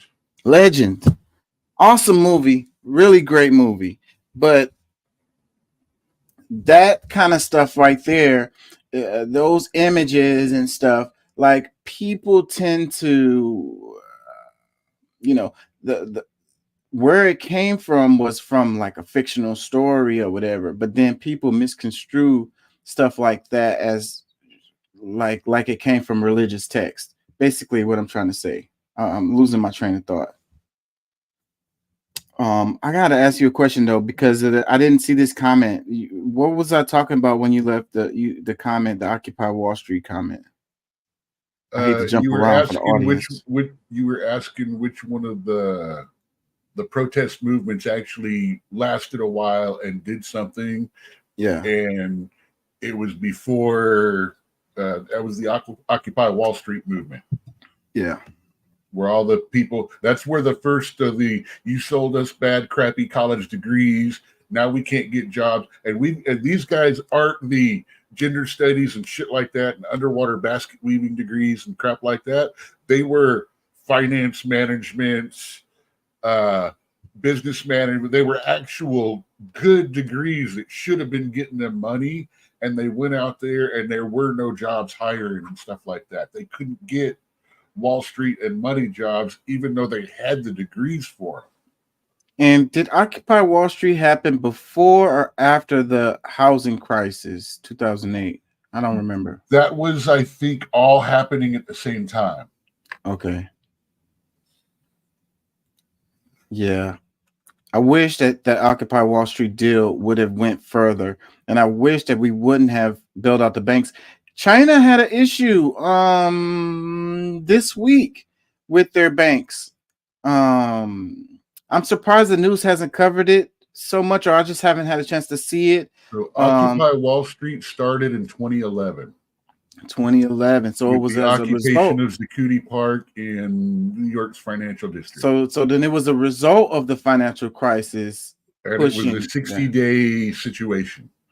Yeah, I wish that we hadn't built out the banks, and it's looking like China's having a problem with their banks, and they're not going to build them out. That's what it's looking like. It's looking like they're going to allow them to break down. And I was reading a little bit about that, and they were saying that, you know, they have Western factions but the difference is tied up the CCP with those is Chinese going banks. to take over the functioning of the banks.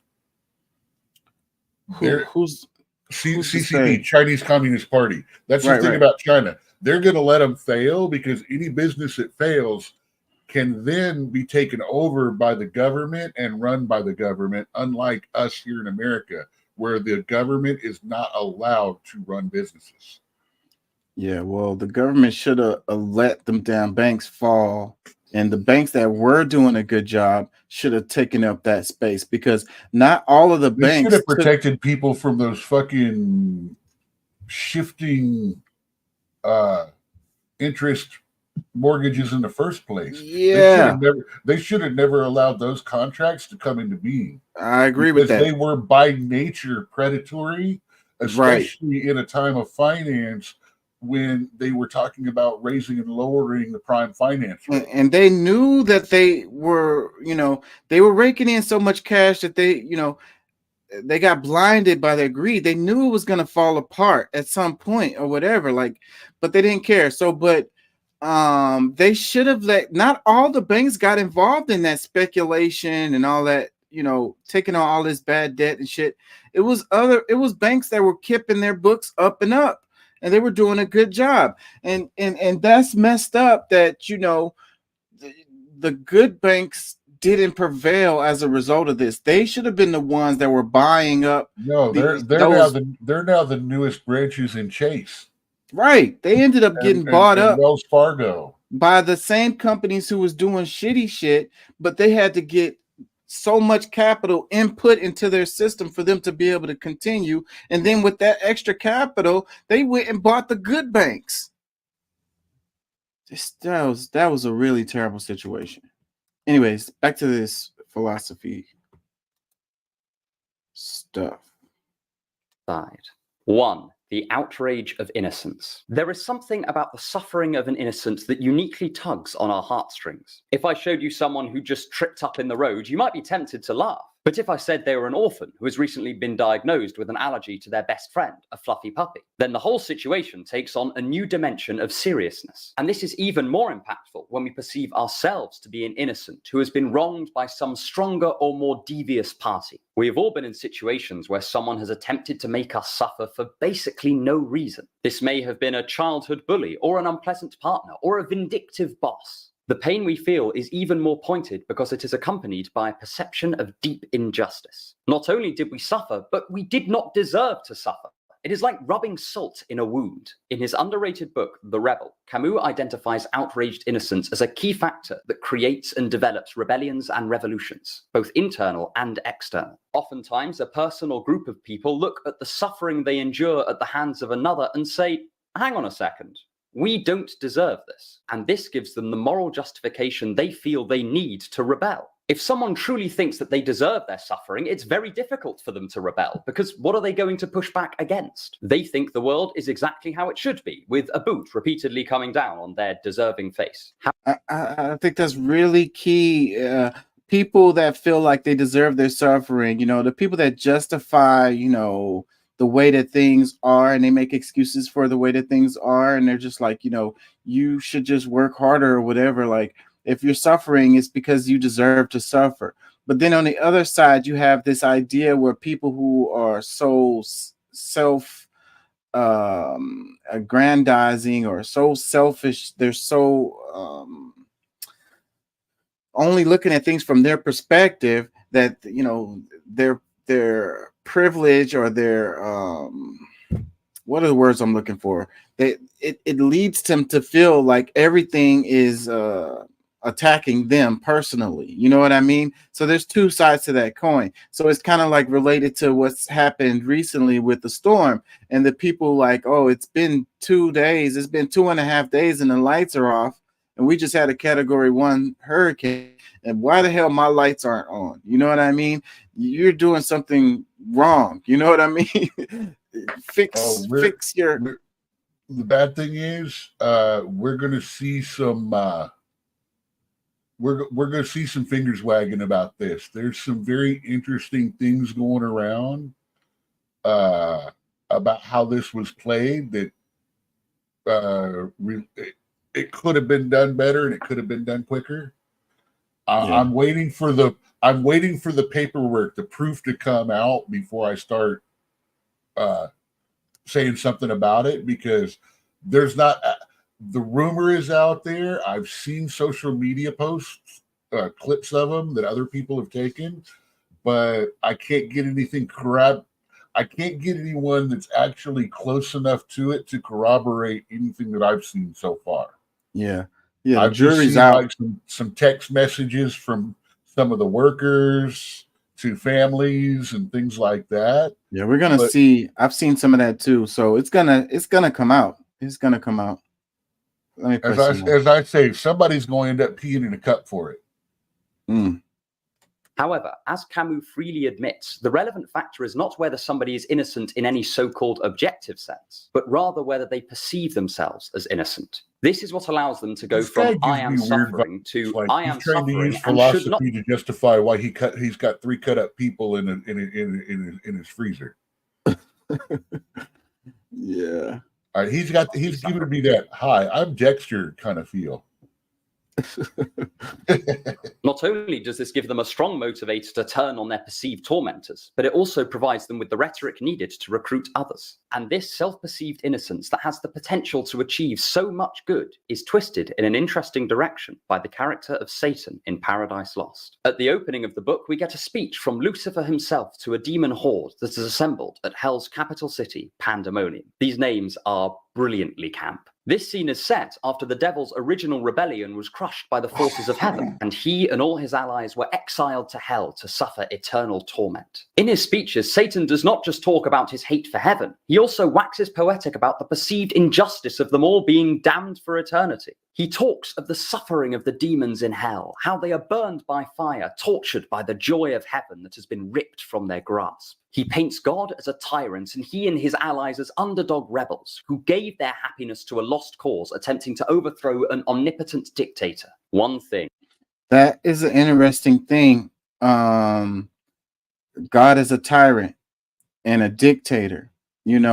That idea right there is really interesting to me. And it's like, I think about how, the idea where people were like, God is good all the time, and I argue against that. And it's like, it also has to do with people's perception of what is good and evil, whether good and evil even exist other than, someone's choice of it. You know what I mean? By his own word, God is neutral. You aren't judged till the end of you are not judged until the end of your days, and then only by the choices that you've made.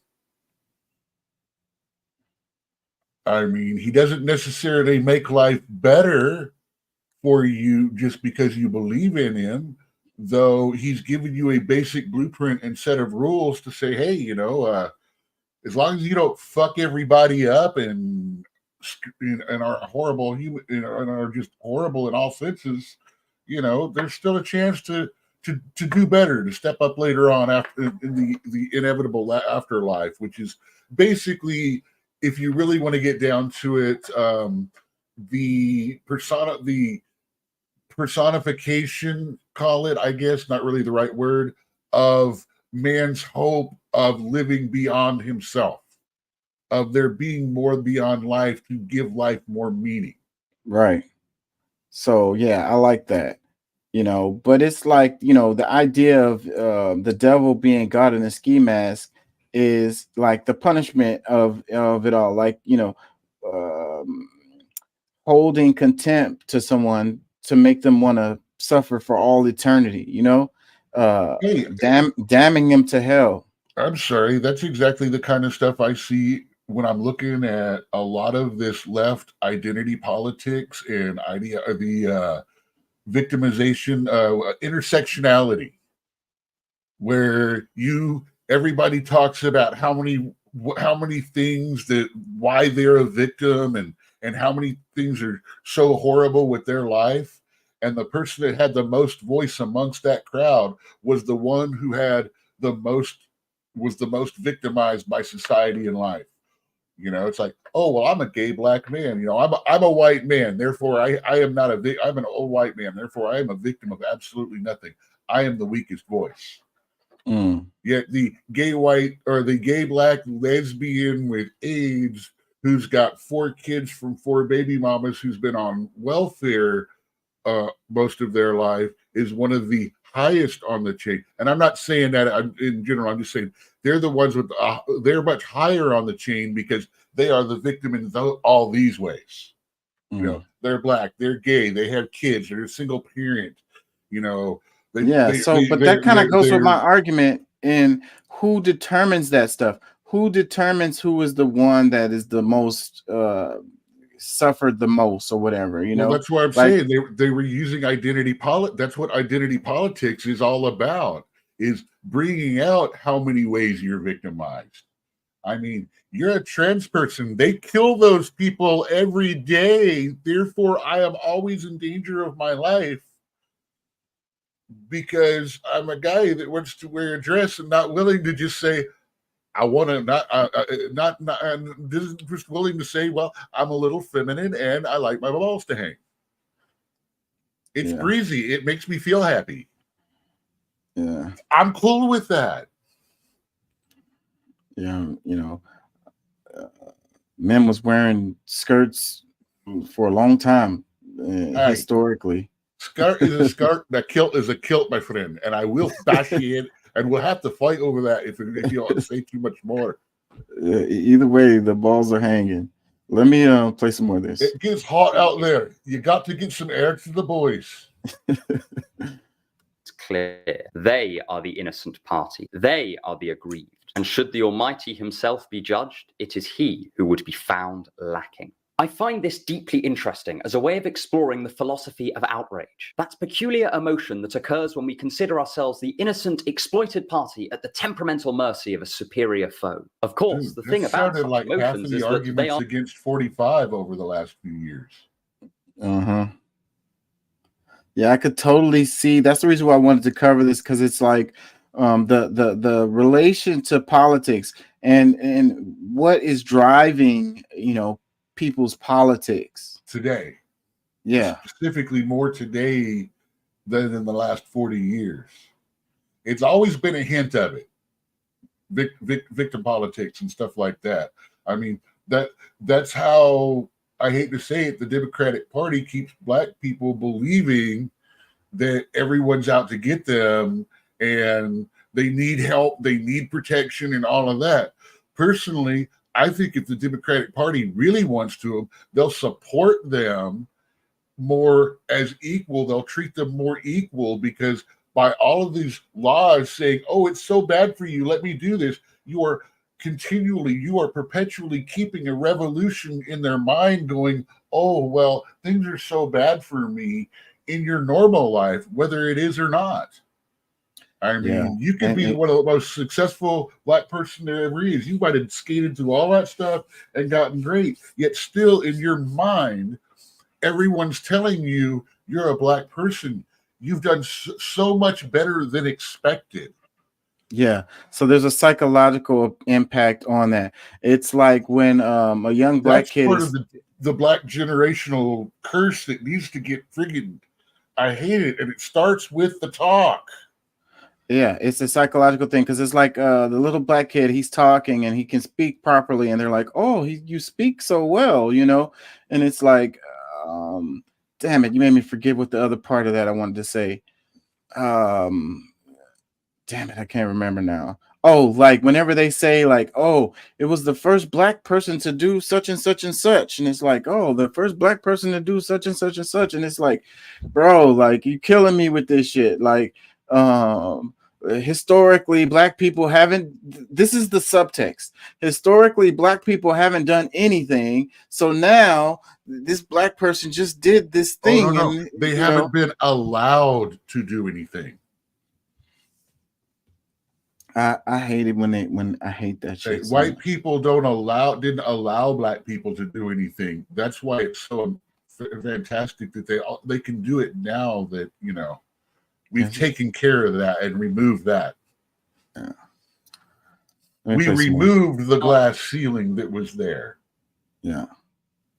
Entirely amoral. They can be used for good or evil, whatever you take those terms to mean. And Milton demonstrates just how easy it can be to fool ourselves into thinking that we are pure, innocent souls, uniquely singled out by the universe for particular hardship. Sometimes this outrage can be fantastically helpful. According to Camus, it is part of what galvanized the French Revolution to no longer put up with aristocratic oppression, and it can help people leave situations where they are being abused through no fault of their own. But outraged innocence can just as easily be an exercise in self-deception. We can end up using it as a crutch to justify anything that we do, be that hiding in a corner, failing to take any action to improve our situation and refusing to stand up to a foe, or indulging in excess bloodshed, using our perceived innocence to whitewash every atrocity we commit, all in the name of our rebellious cause. And I love that many of you will probably think that I'm referencing some current event, and lots of you will think that I'm referencing different ones. In reality, I'm not consciously referencing any of them, but I think this goes to show just how relevant Camus and Milton's insights are, even today. So yeah, the part about like I'm an innocent, so you know that justifies me for, you know, lashing out at someone, you know, like a justice or whatever, you know. So like I'm innocent, so I have the right to do this atrocity. You know, it's a mind. You're screwing yourself up mentally, you know. I'm trying to say it without like using the wrong words and being offensive. Making the devil himself capable of claiming the mantle of the aggrieved innocent party, Milton highlights that almost anyone can trick themselves into thinking that they haven't done anything wrong and that all fault lies with those against them. And So yeah, almost anyone can justify their actions. It's like, you know, a person who's like a serial killer or whatever, and they can feel like they're morally right. You know, they can feel like they're, you know, helping humanity or bringing justice to the world, or even they could feel like they're doing it to support God, you know, like they're doing God's work. You know what I'm saying? It's a mental twisting that happens, you know, and this is how they do it. So like that's where the issue is, because what is moral and what isn't is determined by, you know, an individual or whatever. You know, like there's no writing that, you know, I mean, we have religious text, don't get me wrong, but not everybody, you know, has the same religion, and not everybody interprets even the same religion the same way. So there's a huge gray area when you're determining morality. You know, the idea of what's right and what's wrong, you know, or what's good and what's bad, or what's good and what's evil, or whatever. Because like I always use the example related to the gazelle and the cheetah or whatever. You know, the cheetah attacks the gazelle, eats the gazelle, and people look at it as like that's bad or that's evil or something, you know, or it sucks for the gazelle. But then it's like the cheetah needs to eat to live, you know, to feed its cubs. So, but then, you know, that, like I say, the gazelle gets away, and then people who are watching it, you know, on a nature show, they cheer for the gazelle. Wow, I'm so happy that the gazelle got away. But then the cheetah goes off and dies in the woods because he starved to death, and then he's got a den of cubs that also perish, you know. So you can't. It's all based on your perspective when you're trying to determine morality, basically, is what I'm trying to say. And people can justify their actions in their own mind, no matter what those actions are.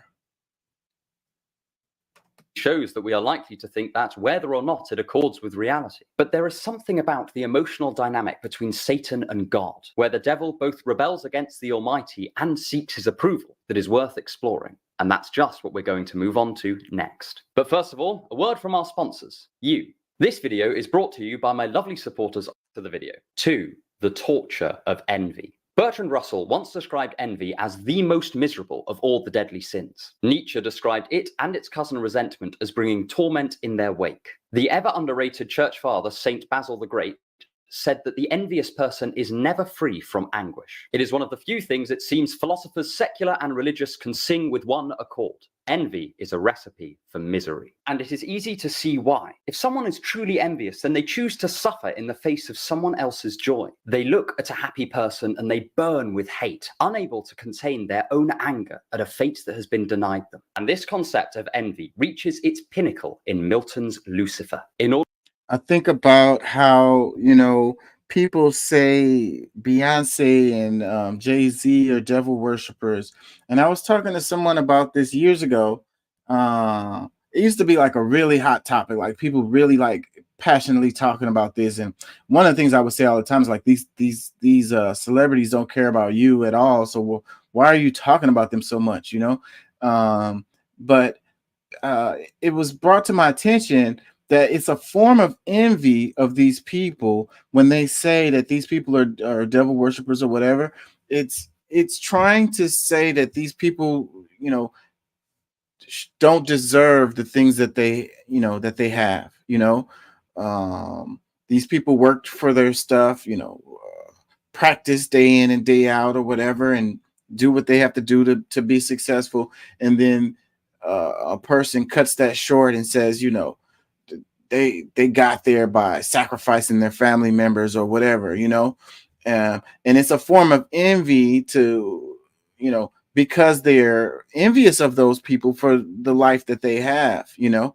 And these same people aren't willing to do what it takes to get the stuff that these people have gotten or whatever, you know. They're not willing to put in that work to make it happen, you know. These are the same people who feel like, you know, it all depends on who you meet or whatever. Like you can be successful overnight if you meet the right person or whatever type of deal. Like basically, you know, it all falls in your lap. You know, the people that were successful, it fell in their lap, and that's how they were successful. Like, you know, it could have been me. It just didn't fall in my lap like they did. And I didn't worship the devil and sacrifice my family members.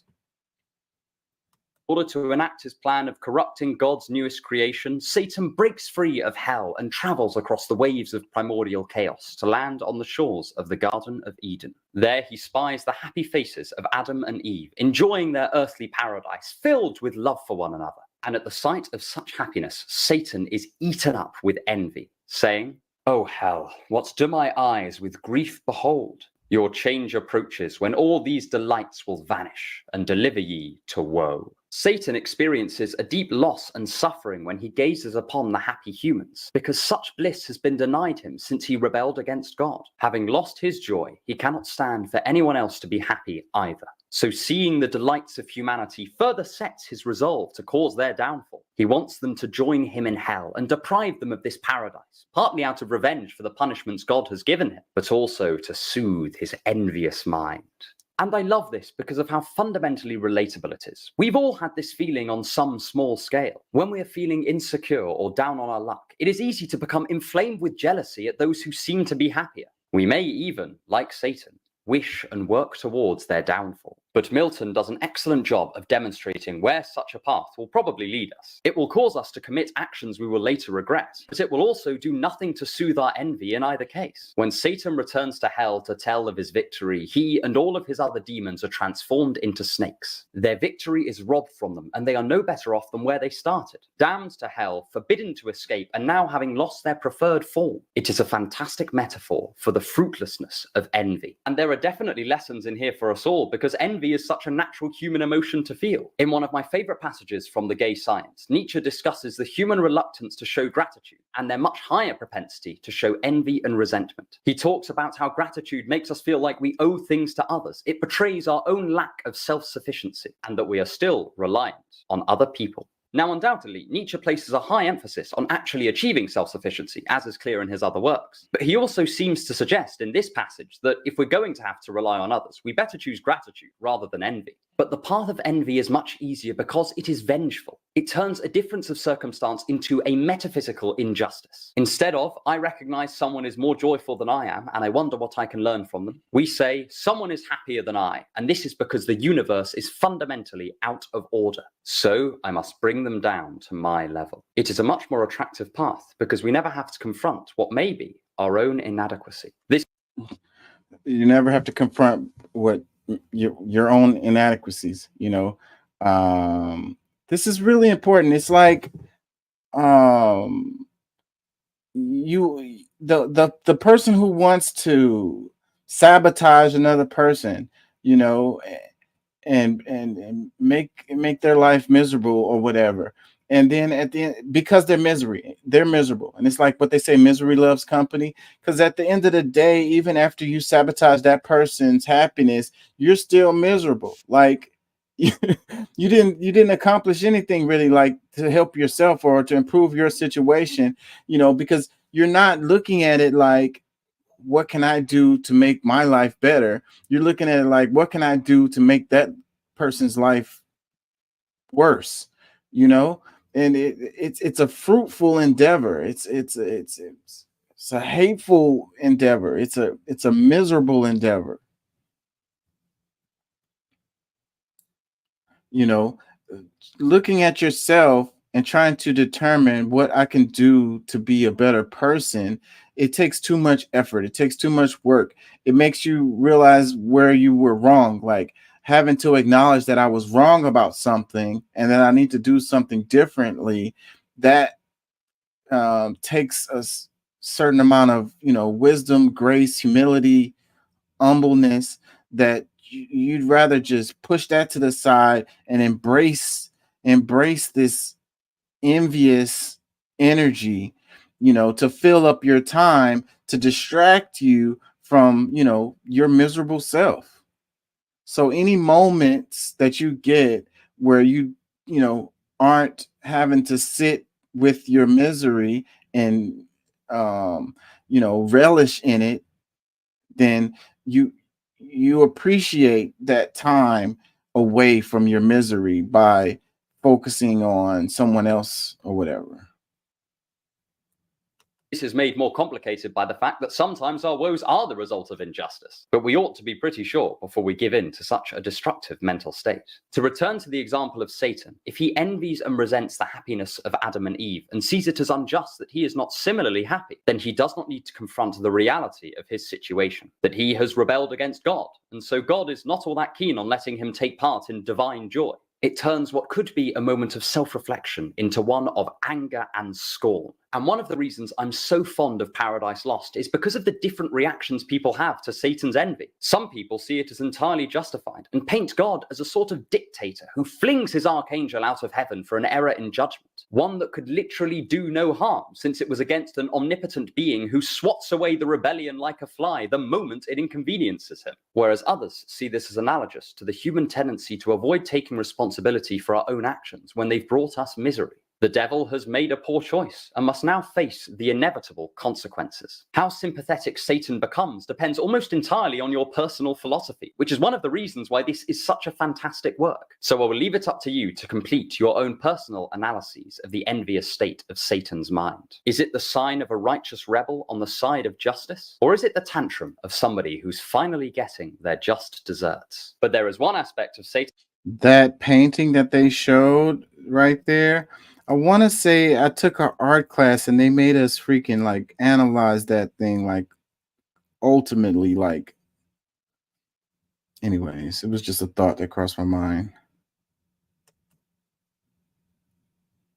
3. The inner hell of pride. In Book 4, as Satan is ruminating in the Garden of Eden, we get some of my favorite lines in the poem. Which way I fly is hell, myself am hell, and in the lowest deep, a lower deep still threatening to devour me, opens wide, to which the hell I suffer seems a heaven. This short snippet reveals so much about the mind of Lucifer, as we find out that even though he has flown away from hell and is temporarily in a literal paradise, he still cannot find any joy. No matter how hard he tries, he cannot escape his allotted torment, because the source of its sharpest sting is not the lake of fire or the acrid smell of sulfur, but the contents of his own mind. And the cause of his inner torment is, to a large extent, pride. It is So the hell that he resides in is as a result of the way he's thinking. So no matter what he does, he can't escape that hell because he carries it with him everywhere, because he can't let go of his pride. His ego has taken over, and it puts him in a state of mental torment that there's no way to escape.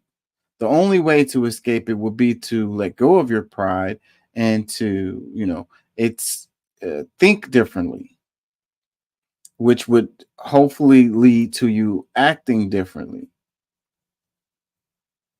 is, from what little I know, a point of theological tension, whether in Christianity the devil could in theory be forgiven by God if he truly repented. Saint Anselm famously argued that the devil could not repent, whereas I've seen other people argue that if Satan was truly remorseful, then God would still find it in his heart to forgive him. It's just that the devil would not do such a thing. I am not an expert on Christian theology. As I've said many times, I am just a bloke with some books and a camera. But something I noticed in Paradise Lost is how Satan rejects the very idea of re-entering into the heavenly fold because of, quite frankly, the size of his ego. Perhaps the most famous quote in Paradise Lost is Satan's line, "Better to reign in hell than serve in heaven." And this sums up Lucifer's scorn at the mere idea of humility and repentance perfectly. It is a part of his core belief system that he is fit to unthrone God and rule in his place. So the concept of bowing to another is beyond his comprehension. And this pride is what led to his original exile to hell. In Book 6, we get an account of the holy war that took place between Satan and his allies and the forces of heaven.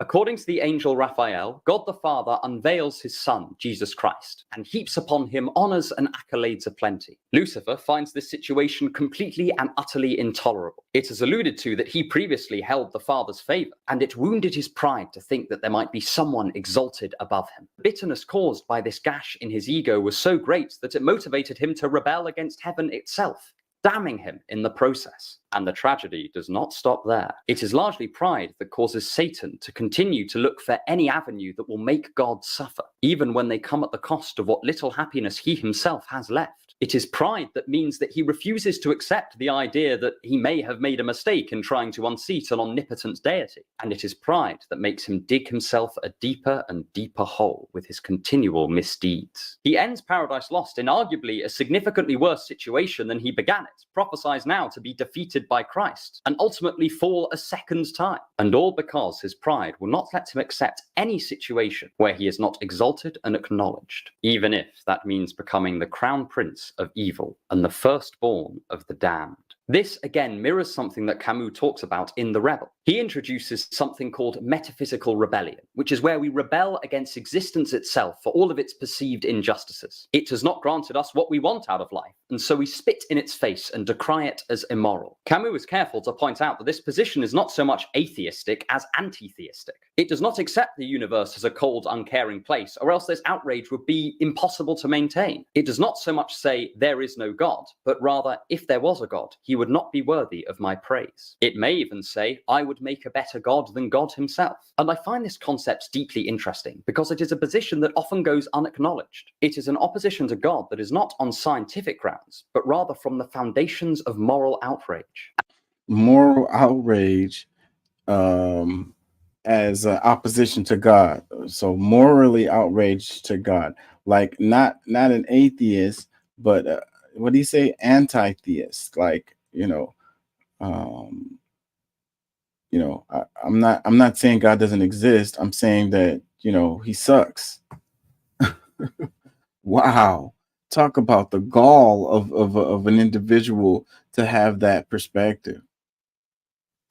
And in its most extreme form, it can manifest as just the sort of pride exemplified in Milton's Satan. Later in his book, Camus is talking about the justification for the reign of terror during the French Revolution made by the Committee for Public Safety. He points out it partly arose from the committee crowning themselves as new moral arbiters. In the new atheistic society of revolutionary France, they needed a new figure to decide the values of right and wrong, and they chose the people. But more importantly, the people as embodied by the Committee for Public Safety, as headed up by Robespierre. The committee then began its reign of terror with the moral high ground safely assured. According to Camus, it was in part this philosophy that allowed them to commit atrocities with a smile on their faces and a gavel in their hands. Now, you may think that Camus' argument is a bit extreme, but either way, there's an important warning in here for us all. There is a deep danger in becoming too full of pride, both on a personal level, as it may condemn us to the sort of inner hell that Milton's Satan speaks of, but also on a philosophical level, where our pride may become twisted, and we may unwittingly stumble into committing actions we never thought that we were capable of, all in the name of our own pride. Obviously, this is not to say that pride is never useful. It takes a certain level of pride not to put up with abuse or the ill treatment of others. But Milton gives us a glimpse of just how bad things can get when pride spirals out of control. And however likely you think that is, it is certainly a piece of wisdom worth listening to. Yeah, there's the one, it was the movie, the Seven, and they were talking about like the 7 deadly sins, and it was the pride was the one that ended it. It was the last one, and yeah, I think that one is the one that most of us have a problem with. Like, it's the hardest one to control or to deal with or whatever. Like we because it's deceptive. It's mad deceptive. It sneaks its way in there, and it ends up motivating us. We end up doing things as a result of that, the bad pride, because there's good pride and there's bad pride. So it's like, pride that's good for you, good for humanity, good for you to accomplish good things, and then there's the other one, the one that leads you to do horrible things, and it just slides in there. It's really difficult to identify that is what's motivating you. So I don't know. I really wanted to cover this one, but I think I'm gonna get out of here because it's 2:30 and I've been on almost 5 hours, and I don't know. I really want to do a little bit of this before I go. Hold on. Body problem. A story that attempts to answer the age-old question, what if humanity contacted God, and God turned out to be a race of fascist light-up gummy bears from Alpha Centauri? I know I have spent more than a few sleepless nights contemplating that one, and I'm sure you, dear viewer, have too. So yeah, the title of this one is Why is God Evil? The Three-Body Problem. And it's like what I was saying earlier about the devil being God in the ski mask. And it's just a thought experiment. The first installment of Cixin Liu's Remembrance of Earth's Past trilogy is especially full of religious motifs. To avoid spoilers for the entire series, I'll limit my discussion here to the events of the first book and its recent Netflix adaptation. Consider this your spoiler warning if you haven't finished them yet. The most obvious religious theme here is that certain humans worship and serve the Santi as their lord. With their advanced technology, the Santi appear nearly omnipresent on Earth, and relative to humans, possess godlike power. This plays on ideas common in science fiction, namely Clarke's Law. Any sufficiently advanced technology is indistinguishable from magic.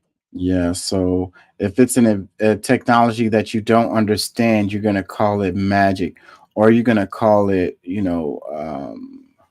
God. And a similar concept, Schirmer's law. Any sufficiently technologically advanced beings are indistinguishable from gods. It is.